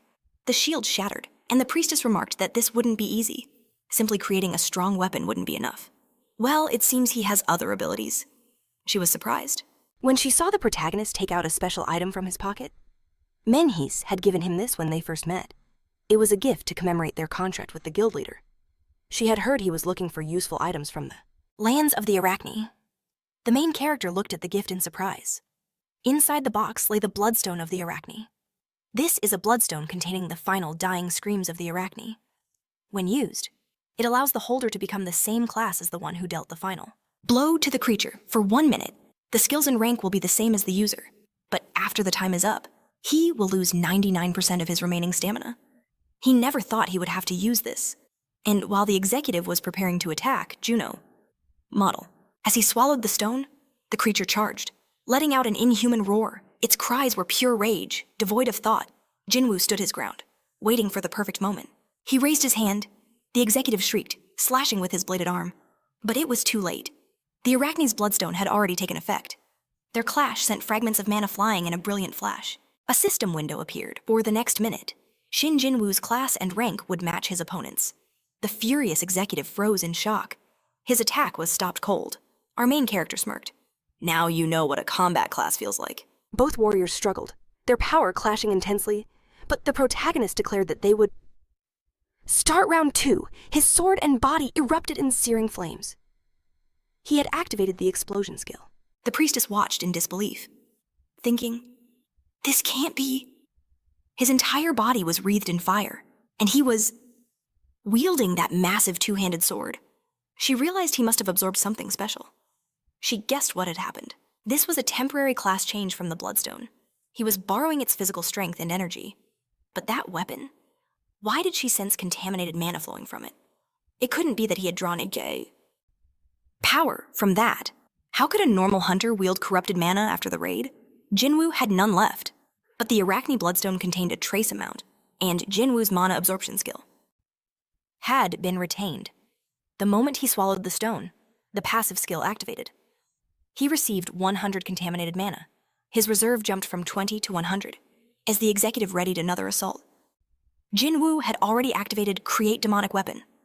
The skill consumed all 100 points of corrupted mana. A stream of energy gathered in his palm as the system searched the demon world for a fitting weapon. The creation was complete. He now held the demonic sword. Fragarach, the main character, surged forward, swinging his new blade to attack. The executive barely dodged the flaming assault. The protagonist moved with precision, striking with his fiery blade. His enemy desperately blocked. Sparks flew from the impact, and from the huge stream of fire. The executive could only leap back to avoid being burned. He tried to speak, but only guttural sounds escaped as he skidded across the ground. He left paths of sparks in his wake. Then, the executive raised his hand, baring his teeth, but Jinwoo was already flying at him. He descended from the sky, preparing his fiery sword. He struck with the weapon, but the guy was able to jump back again. He was lucky. A giant. Fiery explosion erupted from the impact, but Jinwoo's assault was relentless. He swung the sword again, pointing the weapon at the enemy. The executive reflected the blows, seeming as if he were fighting a wall of fire and sparks. The priestess couldn't look away. She wondered, what's wrong, even if his class changed? What about his skills, his movements? It seems like he has known how to handle a sword for a long time. Her questions were justified. The Arachne's Bloodstone, although it has the ability to change classes, does not grant experience and skills. Plus, in his past life, Jinwoo was never a combat class, so logically, he shouldn't have any fighting experience. However, this is where the demonic sword, Fragarach, shines. Compared to the Leviathan that Yoon fought, its destructive power was a step lower. However, unlike the Leviathan, which specialized in firepower, Fragarach possessed the unique ability of a demonic sword. Jinwoo was surrounded by the weapon's fiery aura and sparks. He felt as if someone was guiding him. His consciousness was clear, but his body seemed to move on its own. The very thought of where he wanted to go was enough. He was being driven by the sword's will, a demonic blade that subjugates its owner, striking without end. It uses flames with deadly precision. Ironically, only in this moment does the weapon have perfect compatibility with its owner. Jinwoo swung the sword wide, the flaming blade hitting the executive with newfound power. He was furious, but he could do nothing. Our hero jumped high into the air, and while the guy was searching for him, he flew towards him, attacking from behind. When the executive turned, he saw a bright and massive flame. The protagonist swung his fiery sword, and the hot blade struck right into the enemy's back. They both crashed to the ground. The executive was down. A large wound was bleeding on his back. The main character looked at him for a moment, but suddenly felt pain as his body trembled. He fell into his knees and clenched his teeth. He felt awful. He realized that 1 minute had passed. The Bloodstone's power ended so quickly. He sat on the ground, but then saw the executive getting back on his feet. He could see his condition was terrible. The next blow could be fatal. The executive quickly ran to Jinwoo to strike, and the protagonist prepared his mana to forge a weapon. Suddenly, a blinding light pierced the sky, catching his eye. A beam of pure energy was gathering above the executive's head, and in an instant, a powerful torrent rained down upon him. The protagonist shielded his eyes from the intense glow. Was this celestial energy? Divine power. A sudden chill ran down his spine. He wasn't alone. Wuhan was standing right behind him. He spun around as she asked, "You're Junho, right?" She aimed her staff at him, her voice firm. "I have many questions for you, but this is hardly the place for a conversation." His wounds appeared, severe. "Don't move, just wait." With a gesture, she bound the scorched executive in brilliant streams of light. "I have to make sure he doesn't escape."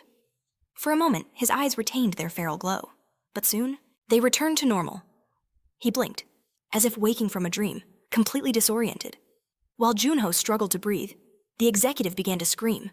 "What happened to my body? That wretched woman, that priestess?" Wuhan stared at him, utterly confused, but the man's crazed shrieks continued. "Are you even listening? Why aren't you doing anything?" "Stupid woman," she sighed. "You've left me no choice." In that instant, the executive's head was locked in a guillotine of light. Everyone froze, their hearts pounding in anticipation. The executive looked up in sheer terror as a colossal blade of energy descended. Wuhan and Junho could only watch in shock as it fell. Soon, his lifeless body slumped to the ground, bathed in blood. The priestess spoke, her voice laced with disappointment. She floated down, looking tired and annoyed. "I didn't expect things to turn out this way, though I predicted this foolish man would meet a pitiful end. He was useless to the very last." The priestess drew a drop of blood from her finger. "Now, I've simply trimmed away the useless fat." But Wu Hyun cut her off. "Enough of this madness," she roared. "Kneel hands behind your head." She flared with blinding divine mana, her voice a dangerous threat. "Don't you dare make a single move." But the priestess merely smirked. "And if I don't?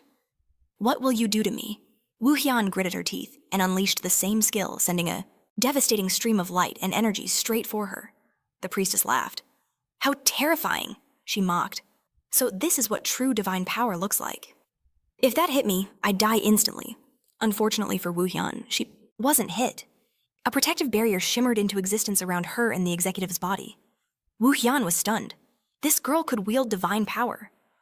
She had assumed the priestess was merely the executive's assistant. "Let's "End this here," the priestess declared, holding up a glowing stone.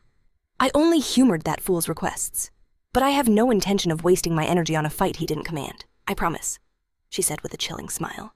"Our next encounter will be far more spectacular." In a flash of light, they both vanished. Wu Yan knew it instantly teleportation. But just then, she heard a thud. Junho had collapsed from exhaustion, unconscious. Now, what was she going to do with him? After some time, his eyes fluttered open. He saw blurry lights, and then the world slowly came into focus. He pushed himself up from a couch, completely lost. "Where am I?" He must have been carried here while he was out. How long had it been? He felt surprisingly close to his peak condition. He was so drained, he felt like he'd slept for a week. But now he was fully rested.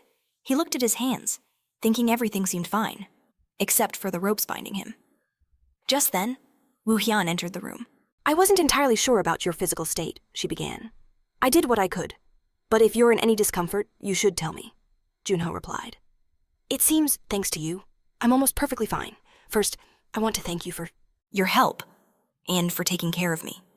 But why am I tied up?" She sat down opposite him, her gaze intense. "Now, I need you to answer a few questions.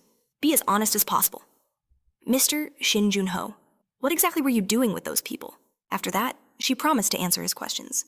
The main character found it strange that she knew his name, but he agreed. "I'll do as you say." With that, her interrogation began. Junho didn't need an introduction to know who Wu Hyun was. She was the S-rank saintess, famous not only among hunters, but to the entire world, and the leader of the high-end guild. That in itself wasn't the issue. The problem was, in his past life, the high-end guild wasn't one of the three greats. In fact, the whole concept of the three great guilds had been lost. Back then, the guild leaders were in constant conflict.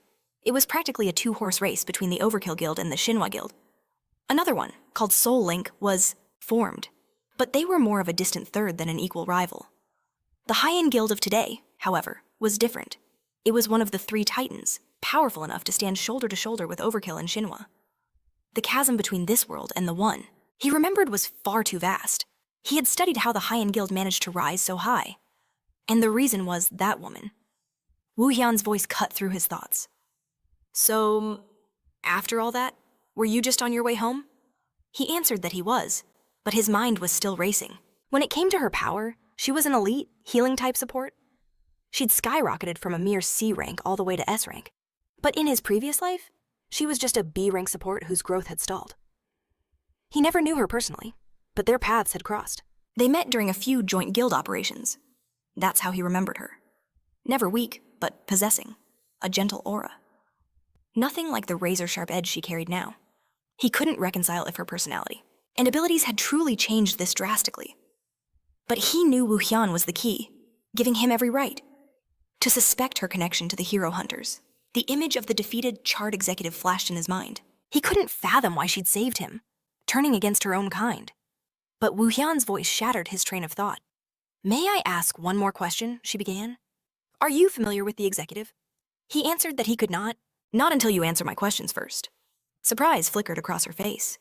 "It seems," he said, "that you know him quite well." His reasoning was simple. She hadn't reported him to the association after finding him tied up. Instead, she was personally interrogating him. Clearly, she wanted to catch them herself. But why? She smirked. "And now you're interrogating me, even though I saved your life?" The main character just laughed in response. "How could I possibly interrogate you?" "I'm not that foolish. I'm bound, my magic sealed. You could kill me at any moment, yet you claim I'm questioning you." She shot back indignantly. "I already warned you that I have no intention of harming you." But he simply stated, "I can't trust you. Yes, you saved me, and you fought the executive.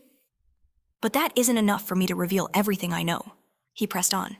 "You saw it yourself, didn't you? The ruthless monsters who slaughtered my comrades." Perhaps they sensed something had gone wrong with their plan. "So you fought the executive to save me? Or was this a setup from the very beginning? A plot to eliminate the executive, so you could extract information from me? And another thing, you somehow managed to shatter that barrier." The very same barrier the executive had boasted was impenetrable. "If you truly know about them," he continued, "then you'd understand my suspicions aren't just paranoia." He leveled a finger at her, his voice deadly serious. "So, if you want real answers, instead of superficial ones, you must prove you have no connection to them." She listened to his ultimatum, her expression unreadable. After a moment's thought, she spoke. "It's ridiculous to think I'm in league with them." Frustration laced her voice, but she relented. "Fine, I'll start over. I'll tell you about myself. I have a younger sister. Her name is Gone. Unlike me, she was a true prodigy, gifted with immense talent." The name struck a chord in Juno's memory. Won? Could they share a last name? No. There was no doubt now. Fire Empress, Won. In his past life, she was one of the legendary hunters revered as heroes. He never imagined she was Wu Hyun's sister. She continued her story. "Countless guilds coveted Gone and her talent. They all tried to recruit her, but she refused every single offer. She probably thought I was a burden, because she always wanted us to be together. Then, 2 years ago, Gone came home bursting with excitement. Waving a document, she exclaimed, 'If this works out, we can finally open our own guild.'" "We got so lucky," she'd said, handing the paper to Wu Hyun. Her eyes widened in shock as she read its contents. It was for a gate, won at an auction. The paper listed the gate's number, sold to an unspecified guild. It was a trap laid for Gone, meant to take the lives of all who entered. The main character interjected, "That purchase was a lie. It should have been listed as a gate with an unspecified rank." She looked stunned that he knew this detail, but he was right. It was a gate of a confirmed and highly dangerous rank. Woo Hyun's fists clenched tightly at the memory. "But even then, my sister could have handled a normal dungeon. We were at the edge of a cliff when he appeared. Both of them were already exhausted and injured." "God, why are you tormenting us like this?" she'd cried. The executive advanced, his sword dripping with fresh blood. "You should at least show some respect," he sneered, "for the party members who came before you. Not that their will matters now." "You sick lunatic," Gon screamed, conjuring fireballs to attack. "Keep running your mouth if you can," she shouted. "You think I'll let a scoundrel like you do as you please?" He merely frowned in disdain. "Interesting," he mused, watching her defiance. "She has spirit." He tightened his grip on his sword as Gon began to prepare a massive fire attack. Wu Hyun watched in terror, but no one expected it. The executive attacked Wu Hyun first. A powerful blade of mana slammed into her, knocking her off the cliff. "Let's get rid of the small fry first," he declared. Wu Hyun plummeted, screaming in fear. It was the last time she would ever see her sister alive. Panicked, Gon tried to reach for her hand, but it was too late. After some time, Wu Hyun's eyes fluttered open to the setting sun. She coughed up blood. But by some miracle, she was still alive. A dense forest lay before her, and she stumbled through it in a daze. When she finally returned to the place where she fell, her world shattered. She saw a body lying still on the ground, and with a broken cry, she ran to it. Wu Han clutched her sister's broken, blood-soaked body. Overwhelmed by despair, a heart-wrenching scream tore from her throat. From that moment on, she risked everything to gain power, desperately honing her Saintess abilities and joining the prestigious Heian Guild, clawing her way to her current position. Back then, her skills were pitiful, but in the instant before death's embrace, something new awakened deep inside her. The sole reason she survived that treacherous fall was because of a miraculous new skill, a power that activated on the brink of doom. Whether from mortal injury or even clinical death, her healing would drag her back to the world of the living. She extended a glowing palm towards Junho. This power granted her unimaginable status and wealth, but it never brought her closer to her true goal to find that scoundrel, the mastermind who murdered her sister, and the shadowy organization that protected him. The main character realized she was just like him, powerless, forced to watch his comrades perish. He decided that questioning her any further, after hearing her story, would be wrong. "I understand everything now," he said. "Now, it's my turn." He shared his own tragic tale, a similar fate. Extending his hand, Junho thanked her once more for saving his life and apologized for his earlier distrust. But Woo Hyun awkwardly replied that it was nothing and shook his hand firmly. "If I were in your shoes," she admitted, "I would have been suspicious too. I know this may seem A bit sudden, but Mr. Junho, why don't you join our guild? Of course, we'd be partners, equals, I believe. We can become comrades who trust each other completely." The main character was about to respond when suddenly, Tae-in burst into the room. His face was filled with worry as he yelled, "I won't allow this, absolutely not." The two of them stood frozen, hands still clasped, completely baffled by his outburst. The room fell silent. All eyes were on Tae-in, panting heavily as he stormed over. Junho, surprised, asked why he had come running. The guild leader called out, "Woo Hyun Nunim, I don't know what's going on. But you can't do this." She smirked. "I'm surprised you got here so quickly. Are you being serious?" Our main character was completely lost. He glanced between them, wondering why Tae-in was calling her Nunim. Sensing his confusion, she began to explain. "Tae-in and I, we graduated from the same training center. We were assigned to the same group back then, so he helped me out quite a bit. Indeed, all awakened must undergo mandatory training before they can officially become hunters. With 1 session per quarter, 4 times a year, new awakened gather at the training center. There, they learn the fundamental skill usage, mana management, and the laws every awakened must obey." Woo Hyun continued. "After graduation, we rarely saw each other, but when I joined Haeon, we began crossing paths again. The Overkill Guild and Haeon have a long history of cooperation. I heard an executive was spotted during the last incident. So I started looking for Junho, the only survivor, while searching for information on the other survivor, Dojin. I discovered that Overkill had a connection to Junho, so I messaged Tae-in directly. I asked if he knew about a support type named Junho, and if he could share any info, but his reply he'd never heard of anyone like that. She was surprised. It was the first time Tae-in had ever lied to her. A small smile graced her lips. He must be very interested indeed. That's why I contacted him beforehand," she explained. "If your people were tracking Junho's every move, I didn't want any misunderstandings between our guilds."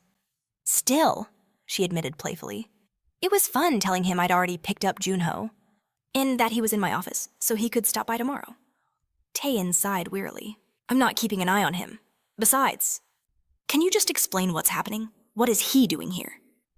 She turned to him. "You remember what I told you about the conspiracy?" She quickly summarized the entire situation, asking for their guild's cooperation. "A certain power is targeting hunters. For an unknown reason, we must mobilize our 3 guilds to find them. But none of them believed me." She sighed. "I understand why Yakyung was skeptical, but even you, Tae-in, said you needed more evidence." The protagonist considered this, so the other guild leaders, Tae-in and Yakyung, were already informed. Woo Hyun continued. "It's reasonable to ask for more proof. That's why I called you to my office. That same organization attacked Mr. Junho last night, and I intervened to stop them. Shin Junho is here to confirm my story. He is the living proof." Tae-in's eyes widened. Is what she's saying really true? Our hero answered without hesitation. "It's true.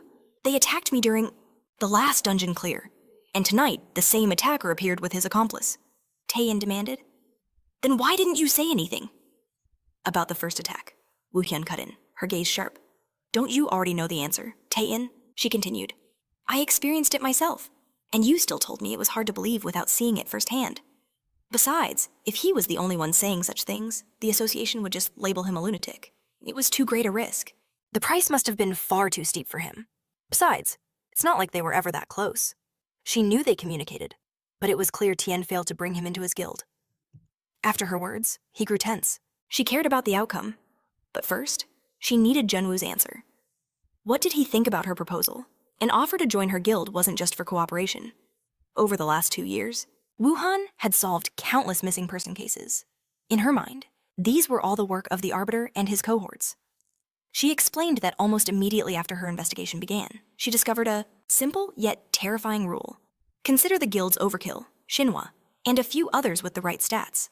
If you ignore the missing person factor, none of them have had incidents with gate errors or unassessed gates. The main character countered, saying it wasn't about the stats. He didn't think it was about guild size either. Even if these people could influence the association system, he doubted they'd care about how big a guild was. He had another theory. He believed it was about the guild's density. Wuhan's eyes lit up. He was right.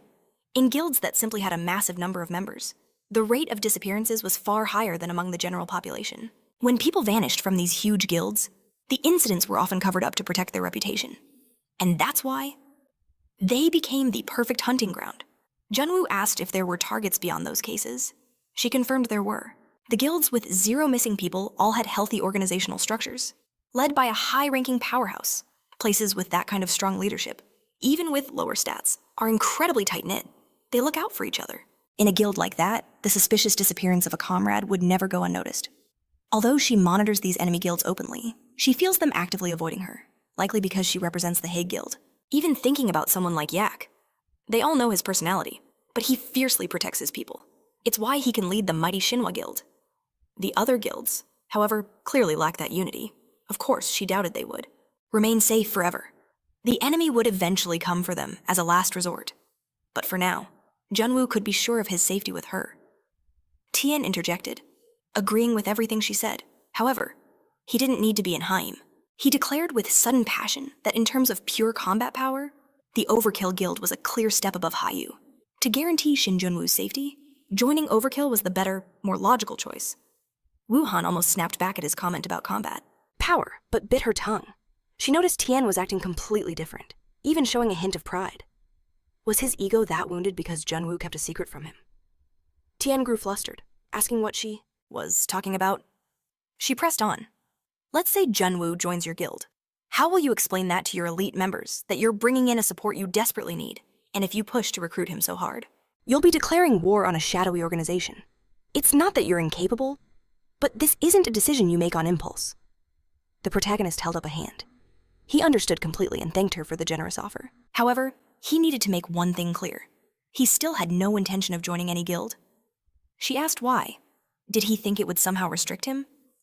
He'd just be an official member, a formality to ensure his safety. But the main character's voice was firm, his gaze unshakable.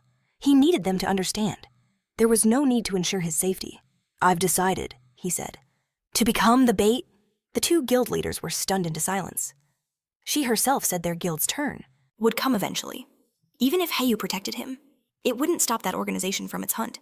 They would just move on, trying to kill someone else instead of him. They had no other cards to play. So what if they forced the enemy to focus on him? That way, he would draw all their attention, and it would be much safer for everyone else. Tien asked, his voice trembling. You mean you want to take all that risk on yourself? The MC replied. You don't need to see it that way. Even with all their power, the great guilds haven't caught these scoundrels in 2 years. Right now, they have almost no evidence, and little hope that the association will ever cooperate. But as long as they have him as bait, they can finally predict the enemy's next move. Isn't that right? If another attack like tonight's happens, they'll be ready to spring the trap. At the very least, they could gather enough evidence to force that organization into the light and reveal their existence to the world. Wu Hyun said doubtfully. How can you possibly handle that alone? But the protagonist just smiled. What was she talking about after he just laid out this entire plan? Surely the masters of 2 of the 3 great guilds wouldn't just sit back and do nothing to help him? In any way, they have no idea when those people will show up. But he has absolute faith that the guildmasters will come running the very moment he makes the call. They were stunned. Wu Hai realized. So Junio intends to lead this joint operation himself. She didn't know about Tien, but understood that she had every right to. refuse. The main character simply smiled, stating that for now, he was in their hands. At that moment, in a towering skyscraper, a lone figure gazed out a panoramic window. A priestess materialized behind him, carrying the executive's body. She had come to report on the executive's final mission. The organization's leader turned, his voice cold. He asked, "Was he killed by the creator?" She reported that it wasn't so, though the creator was far more capable than they'd anticipated. Wu Hai intervened. After that battle, the executive had become a liability, fearing an information leak. She decided it was necessary to dispose of him, but considering his usual uncooperative and reckless nature, she felt it was better to simply use him until he broke. Her leader stated that he understood. If she believed it was the right call, she must now prove it. She bowed, promising to obey his will. The leader then entrusted the hermit to her, ordering her to use him to fill the void the executive left behind. She started to say that she could handle it alone, but he cut her off. It wasn't because he doubted her abilities, but because this hunt was of paramount importance. He demanded a flawless operation. He was counting on her. She was shocked and thrilled by his request. He was personally asking her for this. She swore she would do her best.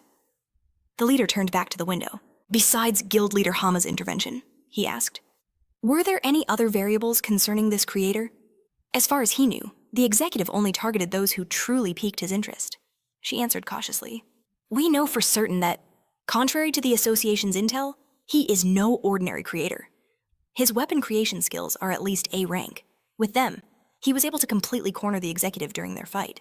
The leader mused. For a support class to overwhelm a combat class, that defied all logic. She confirmed that it was true. Then, with excitement in her voice, she added that for a brief moment, he wielded the forbidden power of contaminated mana. A tremor of interest finally stirred within the leader. The creator's abilities were unlike any in their archives. With a new, dangerous curiosity, the leader commanded her to tell him everything, from the very beginning, omitting no detail. A few days later, Dojin stood among the towering buildings of the city.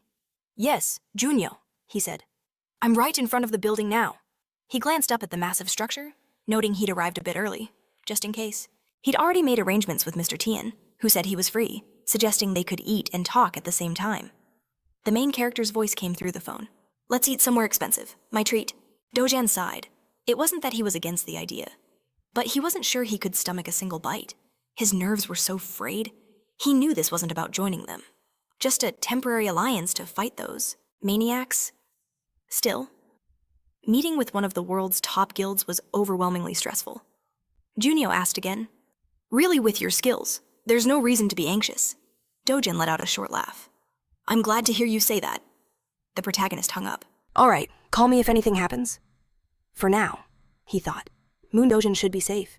Whatever was going on in his head, his talent was undeniable. Joining one of the three great guilds wouldn't raise any eyebrows. In fact, he still had so much room to grow. Junio pictured Dojin, blades in hand. He was a diamond in the rough, forged in a guild of assassins. So many there could mentor him, including Tien himself. Compared to working alone, this would be far more beneficial for his growth. He didn't know what his enemies wanted, but for now, he would be the bait, until they finally showed their hand. Meanwhile, Haynes stood by a window, sipping tea, a small note clutched in her hand. A few days prior, she'd asked him what his plan was. The protagonist had bowed his head, explaining his intention. "I'll continue to act like a normal support, as if I never revealed my true power to you." Tien looked at him, unconvinced. "But you disappeared together. They'll assume there's a connection between you and our guild," Hayne added. "He's right, we need a better plan." Junio posed a question. "But what if they assume we aren't connected?" Hayne looked at him, surprised. Are you asking for my permission? The protagonist stood before her, resolute.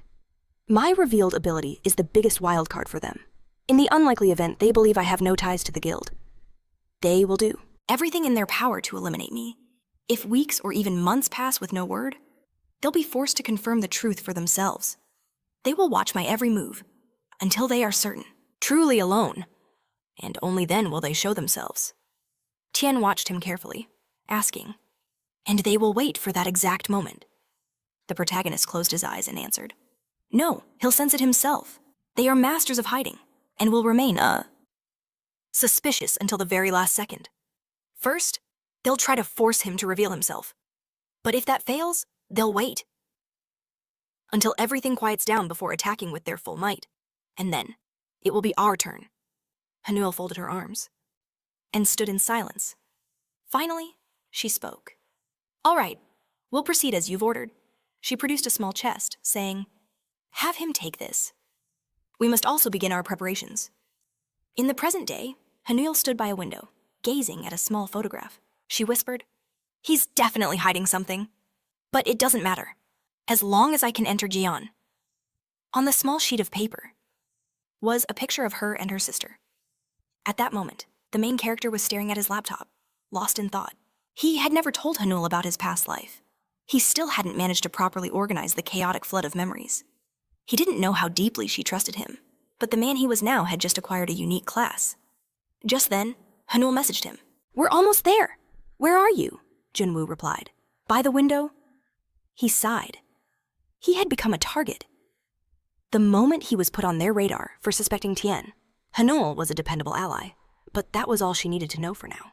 Hanuel walked in, waving her hand with a smile. Junwoo, he responded.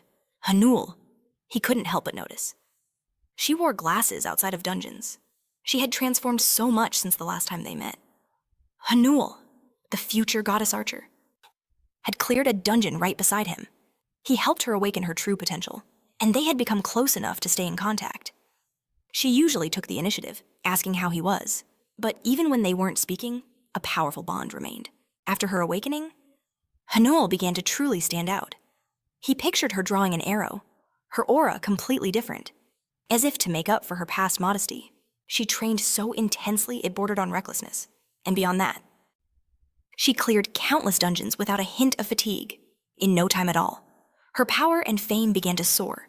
Newspaper headlines blared her photos. She had become a rising star. Junwoo smiled. I read an article about you, top 10 ranged fighters. It's incredible, Hanuel asked shyly. You saw that somehow they asked me for an interview, so I gave it. But I never imagined it would be such a huge feature. She looked away, adding, it's all thanks to you, Junwoo. He looked at her and replied, this would have happened anyway, even without me. He then glanced past her and asked, is someone with you? Hanuel answered. Oh, yes, I forgot to introduce you to. This is Kwon Seun, an S-rank assassin. Ah, so this is your partner. Junwoo thought back to the advice he gave her about the advantages of long-range classes. If possible, they can act alone without needing a team. But for that, you need the skill to find safe vantage points and possess overwhelming agility. He wouldn't recommend that battle style to Hanuel, who was still learning. That's why she needed a partner who fights in close combat. And instead of a tank, she'd be better off with someone who has higher agility. To draw the monster's attention and guarantee the safety of the long-range hunter. In turn, they can attack without a single worry for their comrades' safety. In that respect, Mun Dojin was, frankly, the ideal candidate. He had thought about introducing them, but there was a small issue regarding Mun Dojin's safety. The main character looked up. A pleasure to meet you. I'm Shin Junio. Seiyin extended his hands and said excitedly, it's nice to meet you. I'm Kwon Seun. They shook hands, and Junwoo thought, his hands are sweaty. Is he socially awkward? After a moment, Hanuel began explaining how she started using the longbow, just as he suggested. She sat on the couch next to Seiyin and spoke. She had to relearn everything from the beginning, from drawing the bowstring to aiming. But fortunately, she got used to it after a few tries. She had been worried no one would want to be her partner in a two-man hunt. But as it turned out, Seiyin was looking for a long-range fighter. Our teamwork isn't perfect yet, she admitted, but it's getting better every day. Right, Seiyin? He sat with his head down, staring into his mug. Seiyin mumbled, yes. Junwoo watched him carefully. He doesn't make eye contact at all. This is even worse than Hanuel used to be, he thought. He said, okay, so what favor did you want to ask? Hanuel replied. Well, I said it was a favor, but to be honest, I want to officially entrust this task to you. It wasn't exactly a favor. I've been thinking about joining a guild. The protagonist's eyes widened in surprise. Hanuel continued, I haven't decided which one I want to join yet, but I need to obtain a certificate from the Endless Sky Islands. The Endless Sky Islands. As its name suggests, these are countless islands, both large and small, floating in an infinite sky. Hunters have successfully taken refuge there. It's a special case where the gates don't close, but instead evolve. After defeating all the monsters in the dungeon, new gates will appear at each of the one-way portals. The Korean government. But the Hunters Association, plagued by this unbreakable dungeon, devised a rather clever solution. Instead of sealing the gate, they built a fortress around it, a facility with countless layers of security. The dungeon was repurposed. It was now a trial ground for the association's hunters, Hania explained. To be honest, it's a test of pure skill. They'd get cleaner data if hunters went in solo. But there's a catch, a restriction on the team's composition. 1 ranged attacker, 1 melee fighter, and 1 support, a team of 3. These are the absolute minimum. Requirements to enter the islands of the boundless sky. So, I was hoping I could fill that spot. The main character studied her, his mind racing. It made a certain kind of sense, like Munda Jun joining a guild. Opens up far more opportunities, but he'd never asked her to join, not because of the memories of his past life. Hania glanced away, asking, "Are you worried about something?" Shin Junio recalled the Hania from his past. A total lone wolf, even after her awakening. She was always cool, aloof, and devastatingly confident. He could still picture her, bow in hand. He thought, that woman was absolutely not suited for teamwork.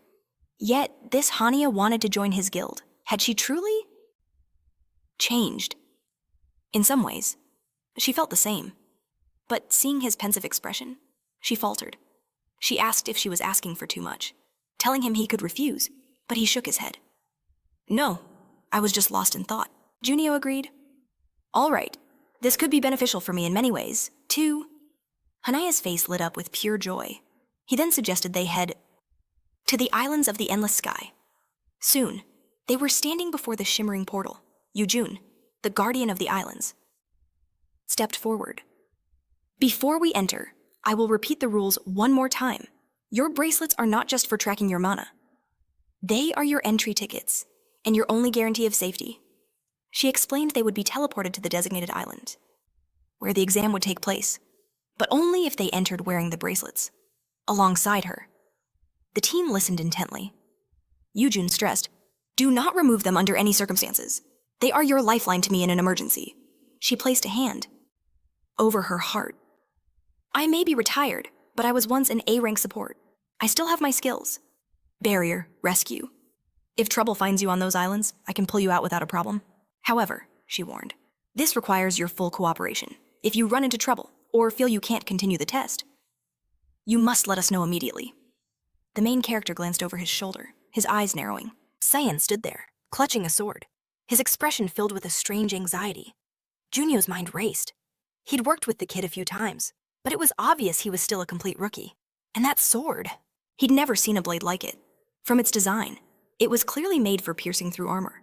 But just then, Yujun turned. "Let's go!" The team followed her into the light. A moment later, they materialized on the islands. "The 12th district," Yujin announced. "The first wave begins in 5 minutes. Each wave will contain a specific number of monsters, and the difficulty will rise exponentially. To pass, you must defeat every monster from every wave. Your kill count will be logged in our database in real time," Hania asked. "What's the highest wave anyone has ever reached?" Yujin pointed off to the side. "As far as I know, 100? But that was back when this place was just a normal dungeon. A team of hunters cleared it all at once. Even legends had their limits. The test topped out at a grueling 73 waves. Not even Tien, the dreaded leader of the mass murder guild, or Wuhan of the Haiyan guild, or even the notorious Sun Ji could break it. That record still stands, the protagonist thought. And that was with Tien unable to unleash his full power because of his weapon. To think that was their absolute limit. "Ah, Sunny, the 73rd wave. This must be far more difficult than I imagined." June waved her hand, signaling she would be watching from afar. From her vantage point, she could observe everything. If she sensed they couldn't continue the test, or if they chose to surrender, she would intervene without a moment's hesitation. Just then, the horde of monsters began to advance with terrifying speed. In a flash of light, the 3 hunters raised their weapons. Wave 1 began. 30 gremlins burst from the foliage, saliva dripping from their jaws. Junio sized them up. Gremlins, he thought. For Chang, at her level, this isn't even a warm-up. But then he felt it, turning his head sharply. What is this bloodlust? It was almost on the level of a true monster. He saw Saiyan, his sword held high, enveloped in a brilliant, terrifying energy. Sometime later, the 4th wave began. 3 massive orcs. The beasts were already impaled on phantom swords, raw energy pouring from their wounds. The main character stared in disbelief. An incredible thirst for battle. He'd felt something like this once before, when he first awakened. One day, among the players who simply cleared dungeons and hunted monsters, a secret guild emerged from the shadows. The player hunters. A chilling memory surfaced in Junio's mind, the terrifying aura radiating from those fighters. It was a shadowy cabal of killers, their origins and goals shrouded in complete mystery. They had stalked the world for ages, slaughtering defenseless players in packs. He recalled their predatory eyes, watching as another soul was mercilessly extinguished. He'd even clashed with them himself, a few desperate times, before the players, facing the world's end, finally forged the Great Alliance. In that memory, Junio stood before a kneeling hunter, demanding to know. Why? The man just looked up, a chilling question in his own eyes. Horror, you mean? You didn't receive the task. Puzzled, the protagonist pressed him further. The man's reply was insane. A hidden quest? To hunt other players? Junio seized him by the shirt, his voice raw with fury. And the reward? What do you get for murdering people? The man only offered a hollow laugh, in return, mocking him. He wished him luck surviving. In that moment, an inscription flashed in Junio's vision. The hidden task had failed. This is the end, the hunter whispered. A system window confirmed it. For failing the task, a punishment would be enacted. The man's body erupted in a shower of gore, drenching the protagonist's voice pulled him back. He's a bit surprising, isn't he? She asked. His fighting style is certainly unconventional. Junio nodded. Yes. The fifth wave had begun. 10 gnolls. The main character glanced at Seon, then back at Hanya. She said we were a team, he pointed out. But it's the fifth wave, and he's the only one fighting. Hanya simply crossed her arms. That's because of his class ability, she explained. He's a berserker. His personality completely changes during battle. He doesn't like it when anyone interferes. The main character frowned. A berserker, but he moves like an assassin. Cyan continued his rampage, carving through monsters in mere seconds. Junio watched him, his mind racing. Those swift movements, that piercing-based combat style. It's all completely different from any berserker I've ever seen. Suddenly, a monster appeared, behind Seon, landing a solid blow. He ignores attacks from his blind spots. The protagonist realized, focusing only on the offensive. Hanya stood ready, her bow drawn. He's better suited for one-on-one duels than group. Monster hunting, Junio observed. Hanya let out a small laugh. Is that so? The main character watched Cyan, drenched in the blood of his enemies. Yes, he thought, especially for fighting. Humans. Cyan approached them, his battle rage subsiding. Forgive me, he said, his head lowered. I'm still a low rank, so I can't always control my emotions. I get very sensitive when someone interferes. Junio was about to speak, but Hanya put a hand up. It's all right. It's not your fault. After a moment, the team began to strategize. After this fifth wave, we'll get a 30-second break, Hanya announced. So, I'll explain. She gestured towards Seon. As you've seen, his fighting style has a critical weakness. When it comes to his blind spots, she looked directly at the protagonist. So, I hang back as long as possible and deal with the ones Seon misses. Or the ones that slip past him? Junio asked. So what should I be doing? Hanya answered. Your weapon creation skill, the main character replied. Yes, but they won't last that long. Hanya just smiled. That's fine. Just keep your eyes on Seon and use it if he gets into real danger. Junio nodded. Okay. Hanya jumped up, a fiery look in her eyes as she pointed forward and shouted, All right, let's get to work. The protagonist watched her. She seemed suspiciously excited about this. The sixth wave crashed upon them. 20 direwolves appeared. Seon instantly leaped forward, a blur of deadly strikes. The seventh wave began, bringing 7 lizardmen, which Hanya picked off with expert archery. The eighth wave, 24 skeletons. The main character took this wave on himself. The ninth wave began, and 13 orcs appeared. The 3 rushed forward together to crush them. Seon swung his sword, a devastating arc of steel. Junio paused, observing him carefully. Hanya wiped her chin, looking satisfied. We've already reached the 10th wave, she said. I'm guessing an elite monster is next. The main character looked at his own hand. My stamina is draining much faster than I thought, and my mana is almost gone. If he didn't start rationing it between waves, he'd soon be useless. He glanced at his teammates. Hanya seemed fine, but Cyan was clearly exhausted. From fighting alone at the start, we lack professionalism and experience, he thought. Not the best teamwork. Suddenly, Hanya screamed, They're coming! The 10th wave began, and 2 hulking trolls appeared. Seon's voice trembled. Trolls? Hania turned, confused. Is something wrong? It's only 2 trolls on the 10th wave, the protagonist replied. Yes, this is strange. The difficulty had spiked unnaturally. With her skill, Hania could probably take their heads off before they even had a chance to recover.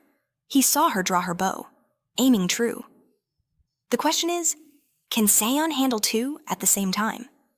A huge monster slammed its fists into the ground. Seon stared back in pure terror. He pushed off the ground and began to flee. Just as I thought.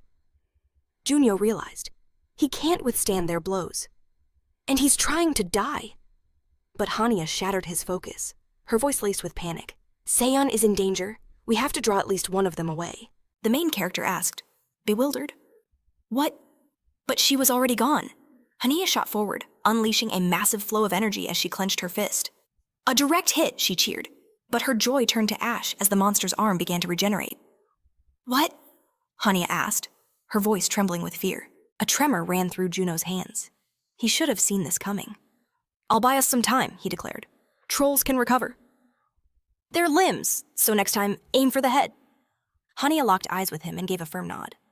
Okay. He then activated his creation skill. He needed to conserve mana to forge a better weapon. A system window flashed to life, skill world of the network.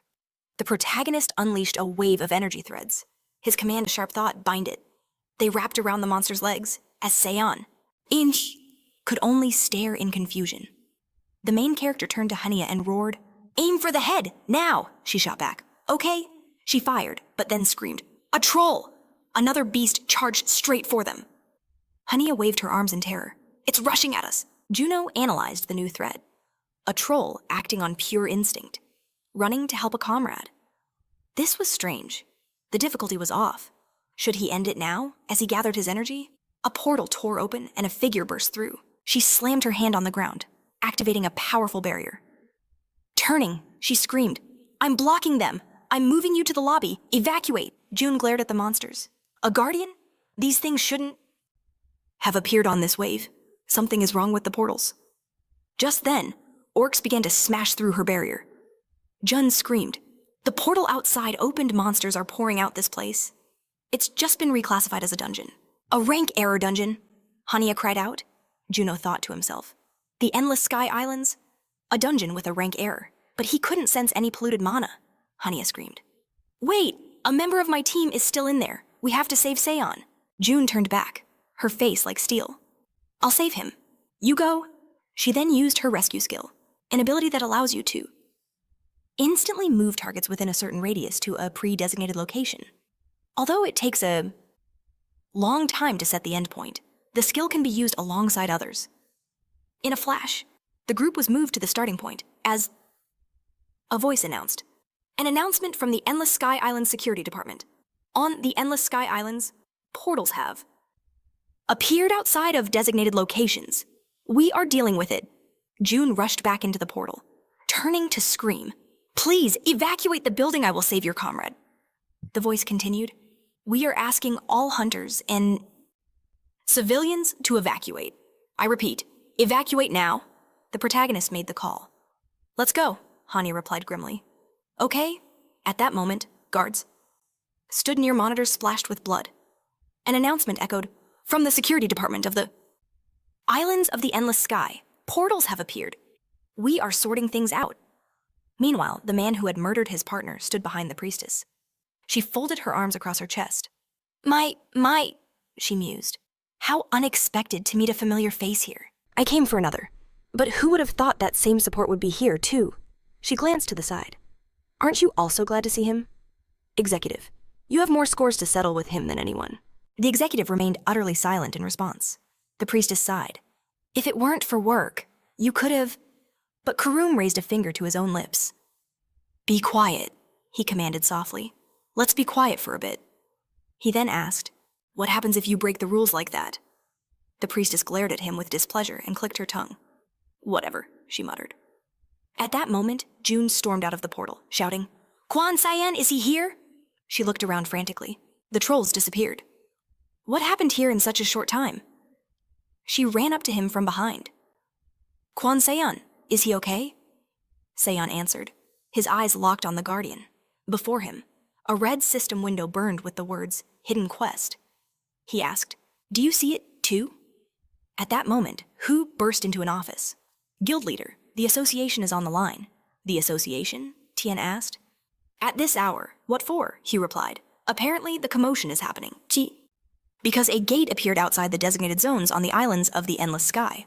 The squad that signed a contract with the association is heading there. But they are requesting backup in case of an emergency. Tian waved his hand to the side. The Endless Sky Islands. This kind of thing happens. Their own security squad should be enough, Hu replied. Well, sir, this time the situation is a little different.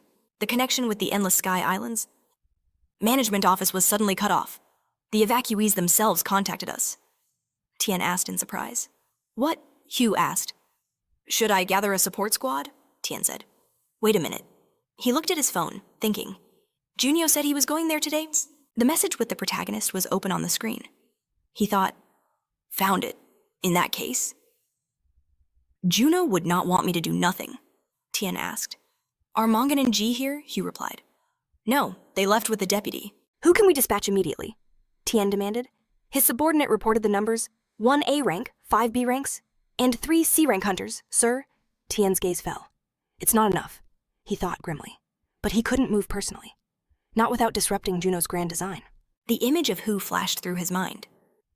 Was that fool's presence reported as well? He pressed. And what about the Shinho guild leader, Kim Ye-hee? We've made contact, sir. They need all available assistance, immediately. With a decisive move, Tian rose to his feet.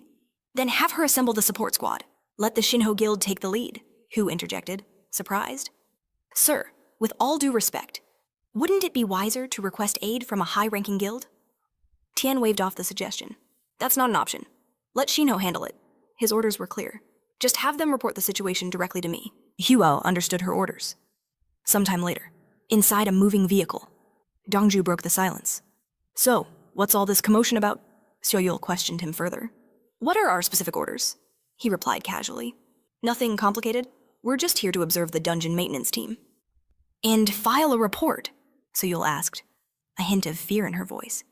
But won't they need our help? They're awakened, like us. Dongju just chuckled. Awakened? He scoffed.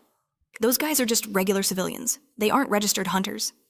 They've never faced a monster, let alone known how to fight one. Dongju glanced over at her. By the way, Seoyul, did you bring your staff? Confused, she looked around. Well, a staff was indeed resting on the seat behind him. You've never been in a squad battle, have you? Dongju pointed out. You'd only get in the way. But I need some way to defend myself, Seoyul countered. She revealed a small stun gun. So, should I get rid of this? Then, Dongju's eyes widened. What is that? Where did you get it? After a quick inspection, he sighed. Just keep it for now. A short time later, they arrived at the site, greeted by military personnel. A man named Shantae extended his hand. So, you must be the head of the service squad. His name was Lee Shantae. Dongju shook his hand firmly. A pleasure to meet you. I'm the squad leader. Seoyul bowed politely. Hello, I'm Seoyul, the manager for the Shinho service squad.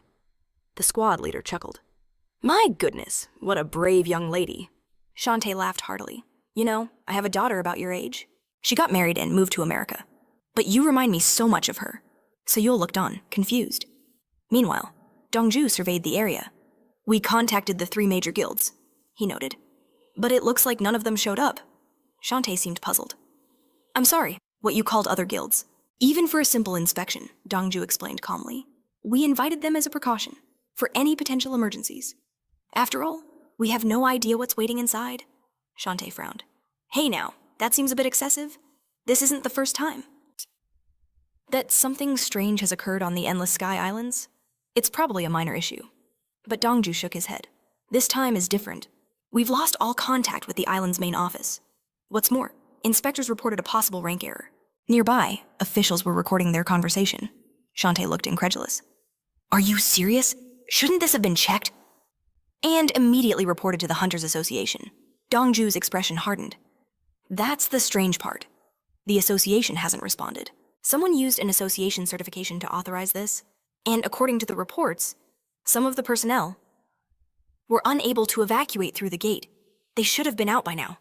Shantae clutched his head, speechless for a moment. He looked at Dongju with sudden resolve. All right, here's what we'll do, he declared. We'll proceed with a reconnaissance mission. If people are missing, then finding them is our top priority. Dongju was taken aback. What? Shantae just smiled. If anything goes wrong, we can simply retreat.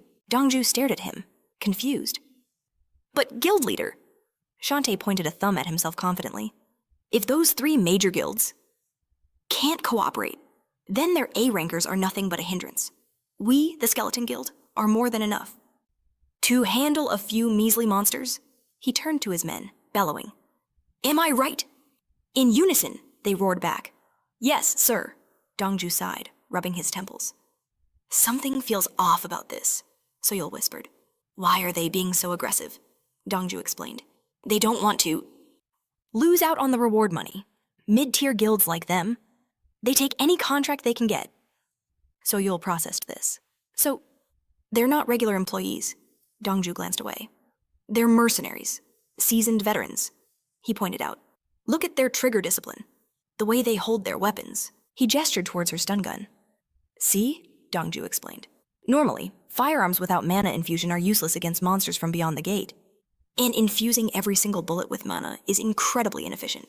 However, the Skeleton Guild is famous for insisting on firearms. It's all thanks to their exclusive enchanter. That's why their combat style resembles military tactics. As if on cue, Shantae stretched out his hands and began infusing the waiting ammunition with his aura. Soyul watched, amazed. Wow, how do you know so much? Dongju lightly tapped her on the head. You need to learn these things too, he chided. She yelped.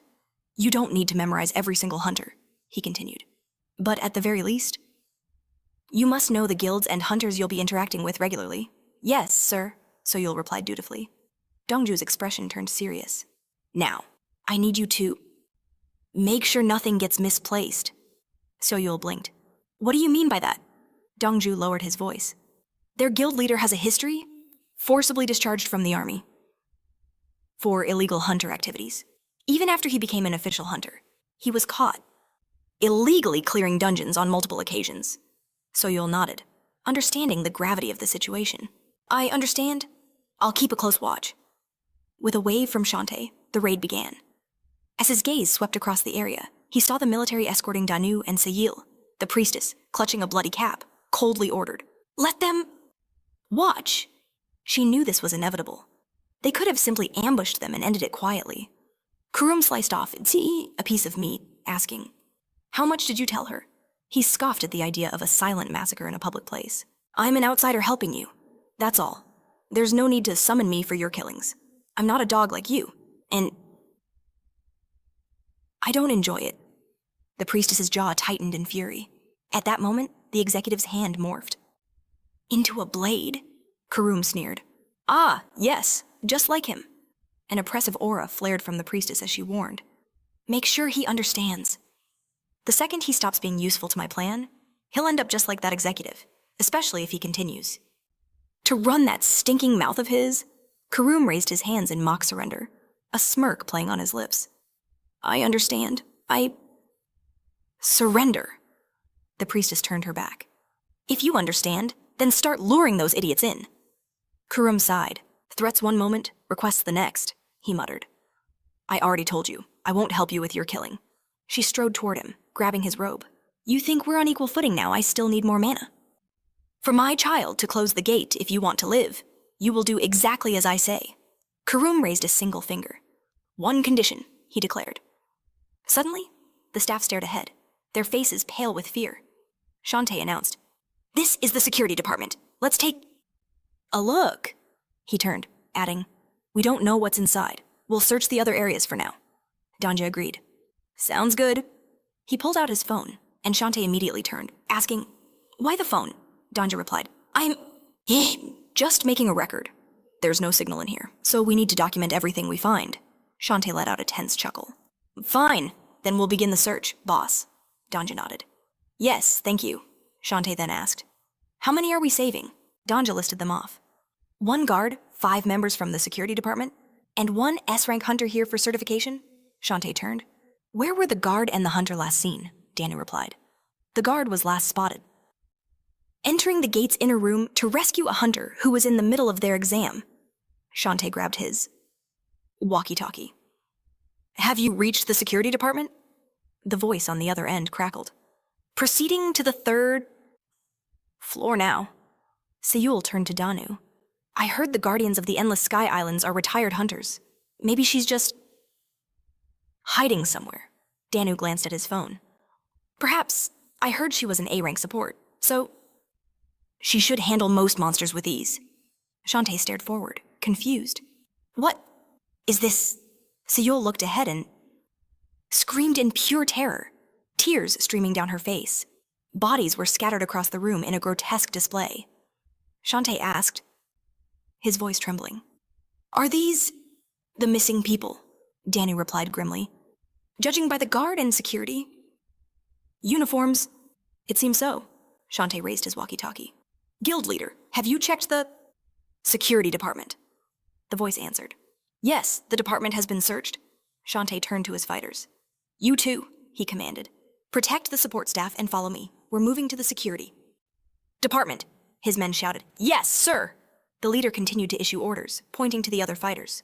"Guard our rear. Our enemy isn't a monster. Someone has taken the radio from the people we're looking for." "Yes, sir," a fighter responded.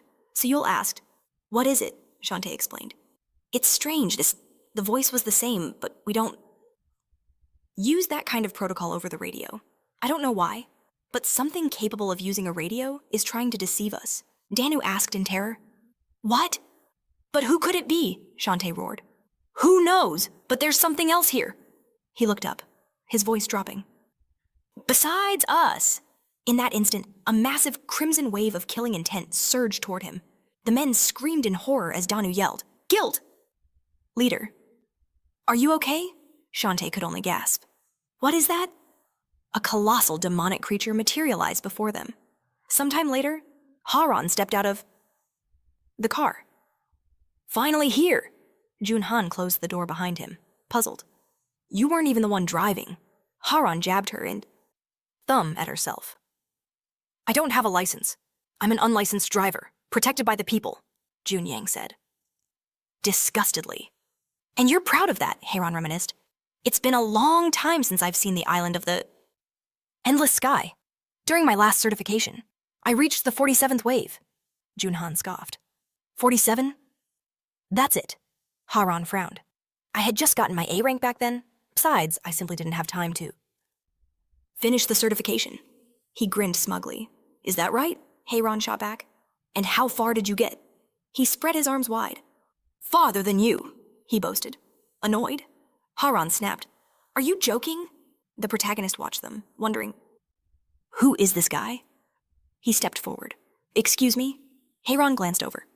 "What took you so long, Junhan?" Waved his hand. "Hey, haven't we met before in that dungeon?" Haran stared, and her eyes widened in recognition. The support from the Junhang of the Murder Guild sized him up, asking, "What's your business?" Han looked toward our hero and said, "Junho, they..." "So," the protagonist said, adjusting his hair as he considered how to explain. The others just stared at him, confused. At that moment, Shantae's roar echoed. "What are you doing?" His eyes locked onto the monsters, and he gave the order, "Fire!" The fighters unleashed a devastating barrage. The massive creature howled, trying to shield itself from the bullets as countless bright beams seared its body. His warriors shouted, "Leader, it's getting away!" They tried to hold Shantae back from a reckless charge, but the fighter just frowned. "There!" he yelled. They spun around, asking, "Where did it go?"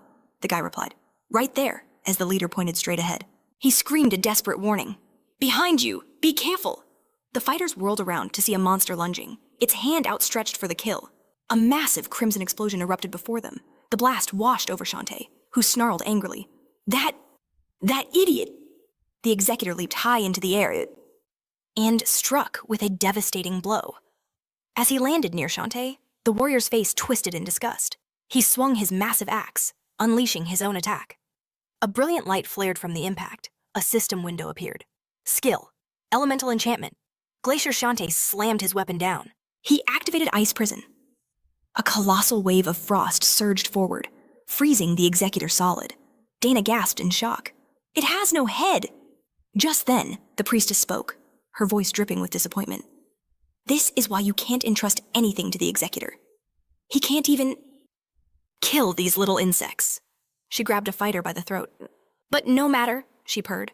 He gathered more than enough mana. After a moment, Shantae declared, Chief, I will offer one of my men. Let them stand. Are you not going to apologize? Shantae turned, his voice laced with fury. I don't know what's going on, but 2 of my men are already dead. This isn't a monster attack. This is a deliberate assault. Let us go and call for help before we're all wiped out. Si-yeol and Dongji looked at him, their faces pale with terror. Suddenly, a chilling voice rang out. How brave of you, but fine, Shantae screamed in horror. No way! The priestess vanished before their very eyes. They've sealed the gate, her voice lingered. That's why they were here just a second ago. Meanwhile, Kurum asked our main character, Did you leave because of a sudden problem, and now you're lost? And need a way back, the protagonist answered simply. Yes. Junhang's eyebrows shot up in disbelief. Is that all? Junho closed his eyes, thinking, it would be more surprising if he actually believed me. He clenched his fists tightly. He himself wasn't sure if he was thinking clearly. There were undeniable anomalies on the islands of the endless sky, but he hadn't received a single quest, nor could he sense any contaminated mana. He opened his system window, searching for answers. The protagonist placed a hand on his chest and closed his eyes. A deep unease settled over him, as if something catastrophic was unfolding. Hania's voice cut in. Our comrade who went in with us? He still hasn't come out. Junho's thoughts sharpened. Right. Of course, he said, his voice firm. We don't need anything else. Just let us search the area where our squad was. Junhang crossed his arms. But this is a matter for the Shinwa Guild to handle. Suddenly, a hand landed on his shoulder. He turned around, puzzled. Heron flashed a wide grin and offered, Let's just go with them. After all, we know each other. We suffered through that together. Junhang answered with displeasure. Heron, the chief will scold me again for this. She just smiled, putting her hands behind her head. She replied casually, It doesn't matter. What's the worst he can do? He won't kill me. Junhang stared at her and said dryly, See, knowing his personality, he just might. The protagonist wondered what kind of person this chief really was. Junhang scratched his head and sighed. Okay, fine. We'll go if you insist. The group let out a sigh of relief. Thanking them, Junhang grinned. Last time?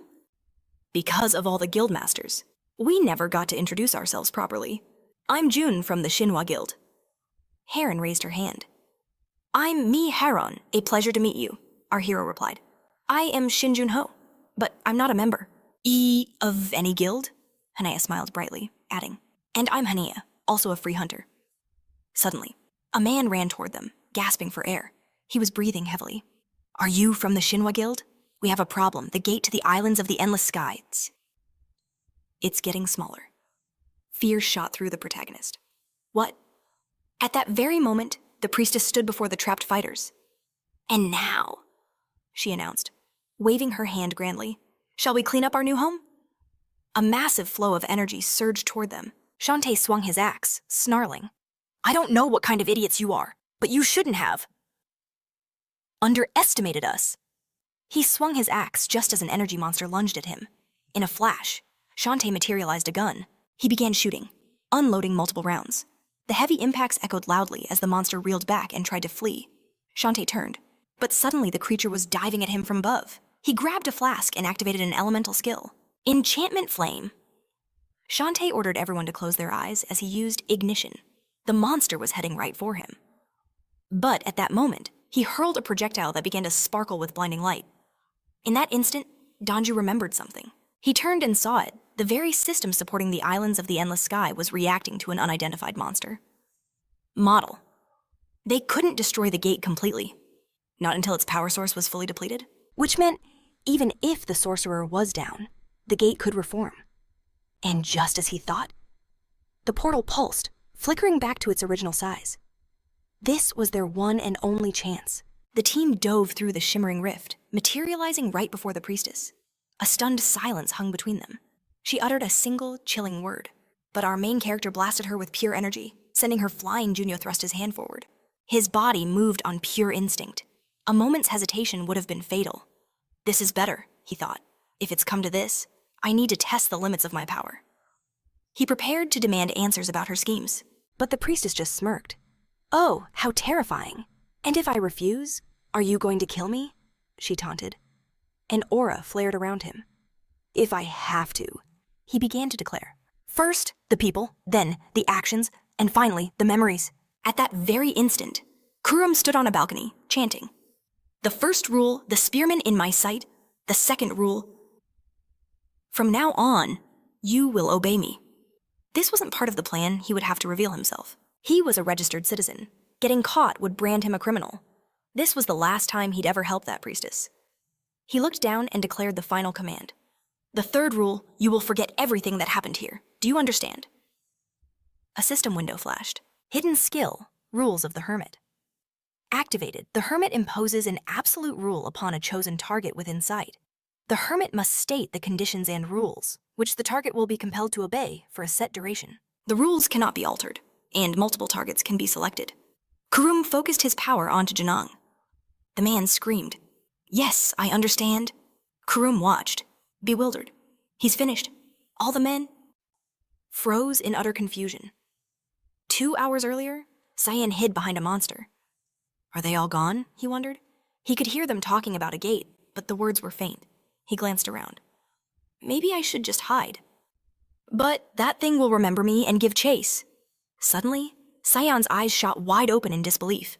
A portal materialized out of thin air. From it, horrifying monsters began to emerge. What the hell, I thought. There were only one-way gates on the islands of the endless sky. Could this be the gate that Guardian mentioned?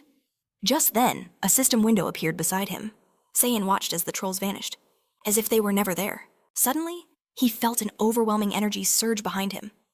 Turning around, he thought, What is this? The system window declared. Hidden task activated. Auto-accept in 5 seconds. Cyan stared at it, dumbfounded. A task. We're not in a game. An accept button. Am I losing my mind? Just then, June rushed to his side. Kwan Cyan, are you all right? He desperately pointed. Guardian, you see that, right? She looked at him, completely baffled. Excuse me, what are you talking about? Cyan started to speak, then froze. Wait, what? The system window updated. Hidden task. An empty fantasy. Main objective kill you. June. The reward? Visionen was unknown. Penalty for failure multiplied by 1. Cyan's mind reeled. Kill. The Guardian. A penalty for failure. What is this? June looked at him, deeply concerned. Kwan Cyan. What happened? Where did the trolls go? Suddenly, a new voice echoed. What's this? There are still survivors. They whipped their heads around to see the priestess. She smiled condescendingly. We warned you so many times. Why didn't you leave? June stepped forward defiantly. Who are you? She demanded. Just as she spoke, a blinding explosion erupted before her. June instantly threw up a barrier and deflected the blast. The priestess casually aimed an energy stream at her. Wow, impressive. Raising a shield that fast? You can't even see contaminated mana yet, but you have potential. June knelt, breathing heavily. She replayed the attack in her mind. If I'd been a second slower, I'd be dead. Who is this woman? The priestess sighed, turning to Cyan. And you? You can already see the contaminated mana so early, and you haven't even awakened.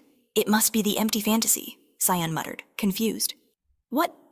June yelled. Kwan Cyan, snap out of it. We have to escape. She activated a rescue skill. The priestess watched with amusement. Oh my, she smirked. A useful little trick. Cyan stared ahead, paralyzed by fear. This is... June grabbed his arm. Kwan Cyan, listen to me. I don't know what kind of power she has, but it's at least rank A. I know nearly every certified hunter. But her... Suddenly, a sharp blade pierced through her torso. What? The executor had struck her down. Cyan screamed, Guardian! He roared in fury, clashing with the executor. An unknown power began to erupt from his body. Meanwhile, June placed her hand on the ground, her own energy spreading outwards. What is this? Cyan cried out. The system window appeared again, Skill of Atonement. A power that can. It's a last resort. Activated when the user's life is on the line.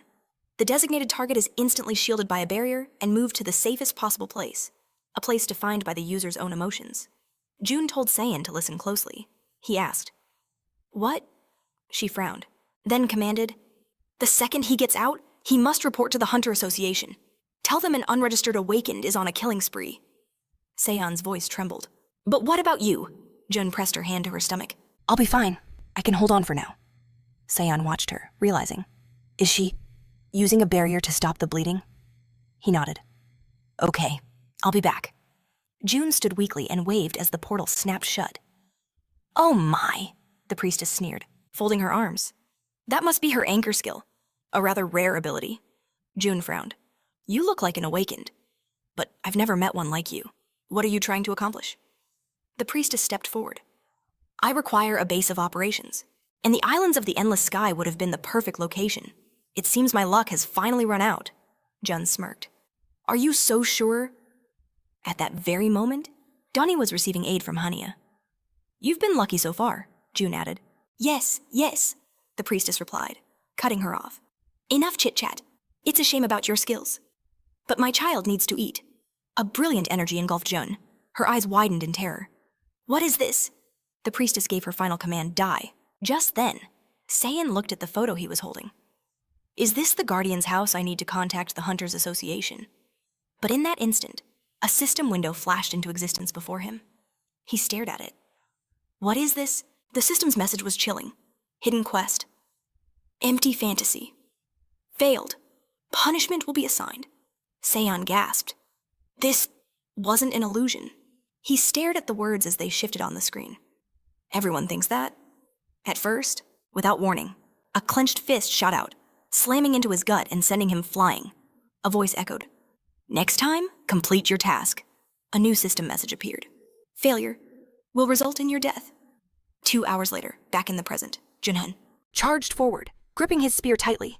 Hania scrambled back, shouting, Let him dodge! Heron yelled the order to regroup. The protagonist observed from a distance, thinking. He isn't using any skills. It looks like he's just swinging his spear wildly. While they were distracted, the priestess vanished. As she left, the gate began to shrink again. Junio's eyes narrowed. This is bad. Our first priority is to capture Janang. Suddenly, a sharp scream echoed from down the road. The protagonist whipped his head toward the sound. Shantae burst onto the scene, activating her skill. Elemental Enchantment Glacier. Janin, puzzled, glanced away for a mere second. Shantae struck. John's hands trembled as Shantae's axe slammed into his spear. The system announced its success. Ice prison. Shantae turned to the girls. So, you're from the top guilds? Heron confirmed. That's right, and more? Hania shook her head. I'm not in a guild. I just need to find someone. Shantae looked her over, then gestured to the boulder. Then help me take care of these idiots first. These guys are controlling that monster that's suppressing the gate. Heron was confused. The monster. At the same time, Combe approached the priestess. Now what? The executive and her idiot are useless, and that spearman is captured. He's going straight to jail. The priestess shot him a look of pure contempt. Keep talking, and I'll drain your mana, so I suggest you. Shut up, she shrieked. Useless support.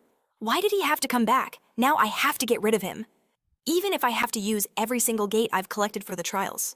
The protagonist looked up at the sky and yelled, Those are gates. What is happening?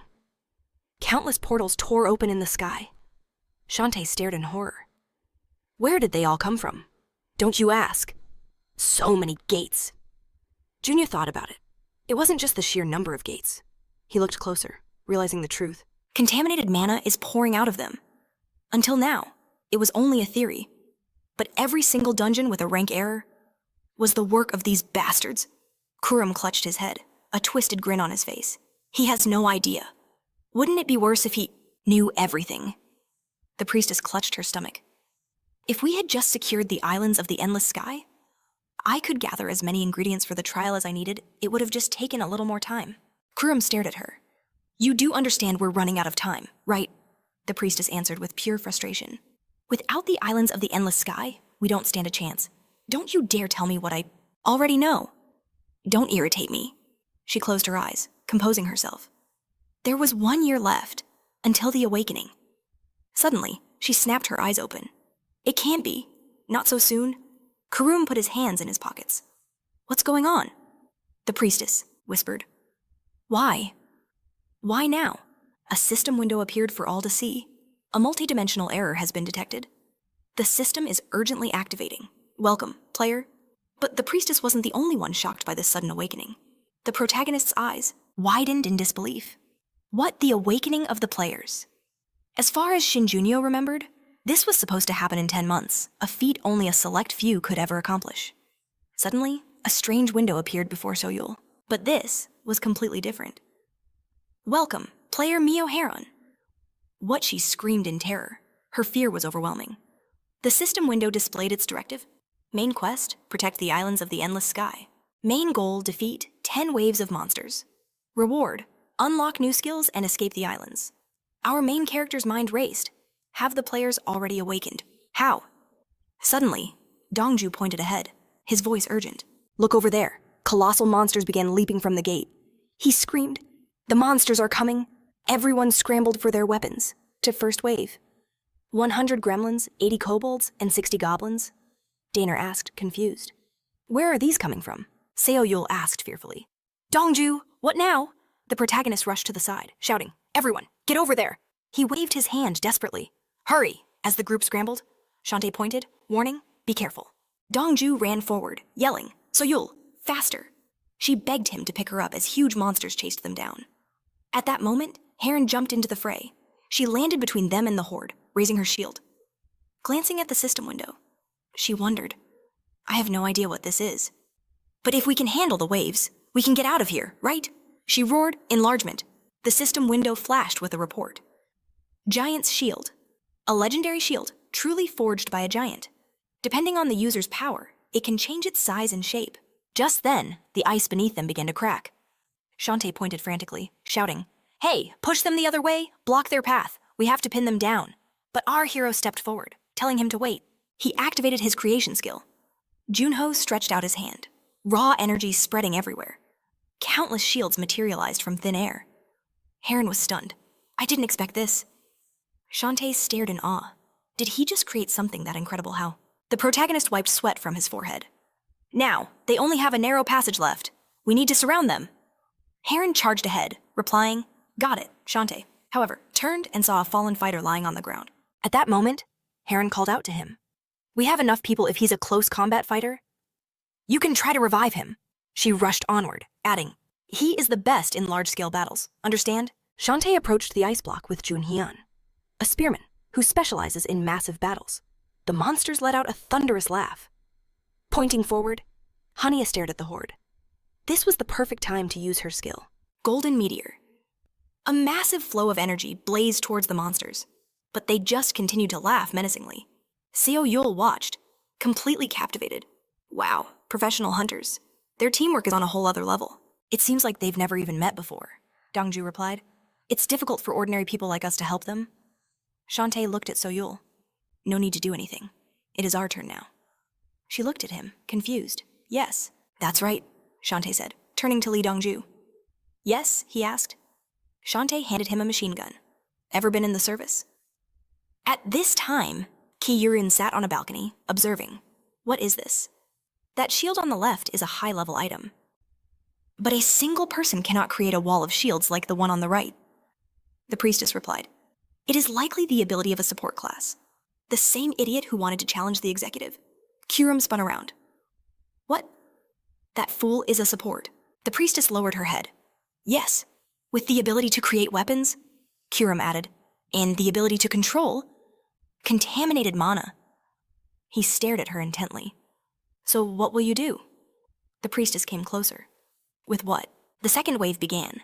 300 zombies, 200 skeletons, and 100 ghouls. The monsters surged from the gate and rushed forward. Kurum gestured to the gate. Didn't you plan to release all the monsters at once and kill them? The priestess replied. When the system activated, it was too late. My child opened the gate, but I can no longer control it. Kurum stared at her. What? Perhaps they will survive. Their goal is the islands, not them. The priestess answered with disdain. I do not like this option, but it may work. Down below, Dongju gave his phone to Soyul. He took the machine gun. If we don't do anything useless, of course. The monsters rushed forward as Hania readied herself. She pulled back an arrow, her thoughts dark. This is bad. My mana is getting low. She wasn't sure she had controlled her power properly. When she fought those trolls! Heron rushed to her side, shouting, Hold on, I'll help. Hania replied. It's difficult. I'm the only ranged hunter here. Heron smirked. Who said that? Hanaya looked confused and apologized. Heron folded her arms, activating a barrier. Hanaya gasped. A Marin. What is she? Her eyes widened as she thought. Wait, the sound was getting louder and louder. She stopped chanting, but the sound did not disappear. Heron paused and said with a smile, I was collecting the sound. She clenched her fist and swung it with immense force. She used Wave Strike. The system window reported the impact. The skill was called Wave Strike.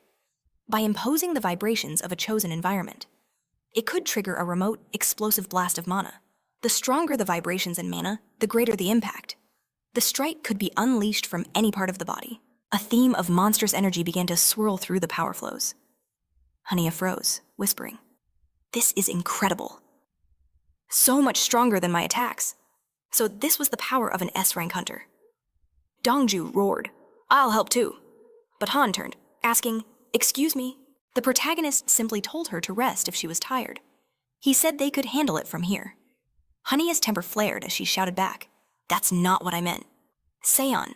Maybe he's still in there, she reasoned. And they're just defending themselves.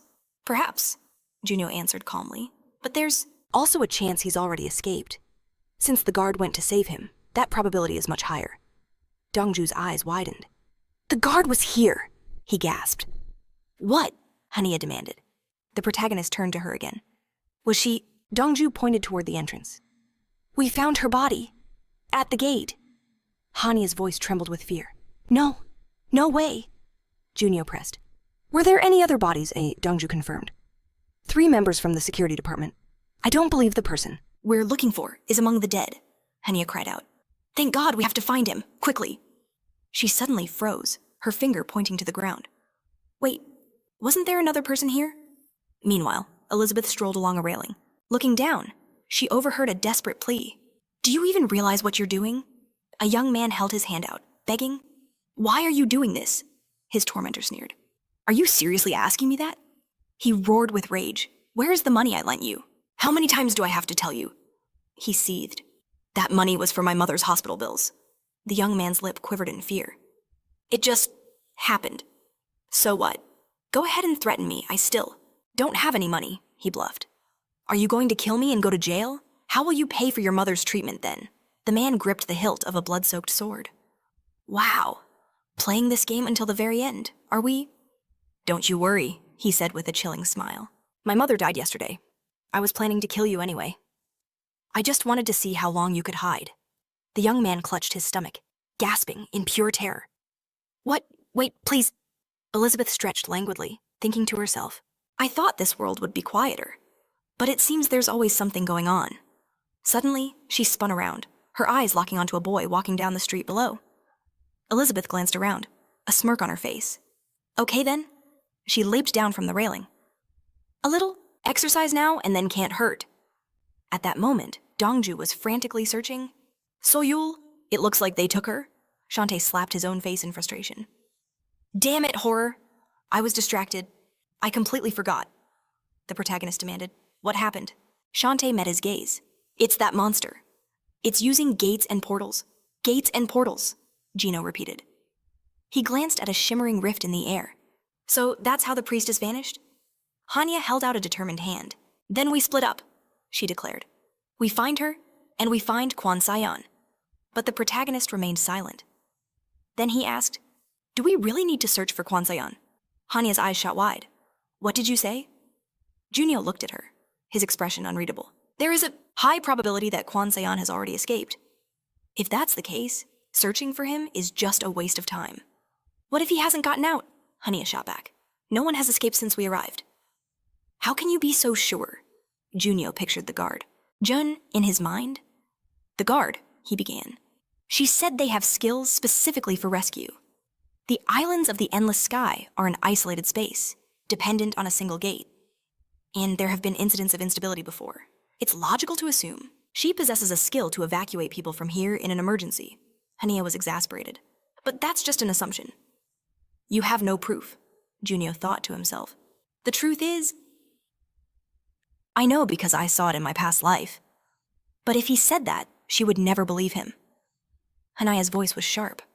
I thought you were here to find Seon, or was that a lie? Originally, yes, Junio replied coolly. But plans have changed. We are now trapped in the islands of the endless sky. If we can't open that gate, our situation will only get worse with every passing minute. Junio opened his system window. And I don't know if this quest even truly exists. But we have no choice. We must clear all the waves. The third wave, 100 orcs, 100 gnolls, 100 goblins. From every direction, massive monsters poured out of the gates, charging forward. According to the quest window, there are 10 waves in Chai. Total, the protagonist announced. And the monsters will keep coming, whether we like it or not. This is a race against time. There's no moment to waste when we have no idea what the final wave will bring. Hania stared at him. You think very efficiently. The protagonist glanced at her, questioning. She asked, her voice laced with disappointment. Do you just devalue a human life without even checking first? Is it because we don't know him, because you think you might die? I understand that logic, Han said, her gaze hardening. But as she pictured him, she spoke her truth. Honestly, it's upsetting. Junio froze, remembering Hania's previous words to him, model. I never thought he would resort to this. What a pity, in the present. The main character clutched his head. Are these my own memories? This is the first time I'm seeing this vision. Shantae's voice cut through the tension. Stop! We're wasting time arguing. We need... Save Soil? I'm not leaving until I repay my debt. At that moment, a sinister gate materialized before them. From the portal, a taunting voice echoed. Hey, support! Junio whirled around to see a man shouting. If you want to save her, then step right up. The priestess glanced over. Is something wrong? Kurum stared at his phone and replied coldly. No. He stopped the recording and wiped the data clean. Besides, what difference would it make now? The priestess simply said, okay. Otherwise, she thought of the disaster that would follow if that footage got out. Meanwhile, Seyol sat trembling before a hulking monster. She pleaded for her life. Please, don't kill me. The priestess frowned and opened a system window. If that video had survived, and they decided to analyze it, we would be in serious trouble. We're already in deep, just for the system being activated. She turned to her accomplice. Did you confirm the quest? Kurum answered. Yes, the reward. Is the exit, just as we planned. We don't need her anymore. Seyol's eyes widened in pure terror as the monster raised its hand. It hovered over her head as she fearfully begged. Wait, I couldn't see your faces. Please, don't let them kill me. The priestess leaned her elbows on the table, bored. She makes so much noise, Kurum suggested. Perhaps we can still make use of her. The priestess gave him a questioning look. Kurum slowly removed his mask. I thought you wanted to kill that support player. A smirk played on her lips. I just didn't want to get my own hands dirty. Fine, do as you please, Kurum replied. Thank you for your understanding. He mused to himself. To be honest, I have my own score to settle with him. A menacing portal appeared near the protagonist. Dongju spoke up. This looks like a trap. Are you sure about this? Shantae clenched his jaw. But there are no other ways to save Seyil. Dongju met his determined gaze and nodded. Yes. Shantae turned to the group. We can't waste any more time. A warrior is in there fighting hundreds of monsters alone. We need to help her, and quickly. At that very moment, Heron was battling for her life. A system window flashed the fourth wave. 80 orc warriors, 100 goblin archers, 20 skeleton knights, 150 skeleton warriors, and 100 skeleton archers. Heron threw her hands forward in desperation. Just not the archers. The protagonist, Junio, walked towards the portal. Hania cried out, Junio, don't. This is all because of me. He turned back, his voice firm. It's okay. This isn't your fault. He looked up, his resolve hardening. I didn't expect this, but someday, I had to show them my true power. We will act according to plan. Junio turned to a warrior. He is Li Shin, Shantae explained. The protagonist summoned a blade of pure energy and presented it to him. Take it. Shantae hesitated. But I already have a weapon. In 1 minute, Junio commanded. Throw it into that portal. What? The protagonist turned away. Can you promise me one last thing? He activated his skill, stepping through the portal. The priestess laughed. He really came. Yeah, Junio answered flatly.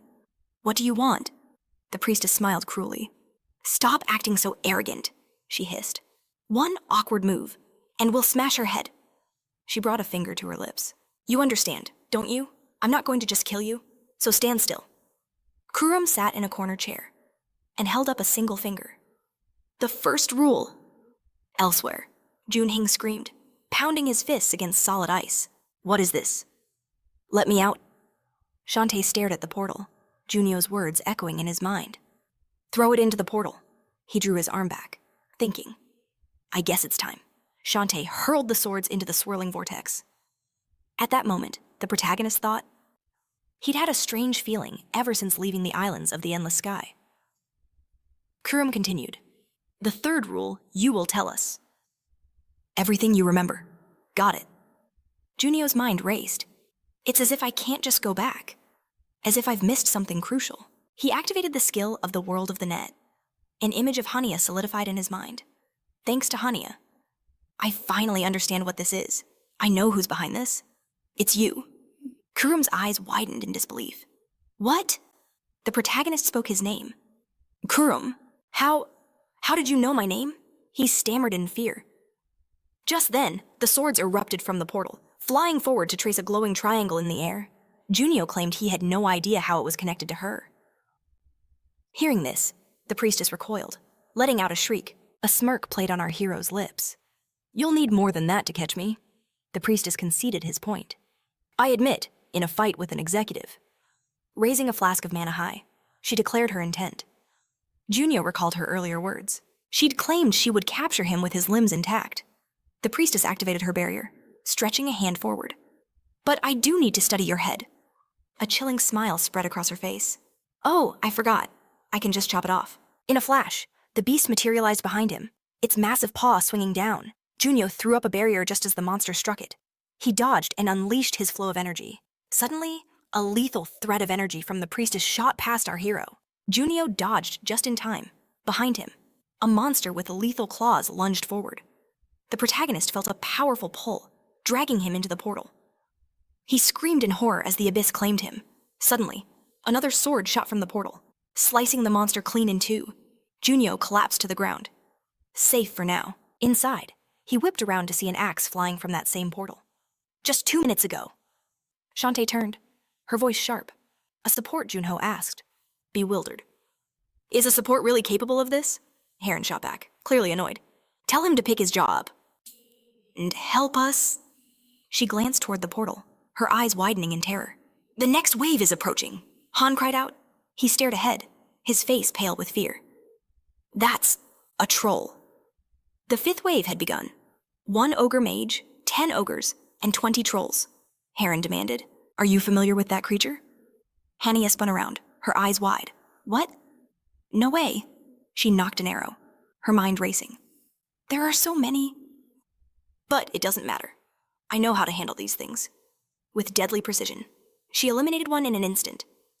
Hania clenched her fist. Perfect, she declared. Drawing her bow again, she yelled, another one. But this time, the ogre dodged. It dodged, she stammered. Heron warned her. Be careful. These ones are intelligent. The creature snatched bones from the ground and hurled them like deadly projectiles. A warrior charged forward. Raising his shield, I'll cover you, he yelled. Hania screamed his name. Jian! She ducked behind the shield's protection, wondering. Since when were trolls this smart? Peeking out, she saw it. A colossal monster commanding them. The system window appeared. Skill activated. Ogre Mage's overwhelming roar. It opened its massive maw, preparing to unleash a devastating cry. Heron commanded Jian to get down. Lie down now. The ogre let out a deafening roar. When suddenly, its body was sliced to pieces. The other monsters stared in shock. Shantae was stunned. She turned, asking, What in the world is happening? Jian screamed. It came from the portal, the one Junio entered. Shantae looked at him and replied with urgency. We have to go help. Heron, holding Hania, could only ask, What is that? At that very moment, the main character spoke. A massive hammer hovered before him, shrouded in a protective barrier. This is just ridiculous, he muttered. Junio drank a mana potion, wiping his chin. He thought, That's the 2nd bottle already, the priestess spoke. Impressive. I poured almost all my strength into that attack. The protagonist challenged her. Really? He didn't seem to believe a word. The priestess replied, I know we're both hiding things from each other. But why are you revealing your abilities without attacking? Junio watched her intently. He thought, Was I that obvious? A short time ago? He stared at a box, asking, "What's this?" He opened it, and Hana explained, "These items will help our plan succeed. You must take them with you." A system window appeared, twin rings. These rings contain the wishes of twins, born on the same day, at the same time. Those who wear them become linked. By mutual consent, they can communicate telepathically, and even teleport to each other's location, however. After being used once, the artifact will vanish forever. The protagonist replied, "I have to." Hana nodded. "I know." He confessed that meeting them had changed his plans. Originally, he wasn't going to reveal himself so soon. At first, she believed him. But the Arbiter has an ally. If you were to stumble upon them, or get caught off guard, it would be disastrous. She folded her arms and continued, "This ring can only teleport one person. But that should be enough to turn the tables. In the present," Junio flexed the fingers of his ringed hand. He thought, "If I call Jin now, I might be able to restrain the priestess, but it still wouldn't be enough." He decided, "There's no need to answer her." The priestess chuckled. "Well, yes, I agree. It would be difficult to detain you with just myself and my child. The hermit has vanished somewhere, so he's no help at all." At that very moment, Kuram was hiding behind a wall, covering her mouth in shock. The priestess continued, "But we have far too much to discuss for me to simply let you leave now." The protagonist narrowed his eyes. "What are you implying?" he asked. "What a shame," she sighed. "I didn't want to show you this. Nothing is ready yet." Suddenly, the Arbiter outside shattered the ice barrier. A spear flew, aimed directly at Jianlong. He was thrown violently into the wall. Hania screamed in terror. "Jianlong!" Heron also cried out his name. The priestess said, "If you hadn't interfered, I would have been much better prepared for this. So, what now? Can you handle me, the Arbiter, and this gate all by yourself?" The protagonist simply replied, "It seems you've misunderstood something." The priestess gave him a puzzled look. Junio's expression hardened. He said, "The only one I need to worry about is you. I wanted to confirm your abilities, because you remind me of someone I know." The priestess scoffed. "Huh, is that so? Did you think you could just explain things politely?" "And I would simply show you all my abilities," the protagonist replied. "Of course not. But if you wish to live, you'll have to use everything you have," the priestess sneered. "Why would I use all my abilities? I'm a villain. I don't care about the methods I use."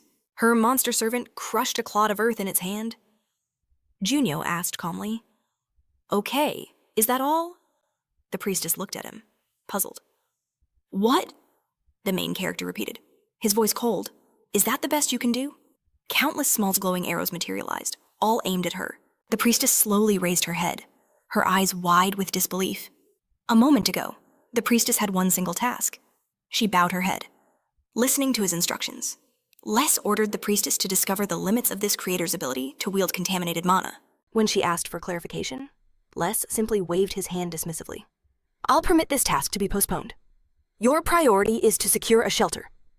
Kneeling, the priestess questioned, "But what about our support?" Les gazed out the window and answered, "We will learn of his true abilities once the system is activated." He turned back to her. "Until then, focus on finding the isolated gate, and remember, your time is running out." The priestess bowed low. "Understood." A deep frown creased her brow. She felt that this was more than a mission. This could be a chance to finally understand him. But why, she wondered. Does he refuse to use the contaminated mana? What is going through his mind? As she looked up, a storm of arrows rained down from the sky. At that moment, Junio remembered. Flashes of Hanya and KM flooded his mind. Through the fog of memory, his past life returned. KM and Hanya, they were completely different from how he recalled them. He turned his focus back to the fight. But their abilities are the same, and this technique the priestess is using. That hammer and barrier forged from divine power. It was painfully familiar. But from where? Where had he seen it before? Who had used it? He needed to press her. She'll likely use different tactics. But if the opportunity arises, I must kill her. The priestess's voice cut through his thoughts. Spears, the protagonist answered, his eyes cold. Yes. She brandished her staff. As you wish. But then, her vision suddenly began to blur. What the? Why isn't my weapon moving? A powerful stream of energy shot from Junio. He had activated his communication skill. He could now target his enemy's weapon and connect to it, controlling it at will. but forcing an action against the owner's will massively increased the mana consumption. And if the distance grew too great, control could be lost entirely. The number of weapons he could command depended on the owner's willpower, and his own reserves of mana. The priestess, realizing she was trapped, shrieked, "Kill the girl!" The monster roared and swung its colossal fist. In that instant, an energy stream crashed into the beast, completely severing its arm. The monster swung again as a spear. Slammed into its body, the protagonist unleashed a relentless assault. The priestess glanced down, a thought flashing in her mind. He used the skill. Junio looked away for a split second. He's distracted. With a powerful swing, a spear plunged into the ground. It landed just inches from her feet. The protagonist rushed forward, his voice like ice. "You need to think ahead, to avoid falling for such." A simple trick? The spear's tip halted right before her eyes. A desperate scream tore from her throat as she unleashed her skill. White wings erupted from her back. A brilliant light engulfed the entire area, forcing the monsters to shield their eyes. The nearby warrior raised his shield, shutting his eyes against the blinding flash. Hanaya and Haran could only stare at the immense body of the executor that had suddenly appeared. The priestess radiated pure power as she realized what happened. The skill! It activated in a moment of mortal danger. She looked at her trembling hands. I didn't mean to... But how? Junio watched her, his mind racing. So that was the priestess's anchor skill. Judging by her reaction, she activated it unconsciously. This is the perfect opportunity to kill her. But in that instant, the executor materialized right behind him. The protagonist's eyes widened. That skill... It's somehow familiar. Suddenly, a massive explosion erupted before him. He shielded his face, thinking in shock. What just happened? He saw a colossal beam of energy shoot from a portal, piercing the executor's body. And from that portal, a man emerged. Apparently, you were in quite a hurry, priestess. Who would have thought, that you would use something so unprepared? The priestess stammered a reply as Les glanced at the protagonist's stunned face. So? He smirked. This is the creator she was talking about. Junio stared back in disbelief. How much contaminated mana does he have? An overwhelming aura poured from Les's body in huge streams. I told you to find out about him, but I also said that securing a shelter was the priority, correct? You wanted to take advantage of the opportunity. But instead, you gambled away the hermit and my test sample. An energy tendril stopped just inches from her face as he asked. And you still lost. The executor's body began to unravel, twisting into intertwined threads that were drawn toward Les. He asked with displeasure, "So you released a dog that doesn't even recognize its own master?" The priestess lowered her head in fear. It's because it attacks the strongest target. Once it's complete, such a problem won't arise again. Yes, I understand, Les replied dismissively. I'll figure it out myself. The executor's body vanished, absorbed back into the portal. Les turned his gaze to the protagonist. It seems he hasn't even used the contaminated mana yet. Hey, let me ask you something. Junio watched him warily. The executor just disappeared. Was that contaminated mana? Did he do it with this? What do you know about contaminated mana? Les asked. He frowned with displeasure, his piercing gaze shifting away. As Donju leveled his machine gun, he demanded, "Why are they acting like this?" Hanya could only reply that she didn't know. A monstrous horde swarmed them. Donju screamed. These things suddenly charged us. He desperately asked what was happening, unleashing a hail of gunfire. Bullets tore through the monsters' heads. Heron cried out, "What is that? Is that his ability?" "No," Donju replied. "It's a gift from the squad leader. He gave me a specially enchanted magazine." Donju's mind flashed back to the moment Shantae handed him the weapon. A system window blazed to life. Skill elemental enchantment, explosive rounds. The bullets detonate on impact with the monster's body. Donju marveled. These are on another level compared to normal enchanted rounds. We're only alive because of the squad leader. Hanya apologized, ashamed of her injury. Heron lowered her head. Me too, she admitted, then glanced toward Junyoung. It would really help if he would just wake up, she said. Donju sighed. It can't be helped. I'll hold them off for as long as I can. Until our squad leader returns with Siyil, he declared. Heron nervously scanned their surroundings, asking, I wonder where he went, Donju replied. He said he was worried about you and ran off. I just hope he's okay. At that moment, the protagonist stood amidst the ruins, facing Les. Shantae suddenly appeared beside him. What are you doing here? Junio asked, shocked. I came to help while the trolls were disoriented, Shantae answered. But where is she? Where is Soil? Les cut in, his voice cold. He stared intently at Junio. That girl. Shantae looked on, confused. She's still breathing. Les answered calmly. Shantae's rage erupted. Where is she? He roared. Answer me, now! The protagonist simply pointed forward. There, Soil was trapped, suspended in a cage of spectral spears. Les smirked. If those spears had been off by even an inch, she'd be dead. Or if I hadn't summoned the priestess's child so close to her. Shantae seethed. What the hell are you talking about? Explain yourself, he demanded. Les simply replied. Your comrade used her as bait. Shantae stared at Junio in disbelief. What? Les continued. Because of the priestess's orders. I had no choice but to restrain her. You were the perfect target. The priestess was waiting for you to make a single mistake, Jian, he explained.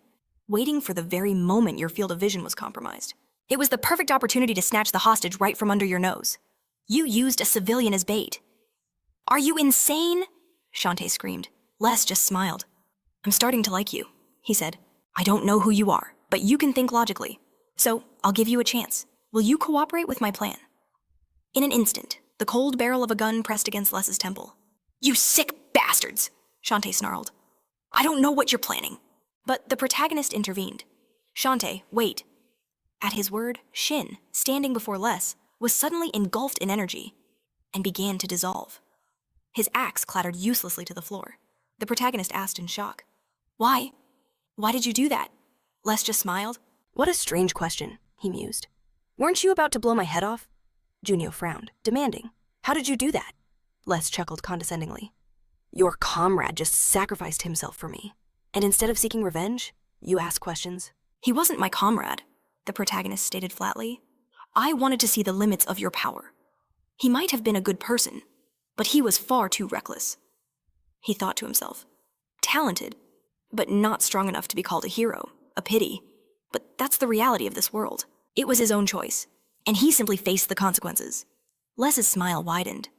And that's precisely why I like you, Junio pressed. So how did you use that technique? Enough, Les snapped. You should understand that you are in no position to be asking questions. Now, it's my turn. What do you know about the infected? Les paused, his eyes narrowing. He chuckled darkly. He clenched his fist. It seems I was mistaken about you. The protagonist looked back, puzzled. Les raised his hand. First, we need to deal with these annoying kids. A chilling premonition gripped our hero. No! He spun around in terror, only to see Les unleash a devastating wave of energy. It surged through the room, slicing through the horde of monsters. Donju screamed. What? What was that? Henia tackled him, throwing them both to the floor as the monsters around them were obliterated. The party's warrior raised his shield, roaring against the onslaught before a blinding explosion consumed everything. A moment later, Henia asked, What just happened? It came from Shin Junio's direction, Heron replied. She turned, her eyes widening in horror at the sight of the warrior's body, cleanly cut in half. Dongju stared in disbelief. What in the world is going on over there? Les simply stretched out his hand. I created this gate because I needed it. But I can't control it anymore. So there's no longer any point to this. The protagonist's mind raced. I can't even think about fighting him. He's this powerful even with contaminated mana. There's nothing I can do. At all. Junio gripped the flask in his hand. First, I have to replenish my mana. He drained its contents in one gulp. He thought grimly. That's the third bottle. The effects will weaken now. And the addiction symptoms are about to begin. Judging by his power, he's definitely one of the priestess's top commanders. Just calling for Tien won't be enough to defeat him. I have to survive this first. The protagonist turned, his gaze falling on his teammates. Not just for me, but for Henia and the others. They are the ones truly worthy of being called heroes. He clenched his jaw, a single thought echoing in his mind. But how he's interested in me now? But once he gets what he wants? With his power exhausted, he would die instantly, just like Li Shint. The system window flashed. Contaminated mana use has been blocked. Someone was interfering. A trickle of blood ran from Juna's nose as he realized, if only he could use that power now. Les turned back to face him. At that exact moment, Hania's confused voice cut through the air. Are they seeing this? Heron confirmed grimly. Yes. Countless streams of immense energy were surging towards the portals. This has never happened before, has it? Heron asked, her voice laced with dread. No, Han replied. We would have noticed something of this magnitude. She paused, her resolve hardening. Forgive me, but I have to get to Juna. But you're wounded. You can't even shoot properly, Heron argued. Han simply turned to her. Then give me a weapon, she demanded, her hand outstretched. Heron handed her a machine gun, and without another word, she charged into the fray. Heron watched her go, a thoughtful look on her face, before glancing at her own system window. What is going on? She gasped in terror. Crimson fissures of energy spiderwebbed through the air before her. Are the gates being destroyed? Meanwhile, Les let out a sigh. Nay. We can talk. The protagonist remained silent, glaring at him. Answer my question, Les commanded. Juna shot back. What do you know? About contaminated mana. Les gave a slight shrug. Forgive me, but I know nothing about it either. After all, I only recently acquired it myself. His eyes narrowed. Do you also have memories? Juna's eyes widened in shock. How could he know contaminated mana isn't something you can just obtain? Les explained. I started to suspect when I heard the priestess's story. But now, I see it with my own eyes. Juna's mind raced. Was Les just testing him? Don't worry, Les said smoothly. I'm merely trying to prevent the end of the world. He offered a proposition. Help me. We can be comrades, working towards the same goal. Juna frowned, glancing down at his own hand. He turned back, his voice cold. Then why did you kill him? Les's expression didn't change. He got in my way. Unfortunately, my goal is far greater than one man's life, and I'm running out of time. He stretched out his hands in a grand gesture. That's why I need comrades. His gaze was piercing. So, I'll ask again. Will you help me? Comrades with him. At that moment, the priestess spun around. Her eyes were wide with alarm as she looked back. Be careful, she screamed. Han appeared, leveling her machine gun. Hands up, she yelled. Or I'll shoot. Juna's heart sank. No, why was Hanaya here? He instantly manifested a blade, his thoughts grim. He never intended to make an enemy of Les. But protecting Hanaya came first. A tidal wave of energy erupted, and Hanaya shouted, Stop! Juna lunged forward. He had to act before that corrupted power reached her. He thrust his blade forward. I just need to distract him.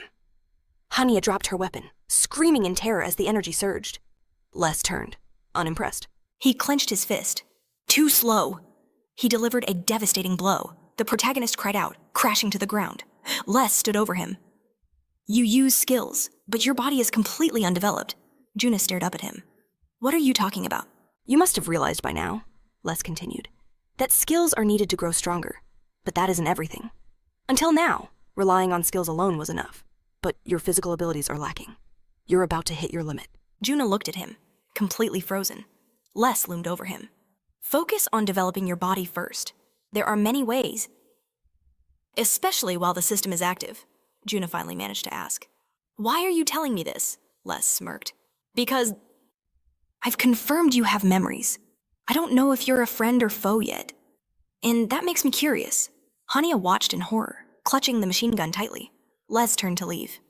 My offer still stands, he called back. You can give me your answer later. He paused, a puzzled look on his face. Where is all that contaminated mana heading? Suddenly, a colossal rift tore open the sky above them. Les raised a hand, his eyes wide. This is a miscalculation. I never thought she would follow it all the way through the crack. He sighed. Tossing back his hood, he revealed his face. Shin Junio, my name is Les. Remember my words? It's not a bad offer.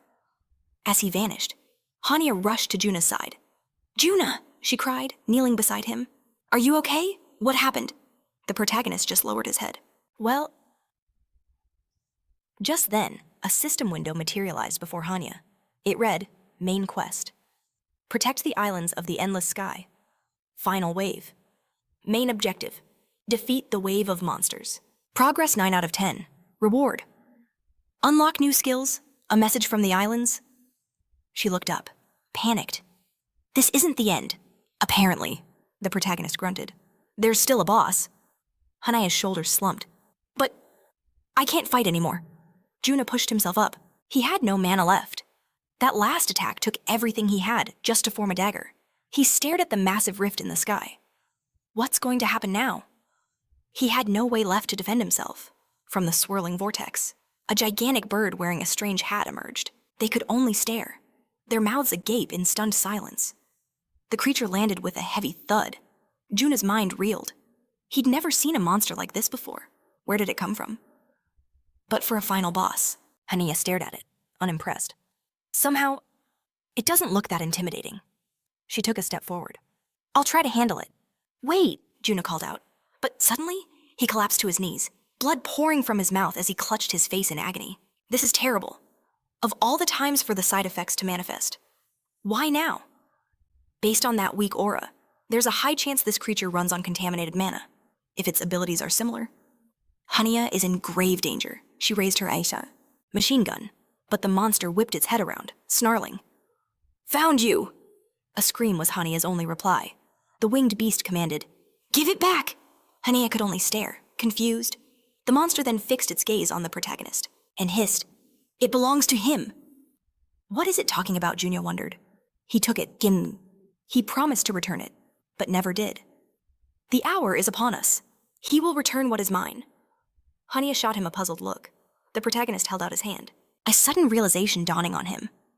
I get it now. I don't know what it is, but this thing is reacting to contaminated mana. As long as Hania doesn't make any sudden moves, its focus will remain on me, the real problem. How am I supposed to fight? Something my system can't even analyze? The creature tilted its head. Are you listening to me? Junio weighed his options. Honestly, it doesn't seem to have much contaminated mana left. But I can't risk attacking just yet. The monster ordered. Compensate me! The protagonist stared back, stunned. The beast stalked closer. You did not listen when I asked nicely. Now you will pay the price, Junio retorted. No, it... A thought struck him. Did Les have this kind of contaminated? Mana, the creature leaned in close, whispering. Mine. That one had so much of it, nearly overflowing. But you have almost none left. Where did it all go? Junio tried to reason with it. There seems to be a misunderstanding. I think you have the wrong person. The monster's reply was chilling. No, misunderstanding. The protagonist's eyes widened. It was definitely used there, the creature hissed. My stockpiles! Junio slammed his fist down. But it wasn't mine! The bird shrieked, taking flight. Return it now, give it back this instant. At that exact moment, Heron's fist smashed into the monster's head. She looked around, annoyed. What is all this nonsense? We just need to take it down, Junio replied. No, wait. Though, nice timing. Suddenly, system windows materialized before them. A main quest notification. You must deal with the final wave of the Islands of the Endless Sky. Task complete. Rewards for. Completion will now be distributed. The protagonist stared in disbelief. Wait a second. If they're giving out rewards now, what about these two? And the bodies? He turned, watching as his comrades were all pulled. Into a single point of light, crying out in pain. Across the hall, panicked voices erupted. What's going on? Does anyone know what's happening? Another man shouted. You see it too. Right, it's not just me. They had already reported it. To the association. Is this something only the awakened can see? The protagonist knelt, steadying himself. Instead of a reward. We were just released. A police officer pointed frantically. People outside are saying strange windows appeared. In front of them, too. A man looked around, bewildered. The association is just as confused. Nobody knows what's happening, the officer asked. What was that? The robed man simply said. Wait, my skills. They were written there. Hania rushed over. What's going on? Junio could only reply, I don't know. But as he thought, he realized. He did know. That window's sudden appearance, it caused this whole uproar. Hania squeezed past him, apologizing. Excuse me, what is happening? The protagonist looked around. So even the unconscious were transferred. It seems everyone received a reward.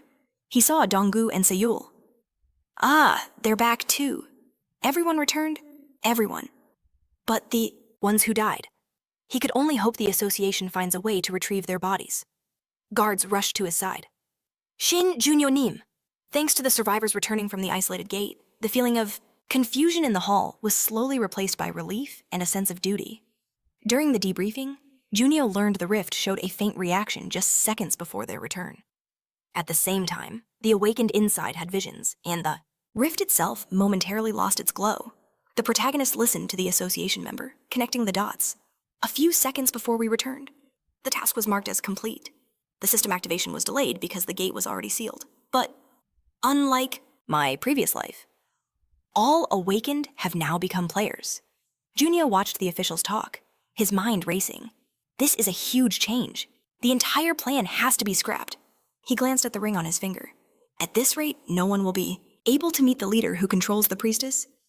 He remembered Les's words. First, I need to raise my physical stats. Now that the system is active for everyone, there will be countless ways to grow stronger. He shoved his hands in his pockets.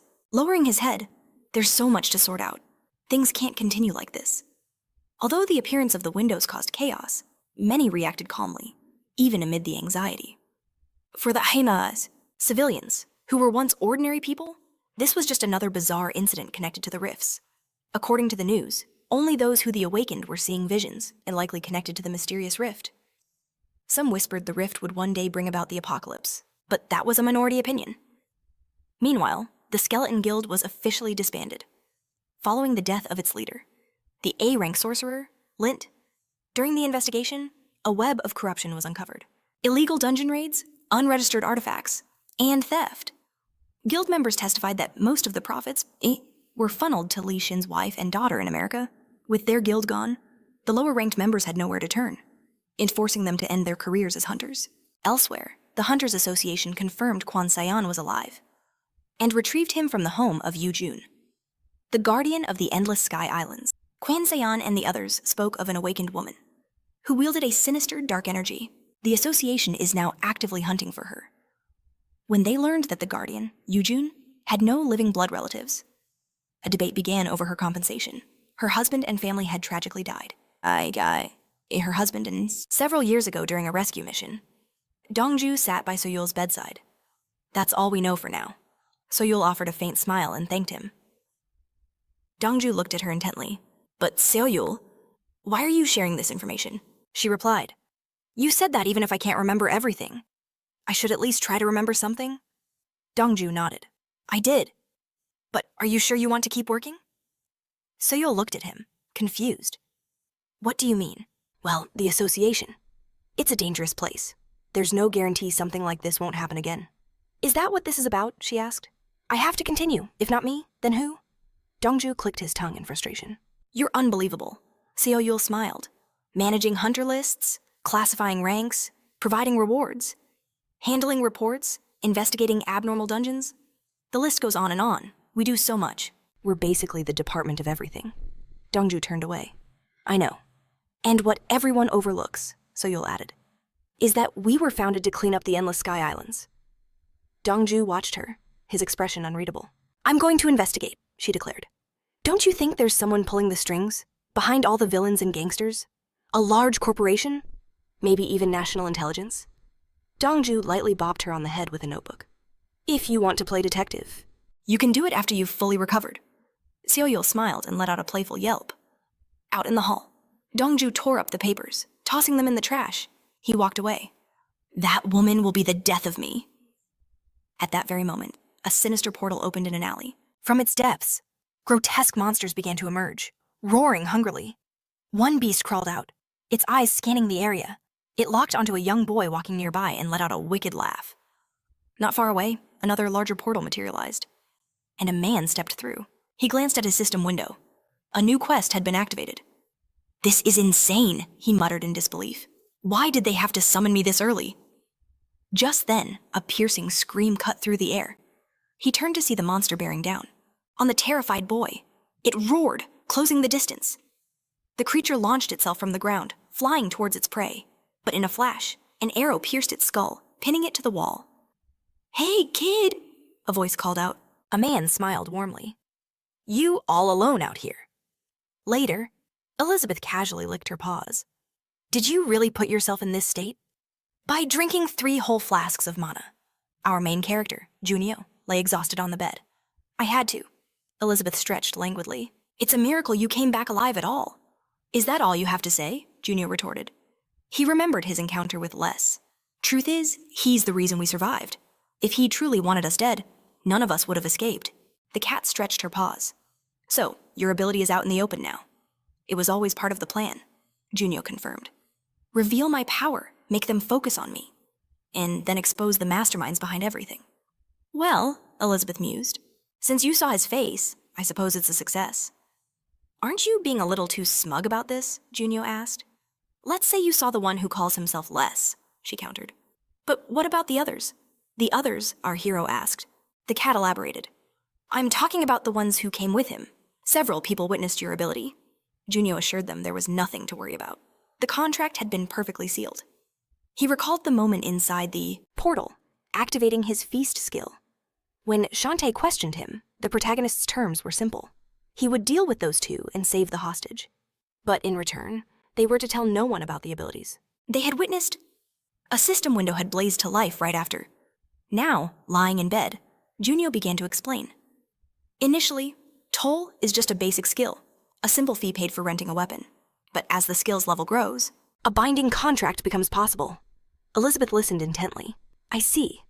Once the system activates, all players receive benefits based on their class. In most cases, long-range classes gain improved aiming, while mages can summon familiars, and supports unlock a variety of powerful benefits depending on their skills. Shin Junio's edge as a support is the connection. By using toll directly, he can make a specific request. However, against a rank, a hunter or higher, that request is easily ignored or resisted. The request means that if a person rents a weapon, they must fulfill Shin Junio's terms in exchange, but the truly powerful can simply refuse.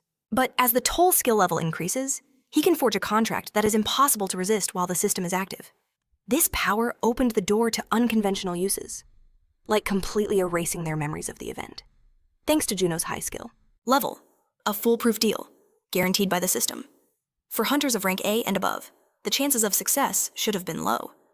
But judging by the fact that it was never mentioned during the investigation, it seems the skill worked exactly as intended. Thanks to Tien, he was able to test the acceptable limits. It also helped that the system was activated early. Now, other players will slowly begin to adapt to these changes. Elizabeth winked, then asked about the system, pawing at the system window. Are you talking about this? The protagonist was surprised. Did your system window open, too? The cat sighed. Yes. Have you already forgotten I was a player back in the dungeon? Junio pictured Elizabeth's other form and replied. Oh, yeah. That's right. The cat huffed. Although now, thanks to a certain someone, I'm acting as a maid, the protagonist mused. But now, all the awakened have become players. I don't know why, but this is so different from my memories. Elizabeth pounced on the topic. Speaking of which, what is all this nonsense about these memories? Junio asked. What are you talking about? She elaborated.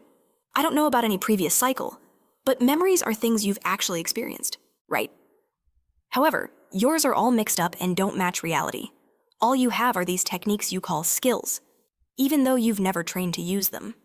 The protagonist sat in a lotus position, deep in thought, as Elizabeth asked, Are you truly certain these are your memories? Junio fell silent, the weight of her words hitting him. Elizabeth continued, If you think about it, it seems my world was destroyed, too. After all, there's no one left who remembers it. So how do you have these memories? How is that even possible? An image flooded the protagonist's mind, himself drowning in an endless sea. He finally spoke. I told you before, when my guild members and I first entered that dungeon, I fell into a strange lake. Elizabeth considered this, about the previous cycle. If memories were transmitted through cycles, there must have been some kind of medium, right? The protagonist's eyes widened in realization. This, Elizabeth suggested. Maybe it was all just an illusion. Junio remained silent for a moment and then spoke with conviction. No, these are my memories. I'm sure of it, and I can prove it. Elizabeth turned to face him. How? Junio paused, Lisa's words echoing in his mind. Does he also have memories? Currently, he stood up and began to dress. Lisa clearly spoke as if she knew, he said. So there must be other people with memories, right? Elizabeth asked. Are you going to look for them now? The protagonist took out a book and shook his head. No, not yet. I need to deal with a few things first. He thought of Kim Urim. He was definitely an ally in the last cycle. But now, he's working together with Lisa. Junio walked out of the house, his mind racing. What happened? He recalled Lisa's words, that she was just trying her best to prevent the end of the world. He lowered his head. If that's true, Kim Urim must also know about it, which means the possibility that he has memories, too, is high. But that's not a problem we can solve right now. Suddenly, his phone vibrated. He thought, we need to focus on the matters we can actually handle. He answered the call. It was Tien. Hello, Junio? I thought we agreed not to make contact. The protagonist replied, "Plans have changed. We need to meet and talk." A short while later, a man and a boy were sitting on a bench. The man glanced at the phone screen. "Are you playing games like this now?" The boy smiled and replied, "Yes, and I'm good at it," and he got up and walked towards the crossing. "I'll go home now. Thank you for saving me." The man smiled back and said, "Okay, go on home, and be careful on the street from now on." The boy started to cross the road and called back, "Yes, I will." With a glance to the side, he saw headlights screaming towards him. The boy inside sneered, "You need money to play these kinds of games. Here's some pocket change for you, kid." In that instant, Junio collapsed onto the sofa, just as Tien strode into the room. The main character acknowledged him grimly. "You're here." Tien took a seat, his voice low. "I heard some things from a friend at the association. But your name never came up. How are you?" Junio's reply was heavy. "I'm fine, but all our previous plans are now meaningless." Tearing off his mask, Tien demanded, "What are you talking about?" His eyes widened in shock. "Don't tell me you actually met the one behind the priestess." The protagonist's answer was chilling. "I did." He was certain the chasm in their power was utterly unbridgeable. Tien cried out in disbelief. "Then why did you even call me here?" Jun's voice was cold steel. "Because if I hadn't, we wouldn't be alive. Just trust me on this." "So, an opponent we can actually defeat?" Tien asked. His interest piqued. The protagonist replied, "Yes, I saw his face. But I doubt that he's even a registered hunter. He might not be awakened at all." Tien leaned forward. "What are you getting at?" Junio's mind raced. The name Les was strange, but his abilities were on another level entirely. He didn't use mana. Instead, he wielded raw magical energy on a completely destructive scale. And at his side were Karum. And that priestess, Karum. He understood. But the priestess wasn't in his memories from the previous timeline. However, something about her skills felt chillingly familiar. As her image formed in his mind, he wondered, who is she? Tien's voice suddenly cut through his thoughts. "Junio."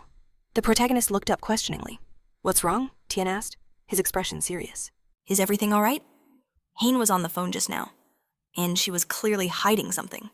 Tien pressed him. "What was she talking about?" Hain said, "From the moment we first met, she felt a strange energy from me. She remembered him lying on the ground, sword in hand, and assumed he was just a warrior. That's probably why you never noticed it. But it wasn't magic power. Not at all." Hain had then opened her system window. But after the system activated, it wasn't just her. Most people could see this energy with their own eyes. It was the exact same aura that came from that performer's ally. Tien's eyes widened. "What?" "Hain doesn't think I was truly with them. After all, I confronted them head on, right until you interfered. So she wants you to find out, if there's a chance. She thinks I trust you more than I trust her." Tien leaned back, absorbing it all. "It seems I have a lot to think about." The protagonist considered his options. His original plan was completely shattered. And now that the system was active, hiding his abilities was pointless. But his memories of the future, should he reveal them? Tien watched him intently. "It seems Hain doesn't trust you, but I'm different." Junio looked at him, surprised. Tien continued, "Even if your rank and skills are suspiciously inconsistent, even if you only contact me first, report your business, and then vanish without a trace, even if you're yanking the chain of the head of one of this country's top guilds." Junio's thoughts paused. Was he really that obvious? Tien slammed his hands on the table. "As long as you can unleash your true potential, I couldn't care less." "Calm down," Junio began. But Tien interrupted. "If you're hiding something, tell me honestly. You don't need to do this all alone. No matter what anyone says, I am on your side." The protagonist's resolve wavered. Perhaps he was being too cautious. If he was meant to prepare for the end of the world alongside these heroes, he couldn't do it without trusting any of them. "Can I really tell you?" he asked. Tien smiled. "Of course, tell me everything." Junio took a deep breath. "A god is going to descend upon Earth, and the end of the world will follow." Tien looked completely baffled. "What?" The protagonist opened his system window. Character information flashed across the screen. Name Ian, awakening rank S, class warrior, style melee fighter, special abilities, pain immunity, unwavering mind, mana slaying flames, titles dungeon destroyer, weapon breaker, black hole of expenses, and guild leader of mass murder. The end came in an instant, just like the first awakening. Daewon glanced to the side. A system window had appeared. Final quest. The last chapter, the end of the world. Main goal. Slay the god. Reward, salvation of the world. And the unknown. A new quest, Dan asked. Daewon simply answered. What is it? Will our guild leader get his power back? No. This is something else. The protagonist turned his head. Hearing a gasp. Look over there. He spun around. What's going on? The warrior frowned, his gaze fixed on the sky, where a figure appeared. The god had descended. What in the world? Suddenly, system windows burst into view in front of every person. Status acquired candidate for hero. Personal quest issued. Confusion rippled through the crowd. What does this mean? The system window updated. Additional quest. The last chapter. Heroes. Main goal. Find a way to kill the god. Time remaining 168 hours. Voices rose in panic. What's happening? What is all this? Nobody knew. The quest window. It's talking about a real deity. A man reached his hand toward the sky. Where did these feathers suddenly come from? At that moment, a blinding explosion engulfed them. People cried out, covering their heads. They stared in utter shock at the devastation. For 1 whole week, players and heroes desperately searched for a way to kill the god. But exactly 7 days later, the world met its end. A great rift tore through the heavens, back in the present. Tian clenched his fist. I see. I understand now. The protagonist was stunned. I didn't expect you to believe me so easily. Tian grabbed his arm. Let's go to the hospital first. The shock from the islands of the endless sky must still be affecting you. No, Junio shouted. Wait, just hear me out until the end.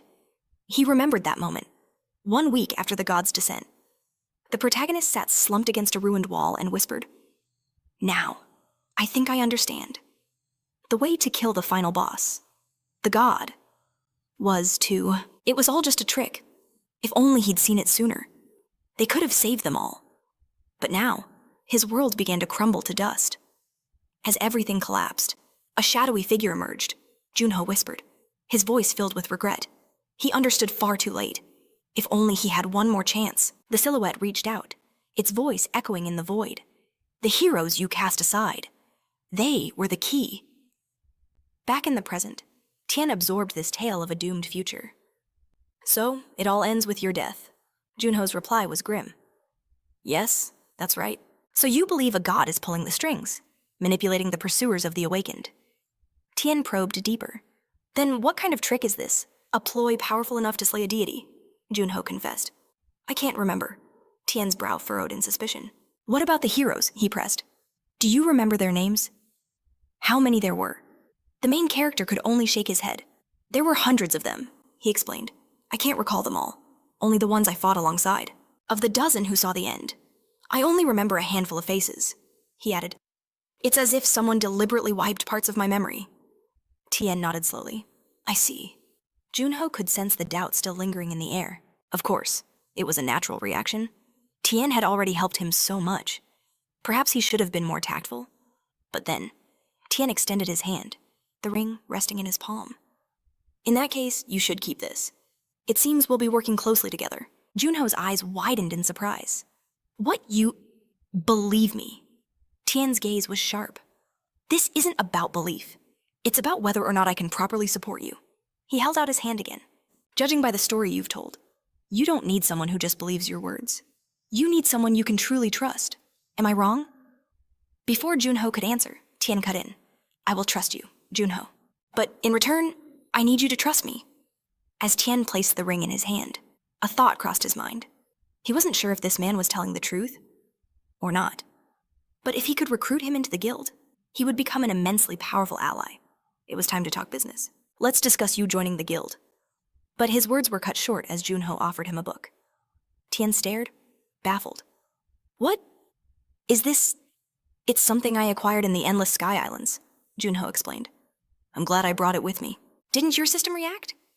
Tian nodded. Yes, Junho smiled faintly. Then you understand the value of acquiring the very first skill book. I'm giving this to you as a gesture of trust. An S rank item. Its market value would be legendary. A system window materialized. Skill book. Acquisition difficulty. A rare tome allowing one to learn a new skill. The learned skill may vary depending on the user's class and combat style. The book can be activated by opening it. Warning disappears after a single use. Tien was speechless. Why? Are you giving this to me? Junho's answer was simple. Just because. So you can become stronger. Far stronger than you are now. An awkward silence hung between them, until Junho spoke again. Well, it would be even better if I got something useful out of it, too, Tien smirked. So, there were strings attached after all. All right, he agreed. I promise you my full support. What do you need? Junho didn't hesitate. For starters, a magic stone solvent. Can you get it for me in 2 days? Tien raised an eyebrow. A solvent? That's all. Junho considered it. I think about 6,000 liters should do. Tien's jaw nearly hit the floor. 6,000. Are you planning on filling a swimming pool? This isn't tap water, you know. Junho just tapped his chin, listing off more items. Let's see. What else? The fur of a monkey king. The whiskers of a sky cat. The slime of a desolate witch. The blood of a night goblin. Tien's confusion grew with every word. Junho continued, unfazed. The Ant King's helmet, and Tien finally yelled. Wait, hold on. These are all pinnacle-grade materials. You can't just find them in a couple of days, Junho asked innocently. Really? Tien averted his gaze, his mind racing. Some of these were items he'd never even heard of. Had he truly encountered such things in his past life? Junho sighed, a hint of frustration in his voice. Fine. Then what's the most precious mana-infused material? In your entire guild's vault. Tien paused. Mana-infused? He presented a shimmering orb. Refined spirit core. Acquisition difficulty A+. A core containing the power of a fallen spirit, which has undergone a painstaking purification process, leaving only pure essence. After a moment, Tien gestured to the core. This is loot from an S-rank dungeon we recently conquered. Hyesu, please handle the extraction. Sitting beside him was his support, Min Hyesu, a subspace opening secretary for the guildmaster. Class secretary to the master of the Massacre Guild, Tien? She possessed the unique ability to create a subspace in any enclosed area. Junho reached for it. Excellent. This will be more than enough. But Hyesu suddenly snatched the sphere away, baring her teeth. She was like a small guard dog protecting the guild's priceless treasure. Junho blinked, confused. What was her problem? Tien just smiled. Since this requires special handling, we'll deliver it to you personally. He sighed dramatically. After all, you'll need our help with all that solvent. A whole 6,000 liters of it. Junho simply agreed. Right. Let's go then. After a tense moment, they both rose to their feet. He turned to Tien. Hey, can we speak privately? Tien's eyes narrowed. What is it? The main character's voice was low. I'll explain everything that happened on the islands of the endless sky. Sometime later, a bus rumbled down the highway. Stepping off with a basket in hand, he called out with a hopeful voice. Mom, I'm home. The woman in the... Wheelchair turned, her face lighting up with pure joy. Junio, how have you been? He asked gently. It all started one day when a crack split the earth wide open, a cataclysm that caught the world by surprise. From the fissure, raw mana erupted into the atmosphere. But this was no miracle. Not for everyone. Those who could resonate with this new energy became the awakened beings with incredible powers, but for humans with low mana sensitivity, that very same energy became a deadly poison, a horrifying illness they would later name. Multiple mana perception disorder.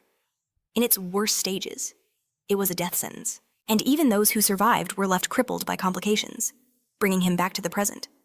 He asked again, Mom, how have you been feeling? His mother wheeled herself closer, a genuine smile on her face. Much better. The clean air here and the treatments. They've helped a lot. Junio glanced around. And the... delivery? His mom pointed. Ah, yes, I had them leave it right there, just like you said. Someone from the guild brought it by... She paused, trying to recall. I think she was one of those awakened people. So, she came in person after all, he thought to himself. His eyes fell upon a massive container. She probably complained the entire time. Still, thanks to Tien, this chance had finally arrived. He pulled open the doors to the storeroom. I can't let this go to waste. Inside lay the prize he had spent an entire year gathering. A hoard of gleaming magic stones.